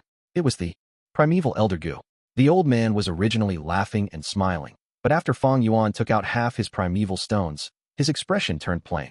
There was also another jade pendant-like beetle fossil, half transparent and jade green. It gave off cooling air. It was the rank 2 clearing heat Gu, used for curing poison. Close to them, there was also the charred thunder potato mother Gu and a rice bag Gu. On the surface of the sea, 4-flavor liquor worm played with the waves. Its fat body shone with red, blue, green, and yellow, symbolizing spicy, bitter, sour, and sweet. 4 flavors in total. In the air, there was the canopy Gu and yang Gu, playing around the snow-silver waterfall. The canopy Gu was like a giant ladybug, its half-round white shell having black spots. The yang Gu, however, gave off a warm white light. His most important vital Gu was still asleep, drawing the water from the river of time to recover its body. Other than the Gu in his aperture, there was still the bone-flesh unity Gu, as a bracelet on his arm, as it formed into a bracelet tattoo. In his palm, there was the blood moon Gu. On his tongue, there was the Tusada flower tattoo. On his left ear, the breath concealment Gu. On his feet, the jumping grass Gu. Fleshbone Gu was by Ning Bing's. It had been returned to her. Originally, there was a plunder Gu that resembled a black beetle. Fang Yuan had used it to snatch the Gu worms in by Ning Bing's aperture, but it had died from lack of food during the caravan journey. These were all the Gu Fang Yuan possessed. 1. Heavenly Essence Treasure Lotus has to be kept, but I do not have the recipe to continue refining it. I can still use it now, but when I reach rank 4, its use will be negligible. Blood Skull Gu is useless to me now. To nurture my descendants, there is too much trouble in terms of time and effort. Back then, first generation Gu, you had no choice but to do it. I can change out this Gu. After all, it is one of the inheritance of the Blood Sea ancestor. I might be able to get a good Gu from the Treasure Realm. But Treasure Realm is the foundation of Shang clan. Even if I had the purple Thorn token, I have to plan this carefully. Spring Autumn Cicada, Primeval Elder Gu, and Bone Flesh Unity Gu are definitely going to be kept. Blood Moon Gu is easy to raise, but does not have enough attack, and cannot be used as a set. Tusada flower should be changed too. There are better options available. I have to expose the breath concealment Gu, but jumping grass has to be removed. It was kept as emergency in the first place. Other than this, I have lots of strength Gu to buy, and also investigative, movement type Gu. Now that our situation is stable, and I have gained the trust of Shang clan, I can try to interact with the gambling den. Fang Yuan considered his options. The Gu on him were all gathered individually. They could not form into a set, and they did not even cover all grounds, severely affecting his battle strength. At Shang clan city, they finally had time to develop themselves. He has to use this opportunity and race against time to get his Gu worm set in 2 to 3 years, creating his own battle style, as well as trying to raise his cultivation as high as possible. After that, the 3 kings' inheritance would start. Next would be the righteous demonic battle at Tian Mountain, one that affected the entire southern border. It was a grand event, where brave warriors reigned supreme. If one did not have enough strength, they would be cannon fodder. If he had the qualification to join, using Fang Yuan's rebirth advantage, he would be able to gain great benefits. This subordinate greets Lord Clan Leader. In the study room, Wei Yang kneeled. Shang Yanfei stopped writing, looking up. Wei Yang, there is only the 2 of us here. Do not be restrained. Thank you for the seat, Clan Leader. Wei Yang sat at a nearby seat. Shang Yanfei laughed as he recalled. You are still so rigid. Remember when we first met, before you dominated the battle stage, back when I was still a Shang clan young master. So many years have passed already. It was all thanks to your assistance that I became clan leader. This subordinate does not dare to claim credit. Wei Yang quickly stood up, cupping his fist. I am but a boor, only able to assist in terms of fighting. Clan leader is both intelligent and strong. I am merely the icing on the cake. Although I am intelligent and strong, I am still one person. Only with all of you can I establish a force strong enough to dominate. 2 fists cannot rival 4 palms. A good leader needs his men. Am I right? Shang Yanfei looked at Wei Yang with deep intentions. Wei Yang immediately realized that Shang Yanfei had a deeper meaning, but could not understand his meaning, only cupping his fists. This subordinate is ashamed. Shang Yanfei changed the topic. I had thought at first that Bai Ningbing was a girl pretending to be a guy. After all, many clans carry a male leader mentality. But today, I heard from Dr. Su Shou. Bai Ningbing asked her about the yin-yang rotation Gu. It seems there is a hidden story behind this. But whether she is a guy or a girl, that is a small detail. It is no longer important. What is important is whether she and that Fang Zheng would work for us Shang clan. Wei Yong was enlightened. This subordinate understands. As long as you understand, you may leave. Shang Yanfei waved his hand. This subordinate takes his leave. Seeing the study room's door close lightly, Shang Yanfei leaned back on his chair and closed his eyes. Fang and Bai were able to snatch the inheritance from Bai clan, and were able to escort Shang Xinci back. It showed that they had both brains and brawn. They even had good aptitude. The report states they were rank 3. They were not even 20 yet. This truly was great talent. Most importantly, they knew how to repay kindness. This showed they had proper character. It made people feel at ease. And finally, they were not peasants, but were born as 2 clan successor. They had the symbol of righteousness ingrained in them from birth. Shang Yanfei had been in power for so many years and had seen many young talents, but very few moved his heart like these 2. But the reason Shang Yanfei wanted to recruit them was not for himself, but for Shang Xinci. He opened his eyes and turned into a pillar of flame, disappearing from the study room. When he reappeared, he was at a huge walkway. At the 2 sides of the walkway, there were tall stone pillars. The ground was paved with a type of white-silver-colored brick. Shang Yanfei stood beside the stone pillar, like an ant beside a pair of chopsticks. He walked slowly in the empty walkway. Only the echo of his walking could be heard.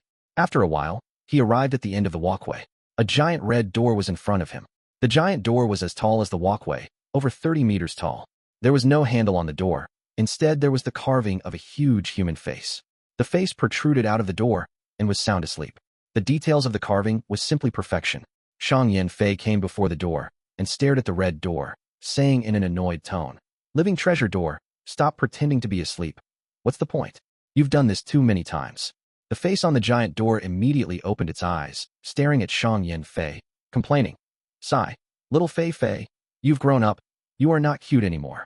As it said so, it opened its huge mouth and a strong gust of wind blew, causing Shang Yanfei's hair to dance in the wind. Its voice was like thunder, as the echo reverberated in the walkway. Shang Yanfei's eyes twitched. "Stop your nonsense. I am here to exchange for treasure." "Exchange treasure?" The face on the huge door made funny faces towards the tiny Shang Yanfei, teasing, "Little Fei Fei, are you going to take advantage of me again? I know we are old friends, but as the guardian of the treasure realm, I will not help you to steal from the inside. Although we are such old friends, how many times have I said it? Can you change the way you call me?" Black lines appeared on Shang Yanfei's forehead. "Then what do I call you? Little Yan Yan, Little Yanfei, or Little Yanzi?" Shang Yanfei quickly waved his hand, helplessly saying, Never mind. Do whatever you want. Let's get back to business. I am really here for exchanging treasure." "Oh," the huge face dragged his words, evidently not satisfied yet. "Getting to business so soon. I wanted to talk more. This place is boring me to death." Shang Yanfei sighed. "I am very busy, living treasure door. You know I am the Shang clan leader. It is no longer like before."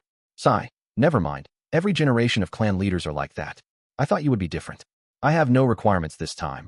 I just want somebody to complain to. The eons of waiting truly makes me empty and lonely." Living treasure door sighed gloomily. "You are a door. What loneliness can you have? Can't you just sleep?" Shang Yanfei's head was full of black lines. "Sleep? I can't fall asleep. You have no idea how hard it is to be alone." Living treasure door started to blabber again. "I am not here to listen to your grudges. Let's talk about business, real business." Shang Yanfei coughed. "Oh, then let's do that." Living treasure door's face became solemn. "Sure, if you want to exchange treasures, but I have a condition." It dragged its words again. Shang Yanfei had a bad feeling about this. He raised his eyebrows. "What condition? Don't tell me." "Ah, looking at your expression, you've guessed it. That's right. I want you to dig my nose, dig my nose." Living treasure door screamed excitedly. "Dig my nose. Dig." The loud voice continued to echo in the walkway. Shang Yanfei's forehead was popping with veins. "Scoundrel, you're trying this again?" "My nose is really itchy. I can't breathe properly. I have no hands. I cannot dig my nose myself like you humans. I am so pitiful. Ow, little Fei Fei, my good friend, please help me. Please dig my nose. As a reward, I will give you my treasured booger." Living treasure door sang out in a poetic tone. "Hey, enough is enough." Shang Yanfei clenched his fists, screaming out after he could control himself no longer. Living treasure door snorted, giving a what can you do to me look. Then it started to chant. Dig my nose. Dig my nose. Dig my nose. Dig my nose, or no treasure for you. Dig my nose, and you are a good boy. The voice shook the air and caused the entire walkway to shake. Shang Yanfei lowered his head, supporting his forehead as the sounds of dig my nose reverberated the walkway. All right, stop chanting, I'll do it okay? Shang Yanfei screamed out, completely helpless in his heart. Even if he is a rank 5 Gu master, the lord of Shang clan, against the living treasure door, there was nothing he could do. After all, the treasure realm was left behind by Shang clan's ancestors. This was the work of a Gu immortal beyond rank 5. Oh yay! Living treasure door cried out in triumph. Then it urged. Quickly, quickly, I can't wait anymore. Shang Yanfei's expression froze. As the corner of his eyes twitched, he stretched out his right hand. On the palm of his right hand, there was a tiny tattoo in the shape of a palm, blood red in color. He activated his primeval essence, and the blood tattoo flew out, turning into a giant bright red hand. Rank 5, blood handprint Gu. Whoever is hit by this palm, be it birds, beasts, worms or fish, as long as they had blood flowing in them, they would turn into a puddle of blood. It had great strength and a threatening effect. Shang Yanfei used it to dominate the southern border, establishing his fierce name. But right now, he used the blood handprint to satisfy Living Treasure Door's weird request. Digging its nose, the bright red palm turned into a fist, then stretched out its index finger and entered the Living Treasure Door's nostrils. Living Treasure Door hummed. Yes, that's it. Ah, it feels so good. Deeper. That's right, a little deeper. More strength, please. It feels better if you're rougher. Oh, that was too good. Little Fei, your technique is superb. Ah, chew. Living Treasure Door opened its mouth, sneezing loudly. Numerous red, yellow, blue, and green booger were blown out. If one looked properly, the red one was Typhoon Mountain Pepper, a godlike extinct refinement aiding material. The yellow was Worry Soil, one of the ingredients used to refine a rank 6 Gu. The blue was Ice Heart. Only at the center of a 10-million-year-old ice mountain can one of these grow. The green was the Grass Skirt Gu, rank 5 without any defensive ability. But once a Gu master uses it, it can give them a grass skirt that is able to absorb primeval energy from the air, replenishing the primeval essence in the aperture rapidly. All right, my breathing is smooth again. These booger are your gift. I do not want to eat them again. That is too disgusting. Living Treasure Door sniffed after sneezing, feeling extremely satisfied. Shang Yanfei kept these items, before sighing. Can we get to business now? Of course. What does little Fei want? Living Treasure Door's mood was much better. I remember that there is still a rank 5-man triumphing heaven Gu. I want to exchange for it. Shang Yanfei replied. Living Treasure Door showed a curious gaze. Man triumphing heaven Gu. It has the ability to defy heaven and change fate, forcefully awakening an aperture for those mortals without cultivating talent. This Gu is extremely precious. Little Fei, although we have a close friendship, and you have dug my nose many times, the treasure realm's rules cannot be defied. If you want to exchange for this Gu, you will need to offer a Gu with even greater value to the treasure realm. Can you stop mentioning the digging of your nose? Shang Yanfei's veins were popping as he called out a Gu. This Gu was like a baby's palm, tender and plump, while clear as crystal. There were red blood veins within the palm, causing the palm to emit a ghostly aura. Living Treasure Door saw this Gu and exclaimed, you are giving up the blood handprint Gu? Little Fei, I remember this as one of your most useful Gu. Weren't you collecting the Blood Sea inheritance? Have you given up your aspiration from young? Shang Yanfei sighed helplessly. The total number of Blood Sea inheritances are almost uncountable, yet the true inheritances are hidden among them. The difficulty is simply too high. Even if I use the Shang clan to investigate, after all these years, I have only gotten 2 of them. I want the man triumphing heaven Gu, but my other precious Gu cannot be given up. I have to temporarily sacrifice the blood handprint Gu. Someday, I might come back to redeem it. Shang Yanfei's Gu worms were mostly from the Blood Sea inheritance, causing him to specialize in the bloodline path. Because of this, when Shang Xinci entered Shang Clan City, he could detect it immediately. Okay then, since you've made your decision. Living Treasure Door opened its mouth and swallowed the blood handprint Gu. Gulp. With a loud sound, the blood handprint Gu entered the treasure realm. Next, it regurgitated and opened its mouth, throwing up 1 Gu. This Gu was like a 1,000-year ginseng, with many roots and a yellow body.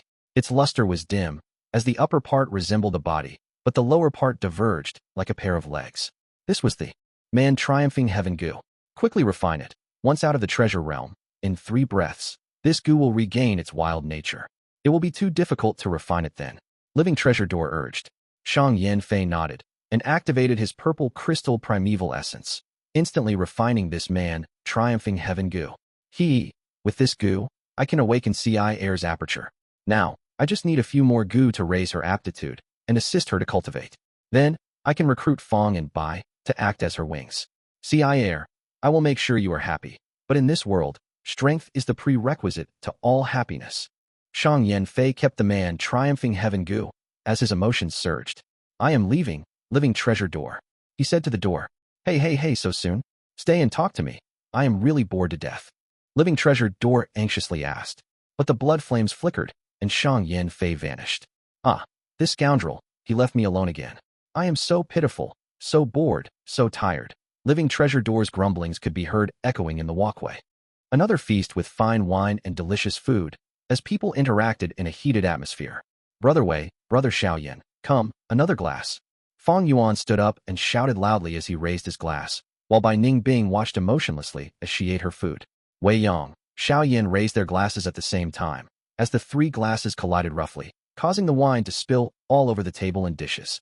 Back at the battle zone, Fang Yuan wanted to treat them to dinner, but Xiaoyan took the initiative to do so. This time, he kept his word, inviting these two to a feast at a huge restaurant.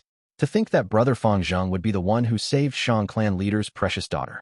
Good people truly get rewarded. Purple Thorn token. I am extremely envious. Xiaoyan was a cheerful and honest person, not hiding his envy at all.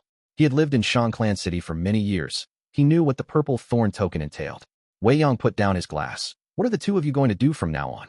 Fang Yuan then answered. We plan to stay in Shang clan city for a while and sell the useless Gu we have. Next, we will buy a set of complimentary Gu worms. Excellent. That is the proper thing to do. If you did not have such plans, I would have reminded you to do so anyway.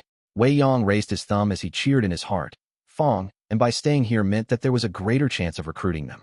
If the both of you do not mind, you can tell us your plans. Big Brother Wei is very knowledgeable. He can give you good advice. My Fire Gu path was also recommended by Big Brother Wei. Xiaoyan said at the corner. Chapter 275, Strength Path and Ice Path Nurture, Use and Refinement. Those were the three aspects of a Gu master's cultivation. No matter which aspect, they were extremely profound, and each contained knowledge that was wide as the sea. Many people spent their entire lives without venturing fully into one of them. Please advise me, Brother Wei. At the feast, Fang Yuan cupped his fists. We hit it off so well, I shall not beat around the bush. Wei Yang cleared his throat before officially teaching. From the general aspect, Gu masters are split into 9 ranks. Rank 1 to 5 are mortal, while 6 to 9 are immortal. Among 10 million Gu masters, not even one might become an immortal. It is too tough to become one. Even recognized geniuses may not reach it. But let's not talk about immortals, but focus on mortals. The 5 mortal ranks, rank 1 and 2, are beginners, and rank 4 to 5 are a high-level fighting force. Rank 3 is in the middle. It is what connects the two. By this point, both of you are already full-fledged Gu masters. Rank 3 is the most important stage, because here, you will build upon your foundations and choose the right direction to advance. It will definitely result in a better future for you. By rank 3, a Gu master's strength is already a force to be reckoned with. In many villages, rank 3 are clan elders. At this stage, the Gu master has to determine the direction they want to go and create a set of Gu worms along that line. If you want to be a support Gu master, your Gu worms will be mainly storage type. If you want to be an investigative Gu master, the core of your Gu worms will be investigative types. If you want a future in Gu refinement, you can choose to work on existing recipes to create your own new recipe. If someone likes to plot, they can collect thinking assist type Gu worms, like the Lightning Thoughts Gu or the Immortal Showing the Way Gu. Wei Yang introduced again. The so-called direction refers to attack, defense, healing, storage, movement, and investigative, the 6 aspects. Healing Gu masters were known as doctors, having a grand status. Storage Gu masters were support Gu masters. Every force and clan needed them. Wei Yang was a movement-type Gu master. His core Gu worm was the Rainbow Light Gu. Of course, other than these 6, there were other smaller branches. Like a Gu master specializing in substitute refinement, they had Gu worms that increased refinement speed or helped to weaken the Gu worm's will. Or maybe those Gu masters who specialized in catching Gu, they were good at finding and capturing wild Gu worms. All in all, by rank 3, Gu masters would have started to classify into their specific classes, and they become more specialized, becoming an expert in one domain. Saying so, Wei Yang paused, then looked at Fang and Bai, asking, have both of you thought about your advancement direction? Attack. Fang Yuan and Bai Ningbing said at the same time with no hesitation. The two were focused on attack. They had an inborn fighting nature and could not be easily subdued. Wei Yang nodded, not surprised at all. He had seen many people and could guess their choices. He continued, then next, you have to choose Gu worms and form a set, a group of Gu worms that chains into one system.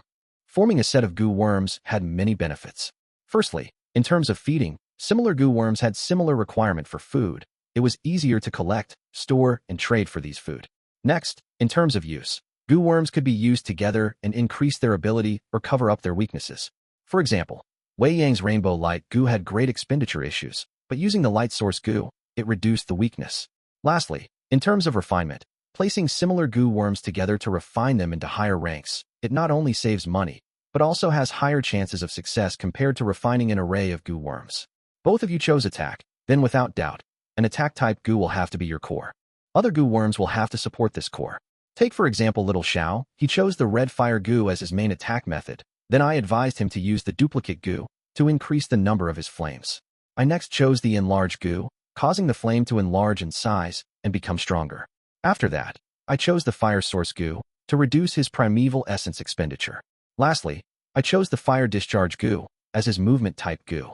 Wei Yang patted Xiaoyan's shoulders as he said. Xiaoyan purposely showed a bitter expression. Big brother Wei, you dug up all my secrets. Wei Yang did not mind it. Haha, your secrets are well known to everyone. Among the people in the battle stage now, who does not know what Gu you own? Wei Yang then turned to Fang Yuan. It is no matter even if your Gu worms are exposed. As long as you pair it well, you can deal with all situations. Your core Gu worm is the foundation of the entire set. Have you thought of what attack-type Gu worms you want to use as your core? Fang Yuan clenched his fist. Before this, I have already used many Gu to raise my strength. Strength is my advantage. I want to continue on it and crush my foes with overwhelming strength. Bai Ning Bing said the name of a Gu. Frost Demon Gu. Speaking of which, Bai Ning Bing had a rank 3 Frost Demon Gu in the past. It allowed the Gu Master to turn into the Frost Demon. Bai Ning Bing had a great compatibility with it. But during the battle with Gu Yuqing Shu, it was destroyed. This caused Bai Ning Bing to still have lingering emotions towards the Gu. Wei Yang heard this and frowned. You want to go on the Strength Path and Ice Path. For Ice Path, the advantage lies in defense. Frost Demon Gu, Snow Fairy Gu, Ice Crystal Gu. These are the three most famous transformation-type Gu. Frost Demon Gu and Snow Fairy Gu are for women, while Ice Crystal Gu is more suited for men. As for Fang Zheng's Strength Path, Wei Yang shook his head. I'm not trying to discourage you, but this would not work. The Strength Path is the most common route people choose. Why is that? Because it is cheap and affordable. Most of the Gu related to the Strength Path are cheap, but because of this, the Gu Masters do not stand out and are very ordinary. I'll tell you the truth, I tried the Strength Path in the past, but wasted a lot of primeval stones later to remove the increased strength in my body. Most demonic Gu Masters lack resources and use the Strength Path as a stepping stone. But Brother Fang Zheng, you have the purple Thorn token and hundreds of thousands of primeval stones. You do not have to take this narrow path. The Strength Path makes it hard to succeed in life. Hearing Wei Yang's words, Fang Yuan and Bai Ning Bing looked at each other, nodding. Wei Yang smiled. He did not waste his efforts. Xiaoyan laughed too. After hearing Brother Wei's words, I have gained much insight as well. Brother Wei makes sense, but I still want to walk on the Strength Path. Fang Yuan cupped his fist. Yes, I have decided to give up on the Frost Demon Gu and choose the Ice Crystal Gu. Beside him, Bai Ning Bing also made her decision. Huh. Wei Yang's smile froze on his face. Hey, did you listen to what he said at all? Xiaoyan shouted. Bai Ning Bing smiled as determination shone across her eyes. Precisely because the Ice Crystal Gu is suited for males, that is why I chose it. Heh. Fang Yuan rubbed his nose. I am thankful to Brother Wei for the advice, but I still like the Strength Path. Others might not achieve success out of it, but if I can, doesn't that show my superiority? Ha ha ha. Challenges lie in difficulty, and there is only a sense of accomplishment if there is a challenge. I was hesitant before, but now that Brother Wei has said it, I am definitely choosing this. Choosing the Strength Path was part of Fang Yuan's plans. It involves the Three Kings' inheritance in a few years. Of course, he cannot mention that to anyone. You, too. Xiaoyan stared in a daze, unsure of what to say. This, you have to reconsider, this is not a joke. Wei Yang's expression was solemn, his tone was anxious. He did not expect his heartfelt advice to work in the opposite direction. No need to say anything else, Brother Wei. Paths are made by men. My decision is final. Ha ha ha. Let's continue drinking. Fang Yuan said, showing his determination, causing Wei Yang to swallow his words. Sigh. Wei Yang lifted his glass helplessly. but swore in his heart that he had to convince them otherwise. Especially this Fang Zheng. He was truly messing around. Treating his future as a game, he should not do this. At this rate, it would put his superior aptitude to waste. Wei Yang really could not stand it. He had to quickly adjust Fang Zheng's mindset. This was a future star that the clan leader wanted to recruit. After the banquet ended, and the nagging Wei Yang left together with Xiao Yin, Fang and Bai arrived at the Gu shop. After showing their purple thorn token, Bai Ningbing spent 28,000 primeval stones and bought the rank 3 ice crystal Gu. Fang Yuan chose a rank 2 brown bear innate strength Gu, spending 4,100 primeval stones. You really intend to make the ice crystal Gu your vital Gu? Out of the shop, Fang Yuan frowned and asked. Bai Ningbing knew what he truly meant. She was rank 3 peak stage. If she advanced further, it would be rank 4 realm. She can totally purchase a rank 4 Gu worm in advance instead. But Bai Ningbing shook her head, her expression grim. I do not intend to advance to rank 4. Just yesterday, I found that my aptitude rose by 1% again. The northern dark ice soul physique was a curse coiling around Bai Ningbing. As she continued to cultivate, Bai Ningbing's aptitude would eventually return to 100%, regaining the 10 extreme physique status. Thus, she would rather give up on advancing. Rank 4 yellow gold primeval essence had better quality than white silver primeval essence. It could nurture the aperture better and would cause Bai Ningbing's aptitude to recover more quickly. Fang Yuan's steps halted. Is that so? In that case, you can't live without the Yang Gu in my hands. Maybe you can go to Feng Yu Manor and ask them. They specialize in selling information. They might have what you need. You are not going with me. Bai Ningbing stopped, looking at Fang Yuan. I am going to walk around the gambling den. Fang Yuan laughed. All right. Seeing Bai Ningbing walk away, Fang Yuan's smile vanished. He returned to the shop. Shopkeeper, I forgot to buy some things earlier. Do you have them? He gave a list. Shopkeeper did not dare to make a purple thorn token owner wait. He quickly looked at the list and nodded. Yes, esteemed guest, we have them all. Good. Prepare 1 portion for me, immediately. Yes. A moment later, he walked out of the back door of the shop and went into another path, going to a lower level and arriving at the gambling den. Now then, let me see that sealed legendary Gu fossil. Moving according to his memories, Fang Yuan entered an extravagant gambling den.